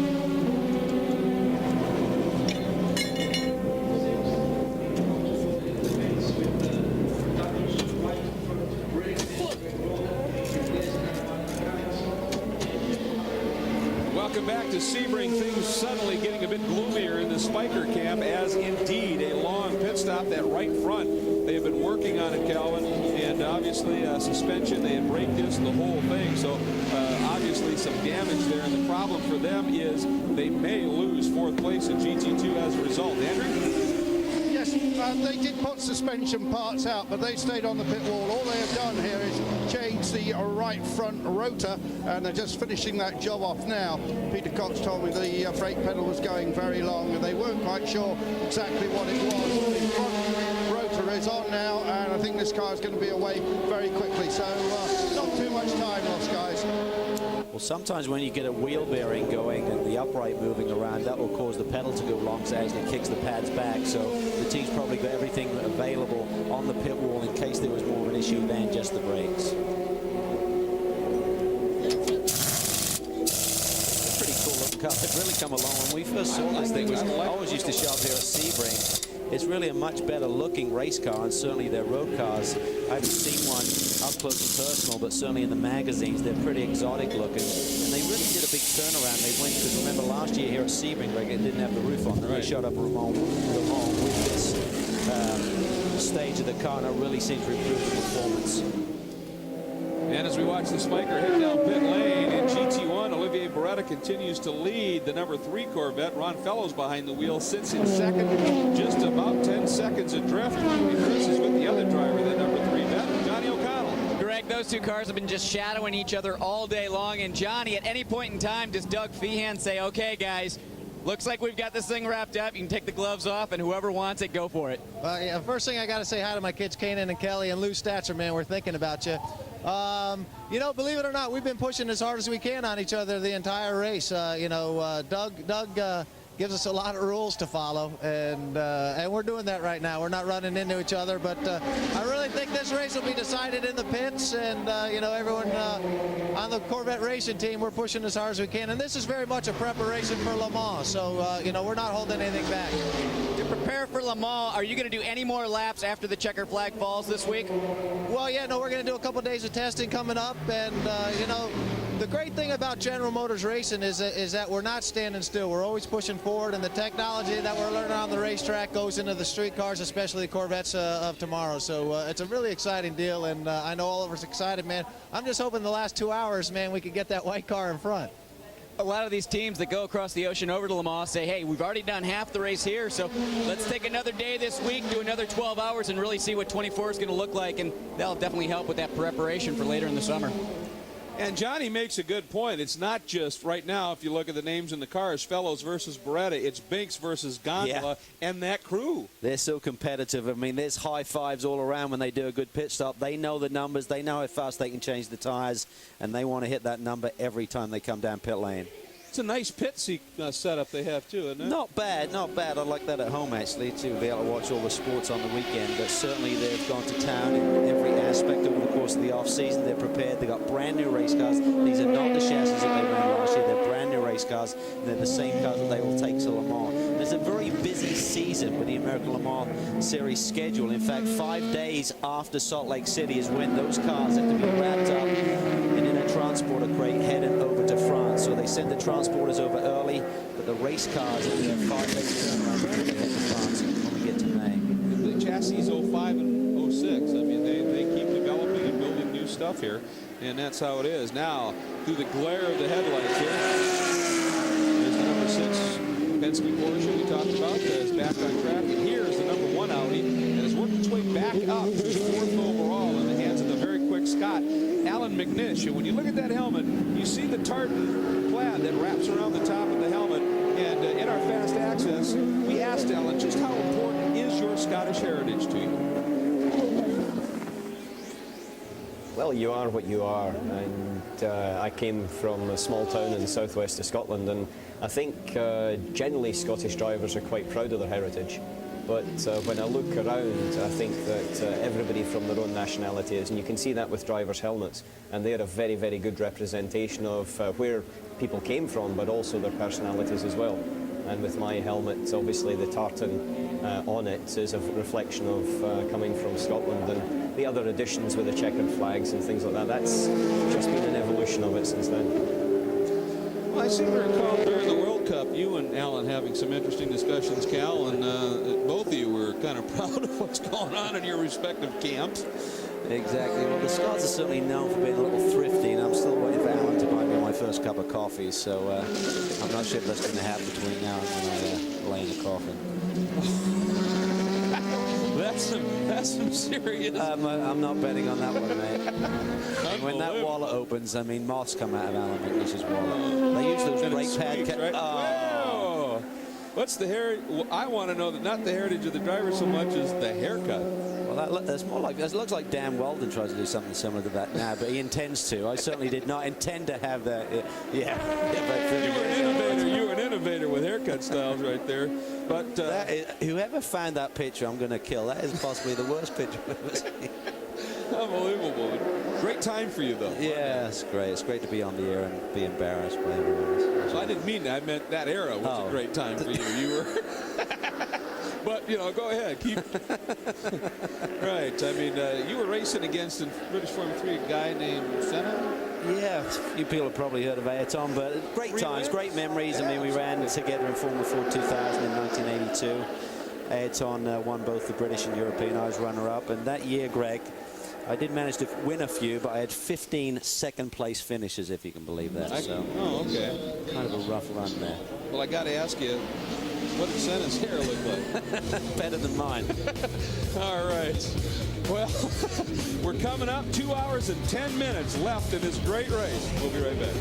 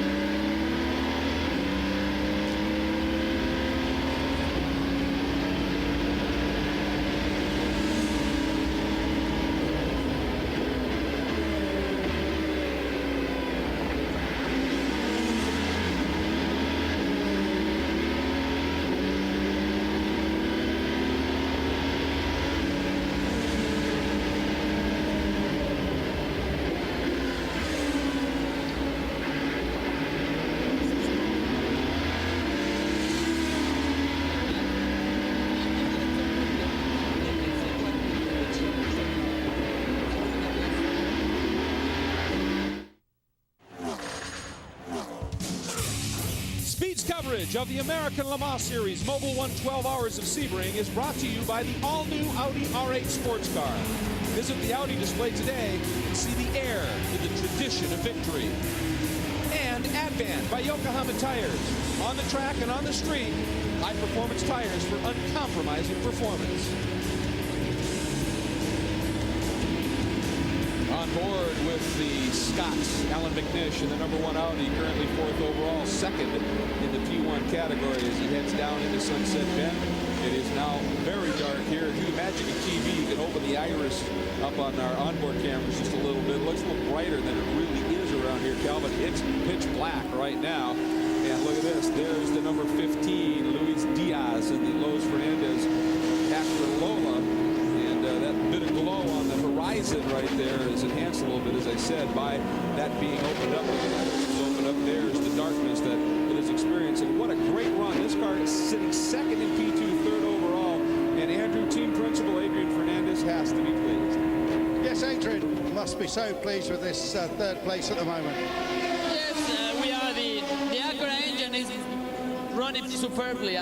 No problems at all. We had some issue with a little toe link that was loose and it was coming out, and the steering wheel came to a very bad position with a lot of toe out, so we had to fix it. And then we had the contact with the Audi, and we have to change the nose. But no, we're pretty happy. Now, we understand your car is being used as the engine development car. Does that mean you're running a different specification to the other 2 cars? Well, in this case, no. As I understand, we have the same, but when there is things that are new, we will have them. You know, the other guys are working a lot on the chassis and the Acura chassis. Eventually, you know, everybody wants to be in the same thing. So, you know, we're having difficulty finding a sweet spot on the Lola. It's it's very quick in certain places, on certain situations, and then it's not that quick. So it's been a little bit confusing because we were very fast on testing. But at least we're running a good pace, a solid pace, and Luis is doing a superb job, so we're very happy so far. Have you decided to stay just with the 2 of you driving? Yes, we are. David Martinez is here with us from Monterrey, Mexico. He's, you know, if there is anything with the drivers or anything, he will step in. But so far, Luis and I are feeling good. Well, congratulations for a good run as well. Thank you. I'll tell you what, when they debuted that car and showed it at the Petit Le Mans last year, Adrian was walking around with the biggest grin. You couldn't wipe it off his face if you tried. He was so enthusiastic about coming over the American Le Mans Series with this program.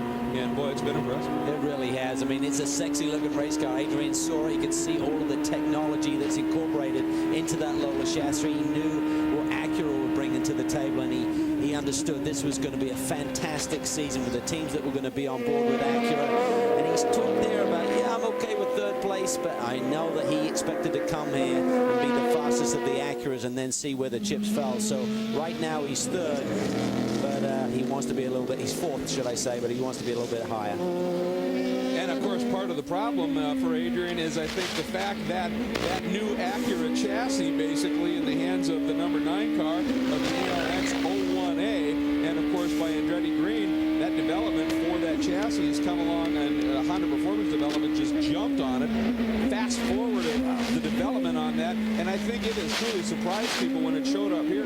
That car not only looks great, it runs great, and it was fast enough in the hands of a certain driver, Chris Neville, to sit on the pole. Well, that's right, Greg. David Brabham down here getting ready for his next stint. He's changing over the visor on his helmet from that dark tint over to the clear, since obviously it's nighttime here now. David, were you at all surprised at how quickly Honda made the decision to switch over and do a major chassis change from the Courage to essentially developing their own chassis, and how quickly that program went along? You mean Acura, don't you? No, not really, because with the people that we have, the rate of development is going to be very quick, and it showed to be the right choice because the car is you know, a lot quicker than when we first got it. And so far, you know, the car's been running phenomenally. I mean, everyone's so happy with the way the car is going.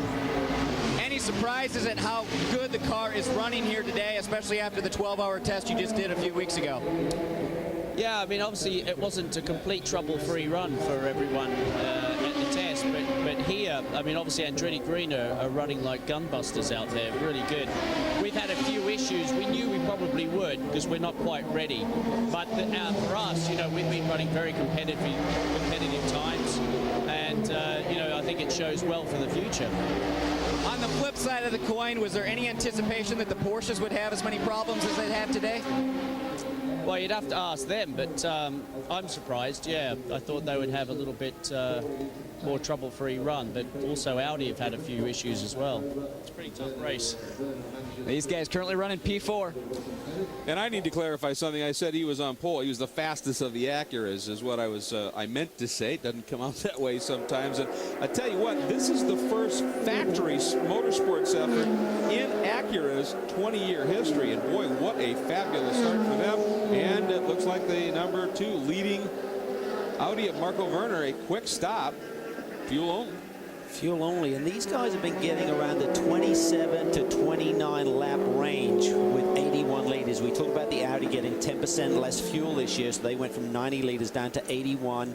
The diesel fuel gives you more energy, so consequently they're trying to balance the tables there a little bit. But right now it's almost like it's in the favor of the P2 cars. Certainly a different class, so it shouldn't really be a factor, but they are running against each other. And right now it looks like those Acura power plants are getting about 2, maybe squeaking 3 laps more. So if there's a caution or anything at the end of this one, we get down to a flat-out run and you've got to get to that 32 lap mark to see the checkered flag. That could be an issue here tonight. So potentially the same scenario that you talked about earlier in GT2 with the fact that the Ferrari seems to be getting a bit more mileage in these endurance races.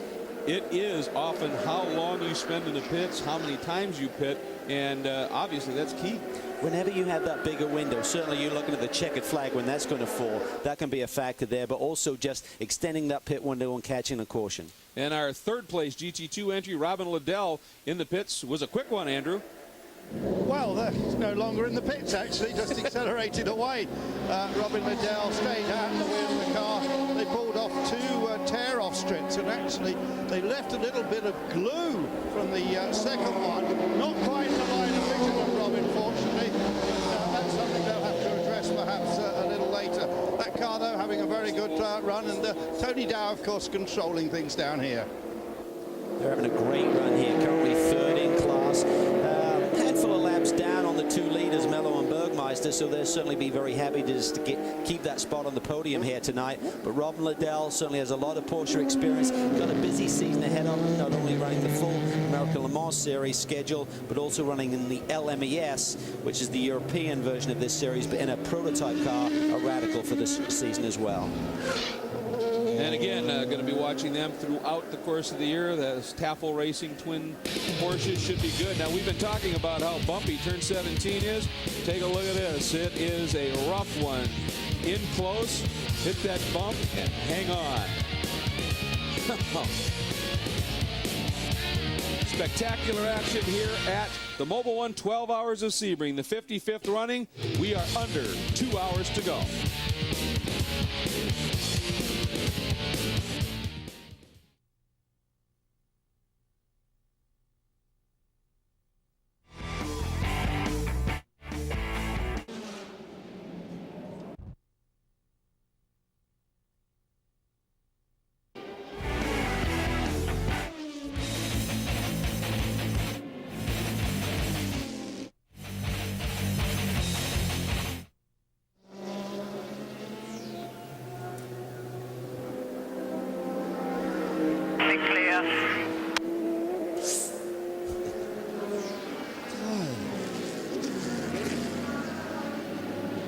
Piddling about.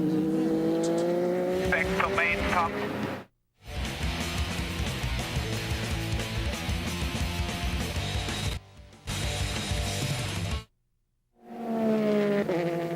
Sport is not illuminated at all. Nothing is illuminated on the dashboard. Okay, copy that. Wow.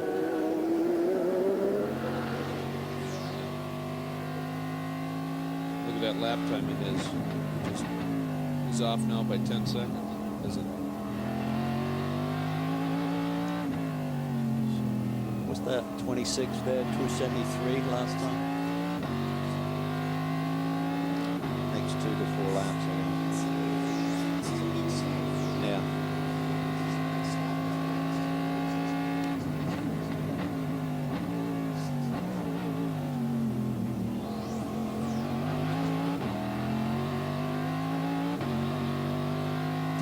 It looked to me like that stop by Werner was a little longer. The stop was by Werner was a little longer than just a basic stop. Well, have to see what it shakes out.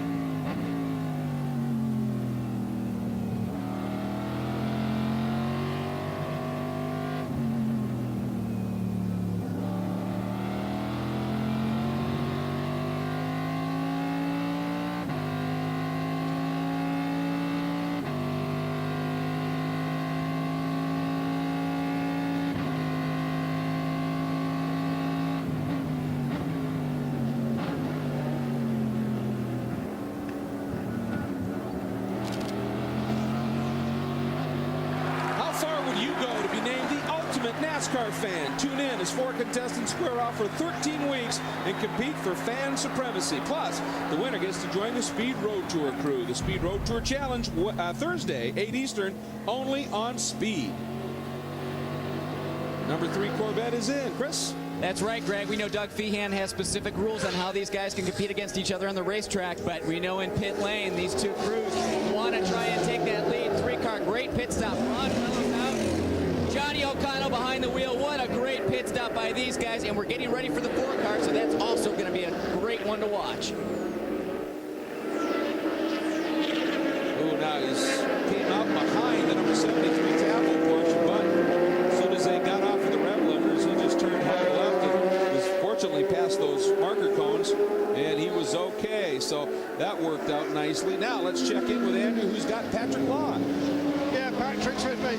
Problems early on, Patrick, means you aren't really in that big fight at the front, but still got a chance of a podium, of course. Yeah, it's unfortunate that we're not there fighting with the Lizards and the Reezy car. We ran strong with them earlier on, and fortunately we've had a few mishaps and have lost a few laps, but it's been great driving with this Tafel crew. They're just a great bunch of guys. Tony Dow and Jim Tafel, I really thank them for the opportunity. It's always great to be involved with a new team that I've raced hard against for so long, but we're enjoying it. We're going to get it home and hopefully end up on the podium. Patrick, end of last season, of course, we saw you in a Porsche prototype. You must be surprised by all the problems they've had. Sorry, I only heard a little bit about the Porsche prototype. Right now, we're really heavily involved with the RSR with Porsche. We're going after that 430 that the Ferrari had brought out last year. Involved with the Spider as well in all of the development. We did some good 24-hour testing towards the end of 06. We'll see what comes up for the rest of the ALMS season, but I'm hopeful to be involved in a lot more races. Thanks very much. Chris, you're down at Corvette. Andrew, our GT1 leaders in. Pappas already behind the wheel.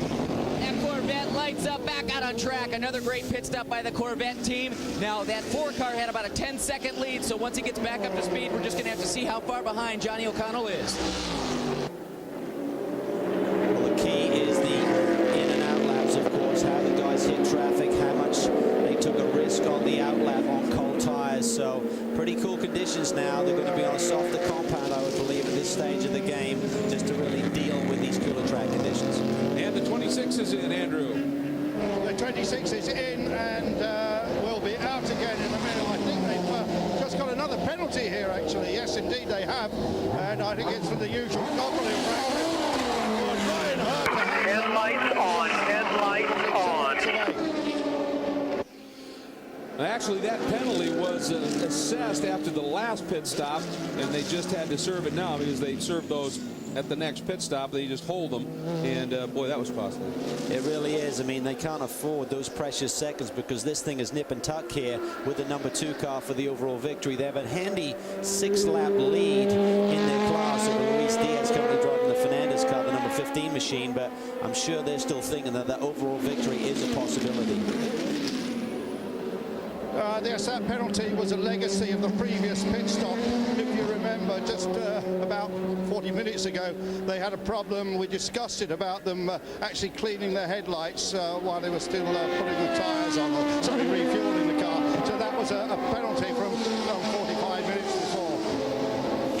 Well, and that 20 seconds, I mean, the math is absolutely perfect because when they pitted, they were, prior to the first stop by the Audi, they were 33 seconds back. They come out now, 53 seconds back. So, I mean, that hurt huge. Yeah, and Herder's certainly struggling here a little bit, getting the tires up to temperature and getting the car underneath him right now. And now he locks it up again, so Herder's pushing hard. He's probably feeling the pressure. He realized he lost those precious 20 seconds in the pits. He's trying to get this car to speed as quickly as he can, but we saw him struggle with the hairpin and then struggle under braking there for 10. Well, you talked about the importance of in and out laps, especially when you have that problem. You got to push, but the last thing you want to do is lock up flat spots. So it's a real balancing act, isn't it? It is, and you can also see the skid plates kind of bottoming out right now. Not only are the temperatures not up, also the pressures are not up, and you need the pressures up in the tire to lift the car up off the ground and get it to its dynamic ride height, which makes the car handle. Now we'll see when they come by start-finish the next time, and we cycle through timing and scoring what his outlap was, if you will, and if it was costly or if it was able to chip into that 53-second gap. Because, I mean, when you go through pit lane, you still click through timing and scoring. That 20-second penalty, see how that plays out. Now onto the front straight he comes. Hammer down. Brian has had experience here at Sebring before, but he can smell it. He's a fierce road racer. Didn't have the ultimate success on the ovals. Certainly very, very competitive driver, but road courses has really been his trademark over the years. And the number 9 Acura down in pit lane, 4th in P2 right now. And looks like doing the fueling and just in case at the back of the car. That's for the air jack, so it looks like they may well do tires. We'll have to keep an eye on it. I don't know if they did it, if they're finishing up a driver change or if they're working on, it must be the driver change because you can't be working on the car. And this is the stage of the game with these pit stops. If you're double stinting, that would probably be a soft set of the Michelin tires going on. I spoke to Donnie Wilson, used to be with the Corvette squad, now working with Andretti Green Racing. And he said, we're going to run mediums throughout the course of this race, and we're going to throw a set of softs on at the end. Reset the fuel. Driver ID. Go, go, go. Of course, this chassis is the same as the Andretti Green Racing group. So they should be on the same sort of tire setup, I would imagine. Guys, try rocking it. Just rock it, see it. They said go, go, go, and nothing happened. Not a good sign. And then you hear, try rocking it. Chris? Right, Greg, it is David Brabham taking over for Duncan Dayton in this car, and they did have those electrical problems with the computer early on. Brabham finally gets it fired up, back out into the fray. What they do there, sometimes the starter overheats and they put it in gear, just rock it to kind of move the ring gear around, get the starter motor into a different position so it may click in and fire the motor up. Dr. Brabs a little while ago, and obviously so enthused about the potential of this program. And the number 15 is in, Andrew. The 15 car is in, and it's a full service, a driver change. Tires are waiting. The fuel is going in at the moment. And of course they are using that fuel with 10% ethanol on these engines here. It seems to be working extremely well. It's obviously got to be the future. And that kind of fuel's also being used a lot in the UK in motorsport. So one of the main rally championships now runs a fuel with 10% ethanol. So, you know, that's the way it's going, folks. Alternative fuels, I mean, it is the future, and the ALMS obviously exploiting that and trying to get a little jump on it and help develop it. All of the teams have to be on this type of fuel by Houston, but it was an option for these early season races. In fact, it gives you a little bit more power, but it isn't as fuel efficient. It's about 3% less, which is quite a bit around here. It can be up to 2 laps here, depending on what sort of range you have. So 2 laps is a massive amount. So the Penske Porsches, for example, are not on this type of fuel. Another penalty. And you heard, I have no idea from somebody on the crew, don't know what this is for. We'll try and find out. Goggles up on the gentleman who assisted the driver change. Well, one thing they did, we mentioned it earlier in the show, when they did this 12-hour test last month, not only did they bring their race teams here and go against each other, they brought the IMSA crew in, all of the officials. They had officials in each pit box, so it's not like they're feeling this out for the first time.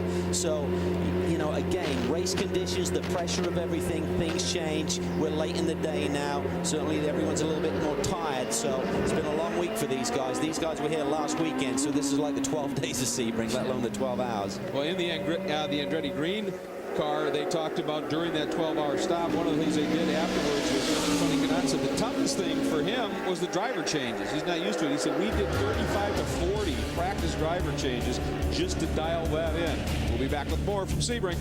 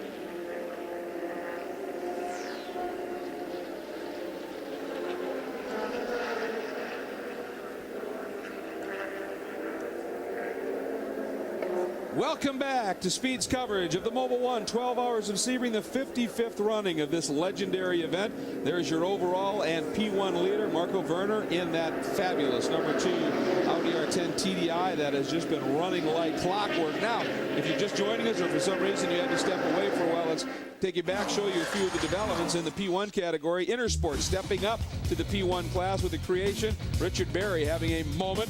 Thankfully, a lot of runoff over there and didn't get into anything. That was Clint Field, actually, and they were having some problems. Even the Audi squad, as awesome as they are, suffering some penalties. It's been a busy pit lane. That's Frank Biela being held for a penalty. Now, take a look here. This is the number 1 car right across the nose of the 15 Lola Acura, and damage. You can see the rear wing flying, Calvin, all kinds of bodywork off. There was debris, so another caution flag after that one, and here you see the Audi squad going to work trying to repair the tail on the number 1 machine. That was costly, and they are well back in P2. The story has been Porsche problems in a lot of ways. Won a close call here in the pits as the Ferrari almost nicked him, but more importantly, batteries, electronics. It's been a huge issue in both Penske and Dyson camps. Well, the number 7 machine is still doing okay, currently running 3rd place in class, but the 6th machine a long ways back, but they are right now above that 70% mark and will score points today. In GT1, the story's been vet over vet, and yes, that second car is a vet, the number 3 entry. You can see the guys in the vet camp again, prepping for Le Mans, pounding those cars. What's going to break? Speaking of braking, how about fuel lines and the like? A big fire, number 32. Young Mr. Lopez had that fire erupt at the back of that car, pulled off very calmly, got out, hit the extinguisher, and then directed the corner workers to get over there and put that out. Nice reaction, but significant damage to that beautiful Ferrari. And the very next lap, the team car, number 31, cut tire in the pits. Had to fix that, lost a lot of time as well. But the story of the day in GT2 has been the battle between the 45 Flying Lizard Porsche and the 62 Ferrari. And it has been a great one. It continues to rage. It's going to go right down to the wire here tonight. Now, this was the spin when Salo was on board. He was really chasing, but sun low, it blinded him for a minute. He said he missed his braking point, went way too late, and was so lucky not to get into those tires. Was able to continue, ran him down, and is back in lead. Now, let's give you just a quick update. The top 3 currently in each of the classes. In P1, overall, Marco Werner leads as well as in the class. Alan McNish is 2nd in the class, 4th overall, and John Field, that Intersport team, 3rd in class. In P2, it is the number 26, Brian Herta, currently behind the wheel. 2nd overall, very impressive. 3rd overall is Fernandez in the number 15 Acura, both Acuras. 3rd in the class is the 7, as you said, Calvin. Great comeback drive by Timo Bernhard and the team for Penske. GT1, number 4, Max Pappas, and number 3, Johnny O'Connell, and the 2 vets right now running, well, within about 20 seconds of each other. They've been close all race, just driving. And Liz Halliday in the Aston Martin. In the GT2, it's Jamie Mello, Jörg Bergmeister, Ferrari, Porsche, and then Robin Liddell in the number 71 Porsche. However, they are a couple of laps back at this point right now. Let's head down to pit lane. Luis Diaz is standing by, who has put in a couple of stellar stints himself. Yeah, well, Lewis has just debriefed with John Ward, who, of course, is a legendary ex-Eagle designer who's engineering this car. Lewis, you had a super run. How are you enjoying racing in the night? Well, everything is going well so far. I'm very proud of these guys from Los Fernandez Racing. Acura has given us a great car, great engine, Michelin, great tires. Everything is going very smooth. Adrian is doing a great job, so we're very pleased to be in a good position right now. Will you go back in the car, or is Adrian going to take you to the finish now? No, Adrian is going to take to the finish. So your work is done. You'll be celebrating tonight. You know, everything is running well. The Acura engine is running super, and I think if we don't have major problems, we have a good chance to be in the podium. Thanks very much, Lee. Things are super. He's just a nice kid. He got so much experience with the Chip Ganassi team over the last few seasons, and Adrian got him on board. Adrian is his hero, so it couldn't be a better scenario for young Luis. They've developed a very close friendship, and to finally be racing together means a lot to both of them, doesn't it? And Adrian gave him his champ car break. Adrian got injured a few seasons ago, and he selected Luis to stand in for him down in Mexico City. So huge pressure that weekend. He dealt with it very, very well. Has gone on to be a very accomplished sports car driver right now, very fast. And up front overall, as we mentioned, though, it is the Audi of Marco Werner leading away. Herta in P2, Pappas in GT1, and Jamie Mello in GT2 in the Ferrari.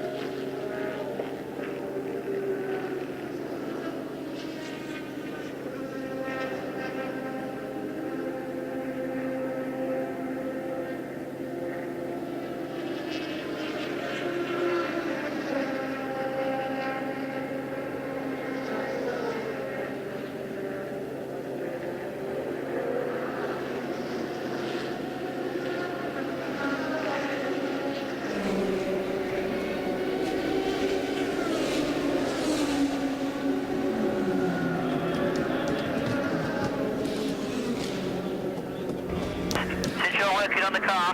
You can lean in, tell him in his helmet to use the white sign. He's getting out of the next pit stop. Lean in, tell him, use the sign, getting out of the next pit stop.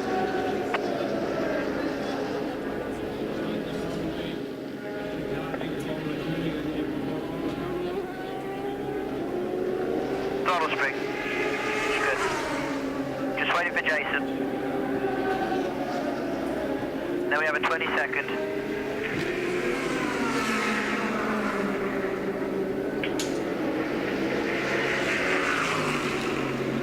Watch him.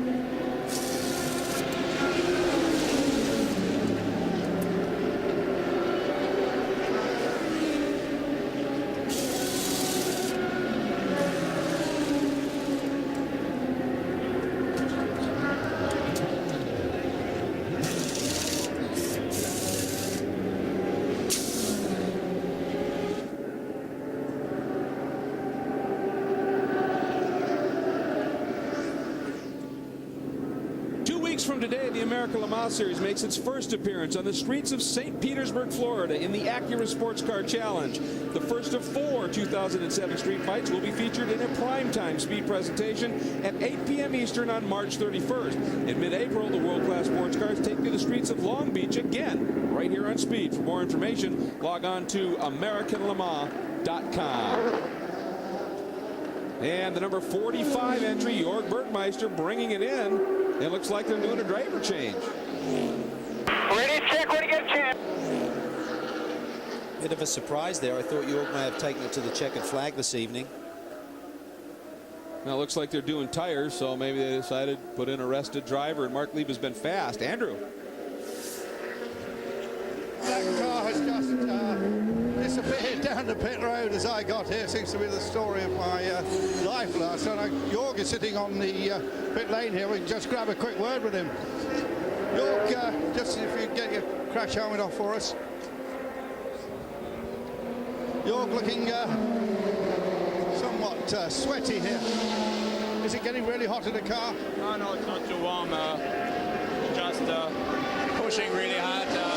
Unfortunately, when the Audi passed me, I just lost a little bit of front downforce in the braking zone to 7. I had to go straight. And the Ferrari is just a little quicker in these conditions now, so not much we can do right now. So we thought you might double stint. You decided not to double stint. Sorry? You decided not to double stint the car. No, we're not double stinting. We did singles out through the race, and that works fine so far, and we're going to stay with that. It's still a great fight with the Ferrari. Yeah, unfortunately they are just a little quicker than we were now, but we won't give up, we keep pushing. Well, Andrew, I'm surprised you couldn't get down there quick enough. I mean, we're looking right now at those dancing shoes you got on, mate. Do you change the compounds when it gets a little cooler at night? You know they've got a heritage, Calvin, and you know you used to have a pair just like them. Styling, and the number 62 of Mello in as well. So same time, Swat doing pit stops. I just hope I can be like Andrew at his age. He's phenomenal. He is absolutely awesome. Now, it looks like they got the guys with the guns ready, so it looks like they're going to go after tires as well. Oh, and the number 10 car, the Conrad Porsche, looks like it may be done. Pushing it slowly down pit lane, heading behind the wall, and indeed, tire change. But Mello staying on board. And they went the same distance this time as the Porsche, so on fuel. Now, Salo had alluded to this earlier when we talked to him in the interview, that they had problems getting the car to restart after pit stops. He said it looks to be solved. It's not. No. He said he lost 2 minutes last time fixing this issue. This is huge. This is the last one. They got it. So probably about 10-second delay there. So every little bit helps for your Bergmeister, Mark Lieb, Johannes Van Overbeek trying to chase this Ferrari down. So Melo, he needs to stay cool. It's very easy for the drivers to get really frustrated when they get a little delay there. And he would have seen the 45 car go by. So I think he's lost the lead right now to Mark Lieb. Sure looked like it. We just saw a glimpse, and it looked like that 45 Flying Lizard Porsche went through. And of course, Lieb now is going to have a lap on the tires as well. Melo, yeah, he's got to build some heat. So, boy, this was the magic moment maybe for that 45 Flying Lizard entry, as you said. I'm surprised on the fuel strategy. We expected the Ferrari to go one more lap, but they did exactly the same number of laps on the last fuel stint. All right, we're going to show you again as Jamie Mello came out of the pits in the Risi Ferrari. Window, he's driving down pit lane, and Calvin, as soon as he clears that pit wall, I think we're going to see the 45 go by. Watch for it. There it is. Pit lane speed limit is 60 kilometers. That's about 37 miles per hour, which they have to stay within. Otherwise, they'll be called back in for stop and go. That is critical. And another bit of help was one of the Tafel Porsches went by as well. So now he's got a little help maybe with a blocking back. Now we go back up front. Watch Marco Werner leading the race. Alan McNish, of course, sitting in the #1 Audi in the 4-spot second overall. Another driver in that #1 entry. Last year became the winningest overall driver ever here at Sebring. Greg, Tom Christensen right now, 7-time winner of Le Mans, changing out his visors, getting ready for his last stint in the Audi. Tom, we're also looking at a little bit different helmet design this weekend. What's the reason behind that design? The reason why is I'm approached by breast cancer, breast friends, the organization is called.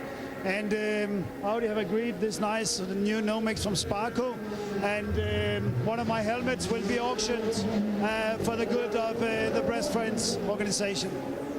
Well, that's a great way to pick up a piece of racing history, not only the helmet, but also the suit. And that money will go to cancer research. And if anybody has had anybody in your family been touched by cancer, you understand how painful and tragic it is. So what a great way to grab a hold of some great racing history and also give to a great cause. And I think we have that website that you can go and check out a little bit more information. Is that right, Greg? Well, and the thing is his mom is fighting that very battle, and to be very honest with you folks, my mom fought that battle too. It is a very, very close issue with me, and there's the website.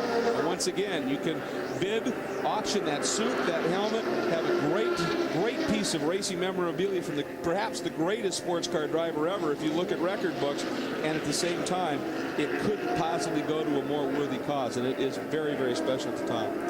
It really is, and our sympathies go with the whole family, and we wish them all the best. They can maybe fight through this, but I'm sure Tom is focused right now on his performance here tonight, but I know deep down he's thinking about his mom. Absolutely. I had a nice chance. We ran into him during one of the testing days out in the infield and ended up talking to Tom for quite some time and asked him about, you're not doing the full season in the Audi. And he said, well, in the past that would have bothered me because I really love driving these cars. He said, but after last year in the DTM, he goes, I want that title and I want it bad for Audi. And that's where I'm focusing this year. He said, but I'll be around. You'll see me at a few of these races. So here are your respective leaders in each of the 4 classes. Less than an hour and a half remaining.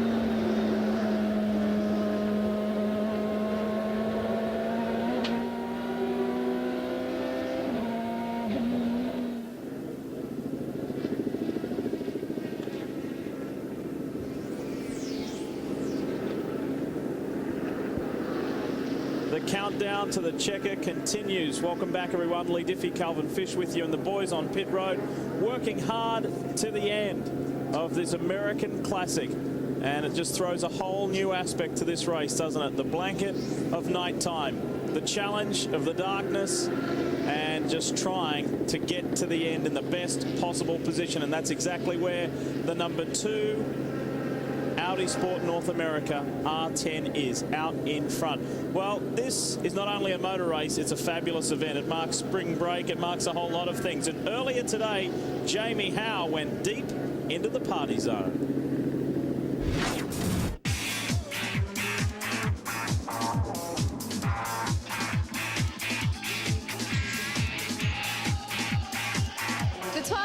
Sebring is historical for its racing, but one thing you may not know is that it is also a spring break hotspot.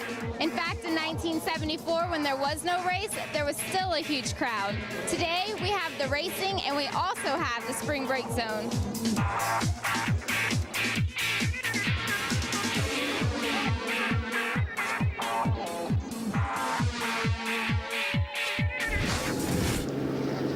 Check this out. It is on in GT2, as it has been all race long, Cal. 10 hours, 36 minutes in, and there is less than a second separating. There's nothing in it now. Up the inside goes Jamie Mello and Mark Lieb. Look to the left of your screen. Does Lieb have anything back? No, he doesn't. Another change of lead in GT2. Unbelievable stuff. They're fighting traffic coming into that final turn 17. It was Mark Lieb in the Porsche, runs a little wide. Jamie Mello just punches. Team are just telling him everything's okay. So right now the Ferrari back on top, but this is going to go down to the wire. They seem to be on the same fuel strategy. Your Burmeister, when he climbed out of that Porsche, said the Ferrari seems a little bit quicker right now. We talked about fuel mileage. They weren't getting the same mileage on that last stint. Maybe they've richened this Ferrari up. They're going to get more horsepower. That'll give them a better lap time. Well, you hear it from drivers like Mika Salo, you hear it from Jörg Bergmeister, Mark Lieb, all of these stellar drivers that are in these two cars, and they say every lap is a qualifying lap. You saw Jörg Bergmeister get out, sweat pouring from his brow. These guys are super fit, but this is a mega tough challenge.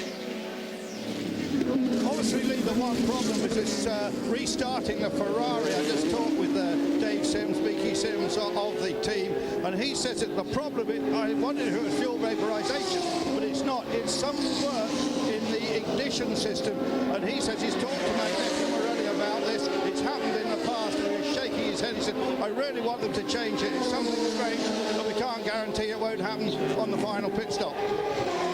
Change it. He doesn't mean change it in this race. He means change the system for down the road here. He doesn't want a similar problem in future races. But right now they should have only one more scheduled pit stop between the end of this race.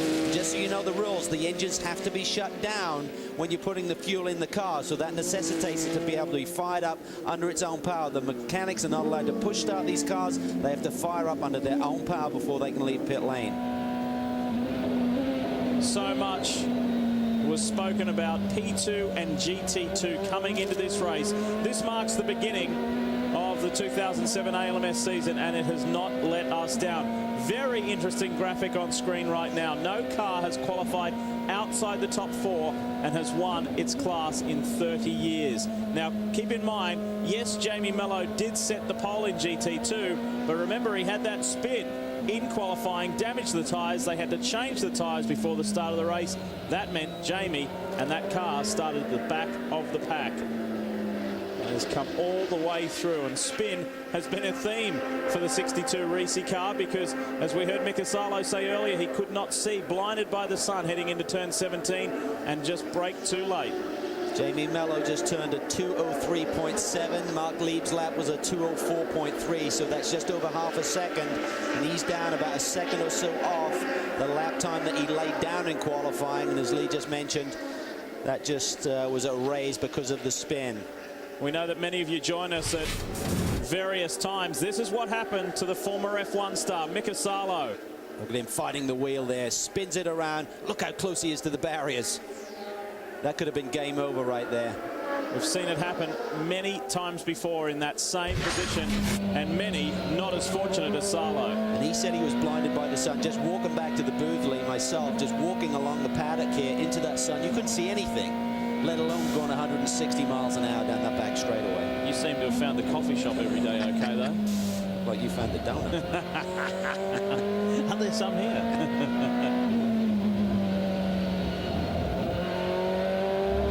It's just remarkable, isn't it, that these two teams can just keep going blow for blow. Brand new cars in the Flying Lizard camp that have performed very nicely. Andrew? Yes, Brian Herter staying at the wheel, and I think they're just going to add a little bit of oil to this car. We haven't seen them doing this very much. They're probably going to hold it. Absolutely superbly. And Brian looks very unflustered, just looking at the team a little bit, waiting for this operation to finish. Reset the fuel, ignition on. Four new tyres on. Do you need the high beams on there? I know you turned them on. It's not the first time this has happened for the team. They're still getting used to sports car racing a bit. So this was not going to help them at all, I'm afraid. No, another 40 seconds meant to stay in the box. And Brian Herter, of course, the only one of this trio who has raced 12 hours of Sebring previously. Regardless of this extra 40-second penalty, it has been a top-notch performance from Andretti Green Racing in this new Acura with the ARX 01A chassis. Good, talk to me, let me know the situation. This was a very short run. They pitted on lap 302, so they've only done 17 laps on this fuel stint. Normally that stretches to like 29-30, so I'm not sure if they saw a warning on their telemetry. They had to get that oil in the car if Brian had some kind of issue to necessitate this early pit stop. On multiple occasions during this race, this car has shared the lead lap with the number 2 Audi and was Headlights on. And was challenging. However, they are now some 2 laps down on Marco Werner and the Audi Sport North America car. These little mistakes in pit lane, they're frustrating. That cost you time in a 12-hour race. You can't afford these